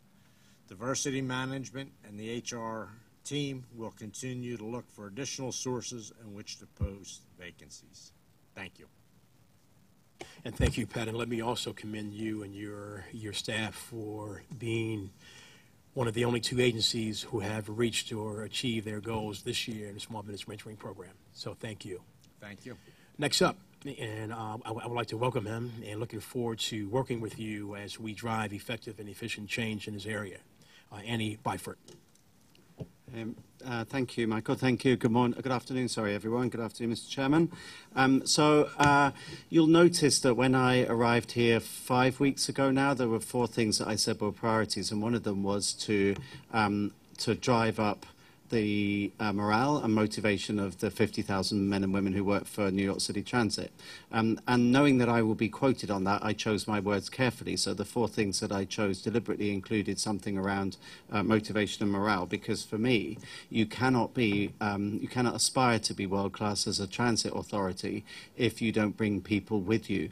And the reason I make that point in this context is you can't bring people with you if either they feel excluded, or if they feel that they've reached some kind of glass ceiling and they can't progress. So to me, the diversity cause is absolutely intricately involved in that big push that we're doing in terms of engagement. And one of the other points that I made was also around accessibility, also, of course, linked to the diversity cause, because that, it seems to me, is another form of exclusion. If people feel that because of their particular level of mobility or otherwise they're excluded, then that's just plain wrong. So that was a deliberate message from me on day one to effectively flag that that is going to be a mark of my tenure as president of New York City Transit, and it would be something that I wanted to resonate in the city of New York amongst customers, but also within the workforce, that they know that they've got a champion in me in the diversity and the disability causes. So then the second point, and you'll see it on the slide, was one of our core values, and we've been talking as a team about a reorganization, but particularly with regard to looking at our core values as part of I won't say soon to be released because it's going to take some time to put together, but a corporate plan that will map out what we're going to do over the next 5 years. There's myriad work streams going to be contained within that, including an all-out focus on people and in providing quality people fair, equitable chances to progress within the company, and where any kind of discrimination will be absolutely intolerated, and it will be intolerable, and it will be conversely seen as something that we should all aspire to attend events like this and make diversity a core value. So we are also looking to do some kind of engagement survey. It's something that we did when I was at the TTC, and to include within that engagement survey a section on diversity, to see what it is that, what's really going on. It would be an anonymous survey. What is impeding people from progressing? What might be going on that we're not aware of below the surface. And then the final point on this, in terms of messaging, a mantra of mine is that we should all think like a customer, and that's deliberately multi-purposed as a statement, because if we are to achieve sustained change, we need to think like a customer and deliver what the customers want. But also, the linkage again back to this particular theme is that if you're thinking like a customer, we should reflect the city and the region that we serve, and we're not doing that right now. There's a fair percentage of people from minority backgrounds within New York City Transit, but not at the higher levels, and that's just plain wrong. So I passionately believe that leaders need to set the tone, less by what they say, but more by what they do. And if you'll forgive me, I will use a TTC example. When I turned up at the TTC 6 years ago, Toronto Transit Commission, there had never been a woman on the TTC executive ever in nearly 100 years, which is ridiculous and wrong. So we took positive action to address that, and also took positive action to address people of different sexual orientation representation and people of colour. And when I left, it wasn't the job wasn't complete, but when I left, the TTC executive looked completely different. It was a 13-person executive, which I headed up. There were 6 men, 6 women, person of colour, person of different sexual orientation. And the key point was that was all done on merit. It wasn't done by some kind of insulting sort of token system or by promoting people beyond their capabilities. It was done on merit, and it was done through positive action. So what we did was, if there were 2 candidates of equal merit who could not be split other than by one of them came from an underrepresented group, that person got the position. And by taking that kind of positive action, we were able in just 6 years to completely change the look and feel of the TTC to the point that I would say it's the thing I'm most proud of in my 6-year tenure there, in that the actual prevailing environment, and the way we did business was exponentially better as a result of that change. And that change actually resonated down through the management ranks as well. The positive action, again, was taken in the way that I've described. So I'd like to do something similar here. Again, it will be positive action, but it will be done in the right way. And we should be making a much greater use of the talent pool amongst women, amongst people of colour, amongst people with disabilities, and also veterans, for whom I have enormous respect. So on that note, again, on merit, I am pleased to announce, I think it was one of my colleagues, Cedric, mentioned that he had I think it was Cedric, one of you guys said you had an executive joining your team. We have a woman joining my senior team, the soon-to-arrive Chief Customer Officer or Senior Vice President for the customer group will be a lady called Sarah Meyer, and she'll be joining New York City Transit on March the 6th. On to accomplishments from last year, for which I can take no credit because I wasn't here. Lots has happened, and that I give my team absolute credit for under Ronnie's leadership, and Daryl and Tim, and towards the end of the year, Phil. Various initiatives undertaken, various outreach events, details of which you can see on the board there. And they were deliberate, targeted outreach efforts to target organisations that support hiring people with disabilities and veterans, to open houses were held for skilled trade talent to fill open positions, again with that goal of achieving greater diversity. Towards the second half of the year, 32% of our recruitment outreach targeted women, organisations that supported hiring of people with disabilities and veterans. So it's great, Patricia, I just saw somewhere, yeah. I acknowledge the efforts of our recruitment teams in undertaking that very important work.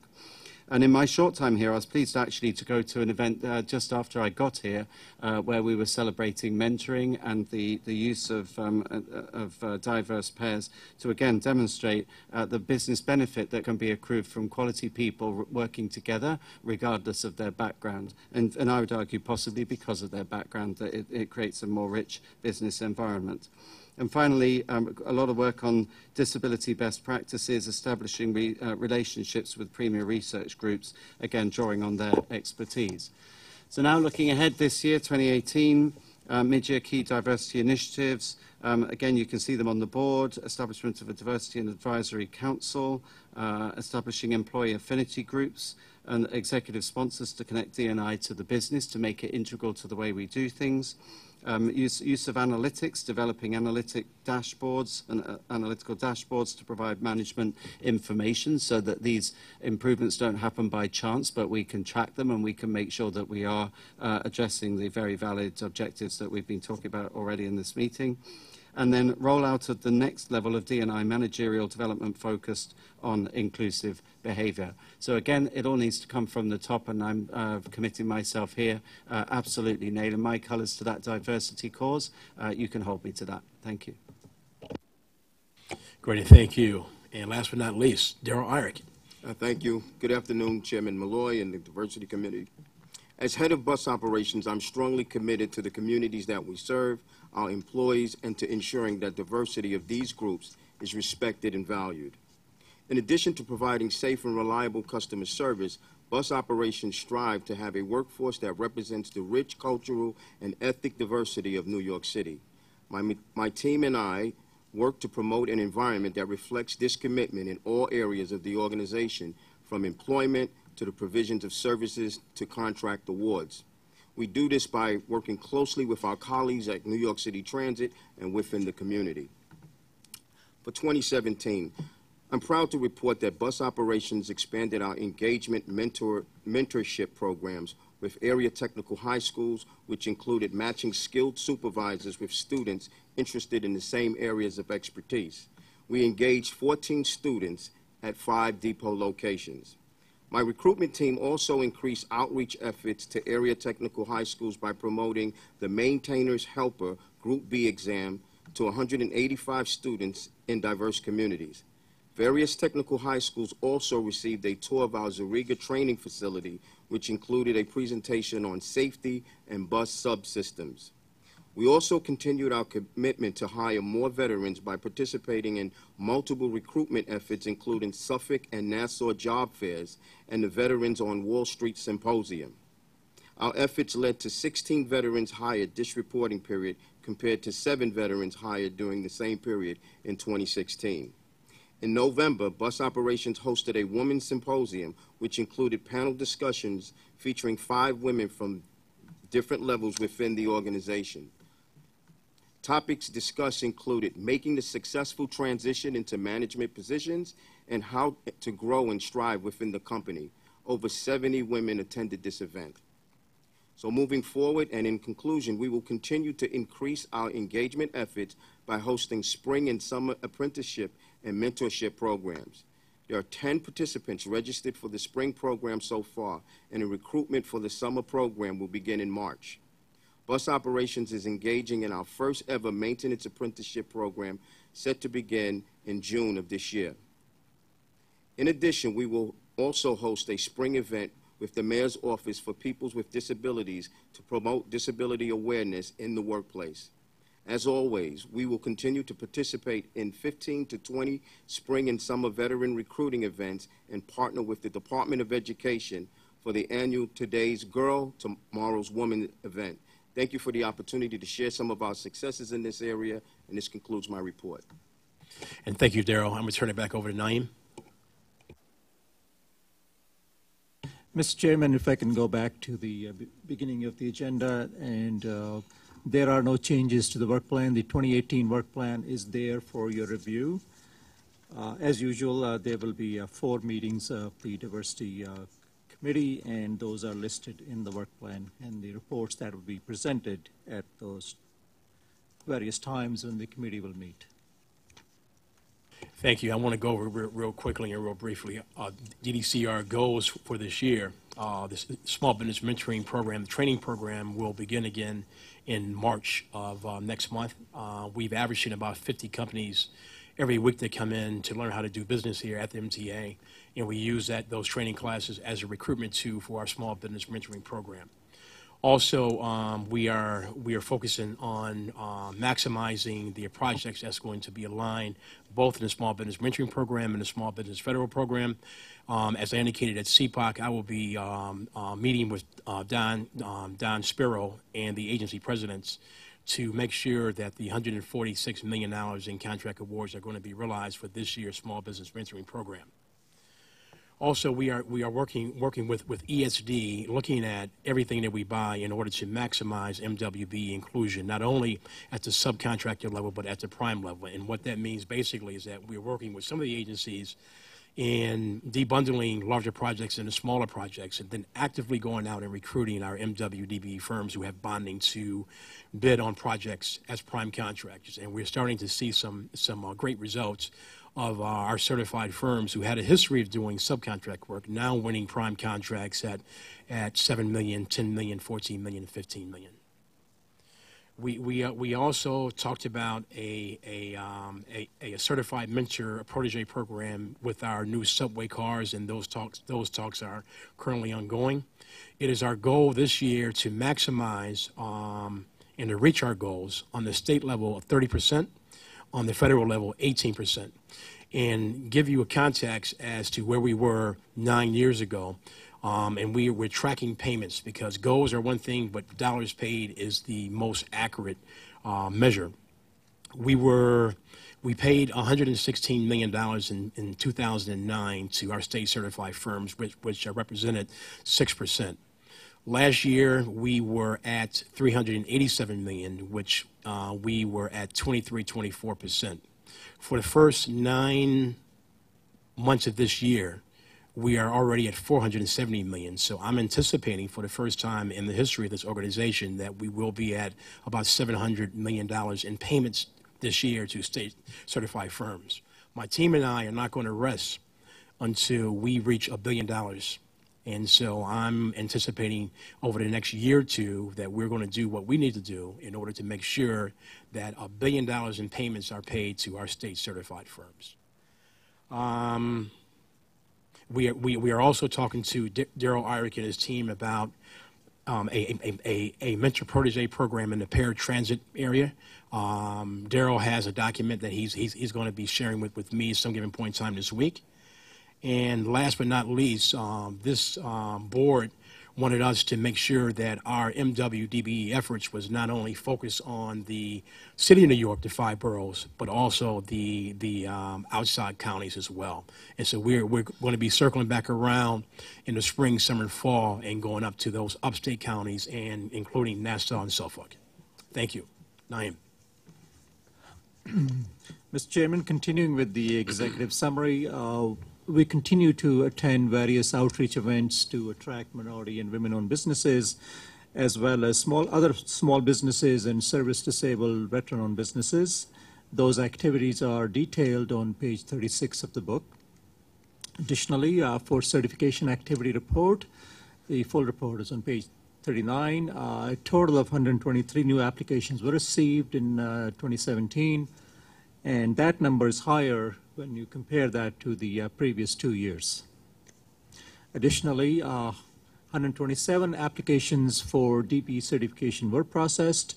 That number, though, is lower from last year's. It is higher from the year before.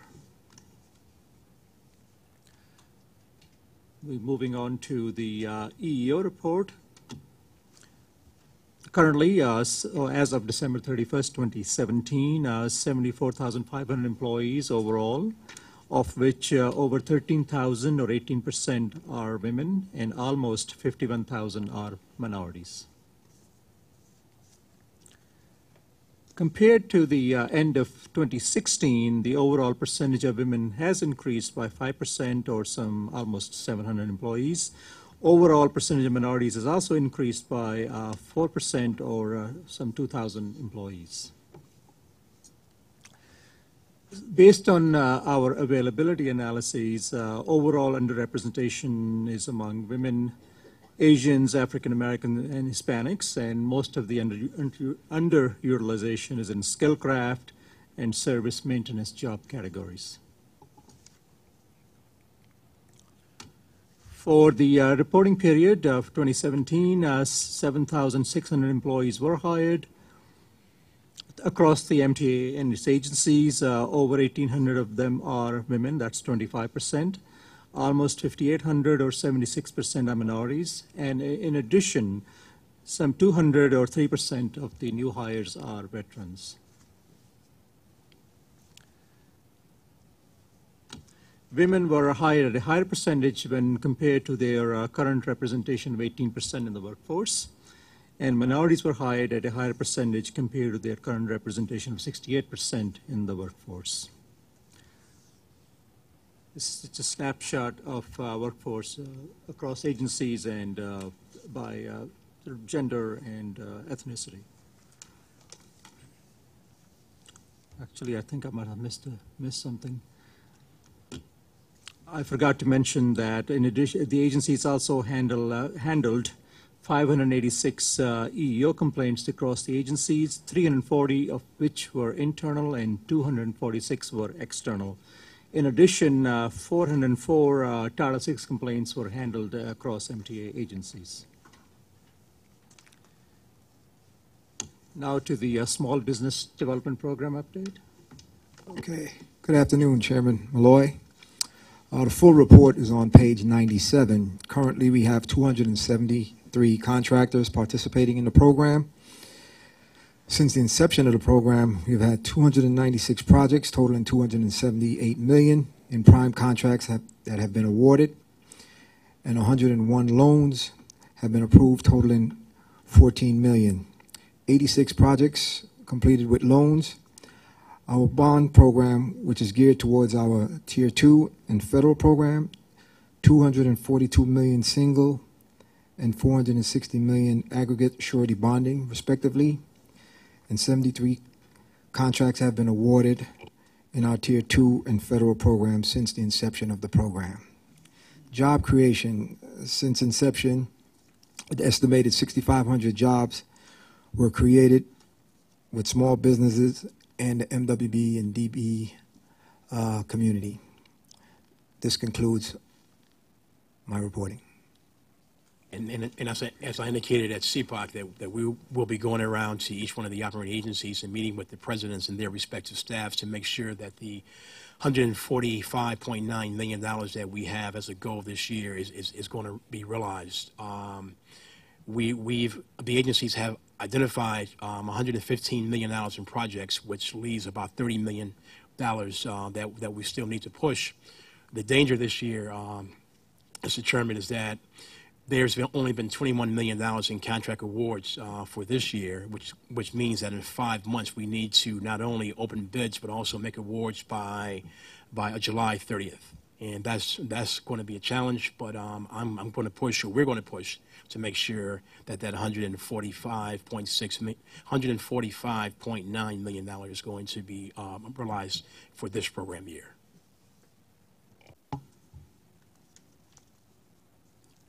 For the MWDBE and SDVOB participation in our contracting activities for the federal fiscal year 2017, which ended on September 2017, the overall DBE goal was 17%.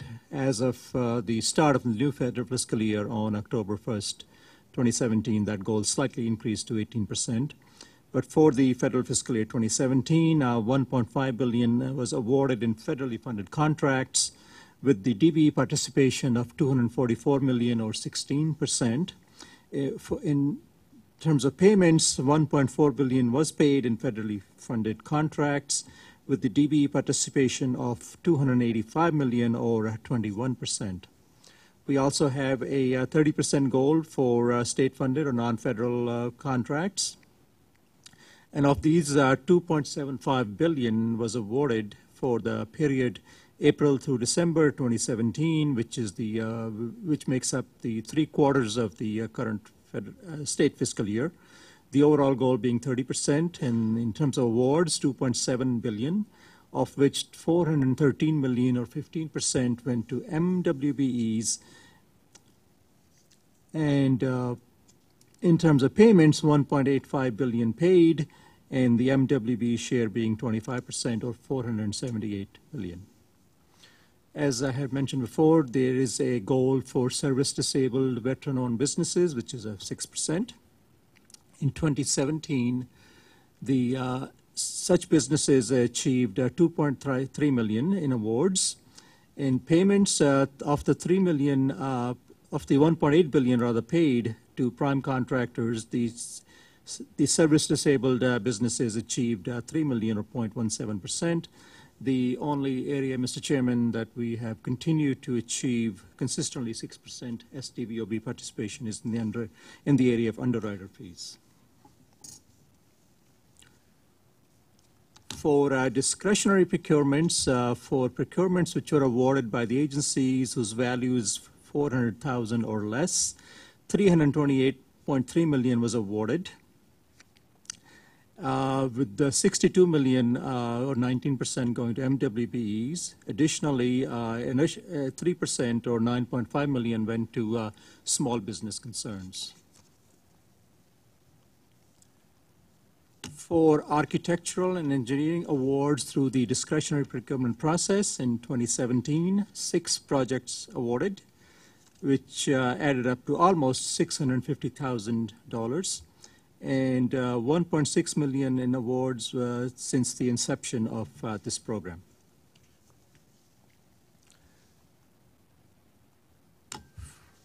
For IT discretionary awards for 2017, 194 awards with the $31.5 million value. Since inception of the program, some $50 million has been awarded.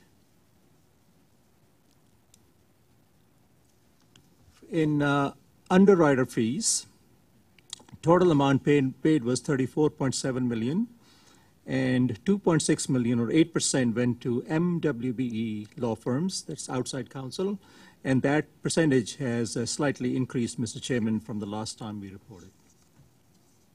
So let me just speak on that for a second. In the areas of legal fees, we had a massive outreach event in which we invited all of our state-certified firms in with a goal of better integrating them to the people who are issuing these assignments. The last time we met, we were at 6.6%. We are at 8%. It's a far cry from 30%. And so as we move forward, we are going to monitor this on a month-by-month basis to ensure that at the end of the day, next year this time, we won't talk about 8%, but we'll talk about more like 30%. And that's one of the goals this year. Also in the area of A&E, I will be talking to each one of the agencies because they're not using this tool the way that they should. Because if you look at at IT, there's been 194 awards totaling $49.9 million.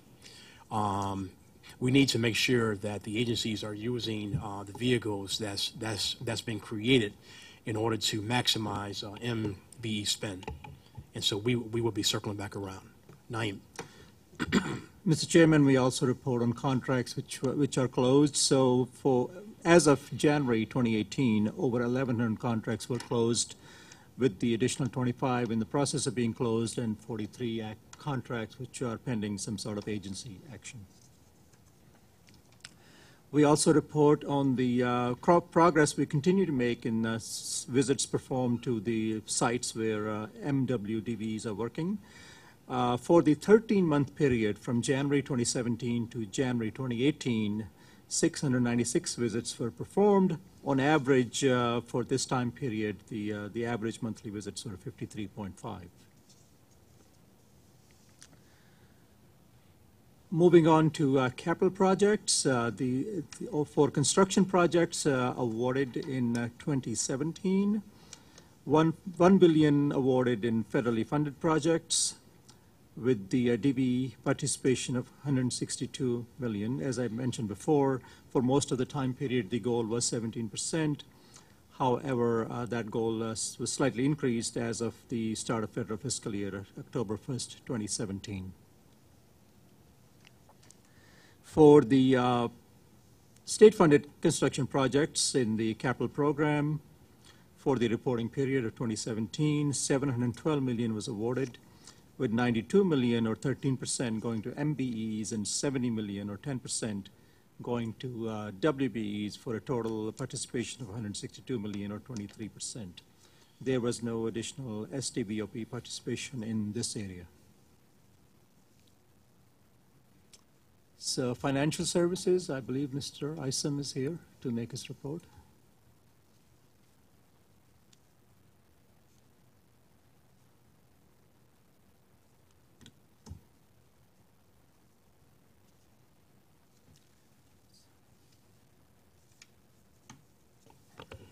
Good afternoon, everyone.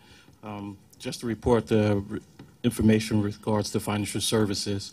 From April 2017 to December 2017, there was $15 million awarded in underwriting fees. MBE participation was $3.4 million, which represents 22%, and WB participation was $2.4 million, which is 16%. So overall, there was a total MWB participation from April 2017 to December 2017 was approximately $5.8 million, or 38% of the total awarded $15 million. In addition, there was approximately $920,000, or 6%, was paid to service the disabled veteran-owned businesses. That concludes our report. So let me get this. So 44% of your fees were paid to MW and SDVOB firms? That's correct. And that's probably the highest in the state? I believe it is. And how does that happen? Well, it's basically a process of where we actually look at each firm and look at the process that we do and make sure that every time we have a bond transaction that we have minority and women-owned businesses on the transaction and there to complete the actual deals. We make sure that they're just not minority women-owned businesses. We make sure that they're actually capable of actually completing the transaction and actually fulfilling the goals of the MTA when we actually do bond transactions. So we actually have a systematic approach in actually making sure that firms are on the transactions and that we can complete the transactions meeting the goals that we set out. So once again, let me commend the leadership of the finance department and the CFO and Pat and you, Pat, because this is like outstanding results. 44% of underwriter fees are being paid to New York State certified MW and SDOV firms. Great job. Great job, Pat. Thank you.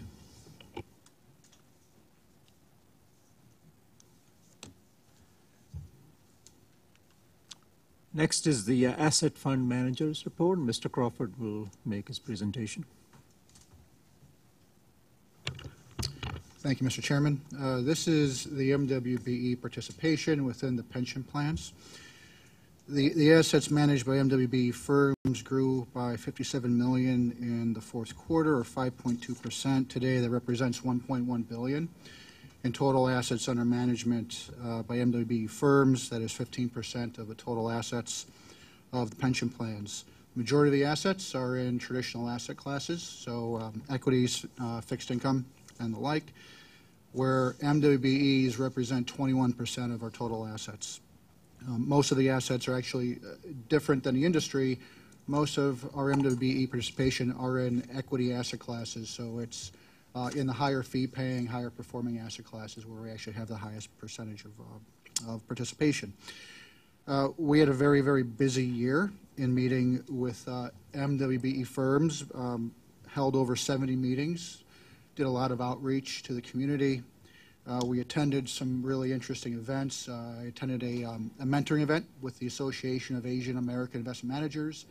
I attended a very, very fantastic event, the 100 Women in Finance, women-owned hedge funds that were just launching. So another kind of a mentoring event. And then, of course, the New York State MWBE Forum.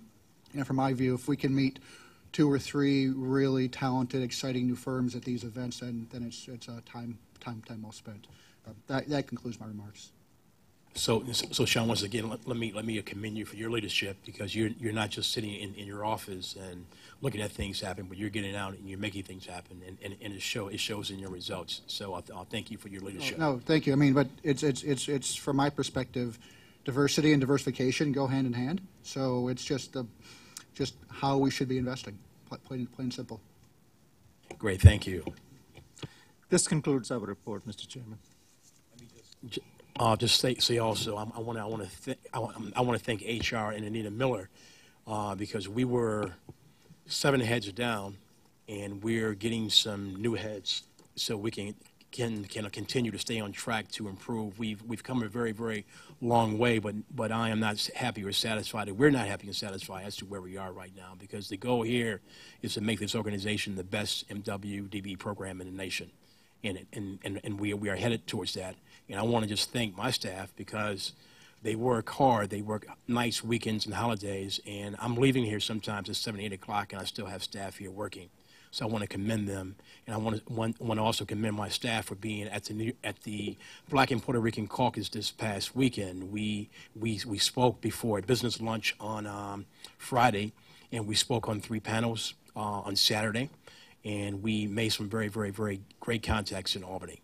So thanks to my staff, the MTA is still going your way. Thank you.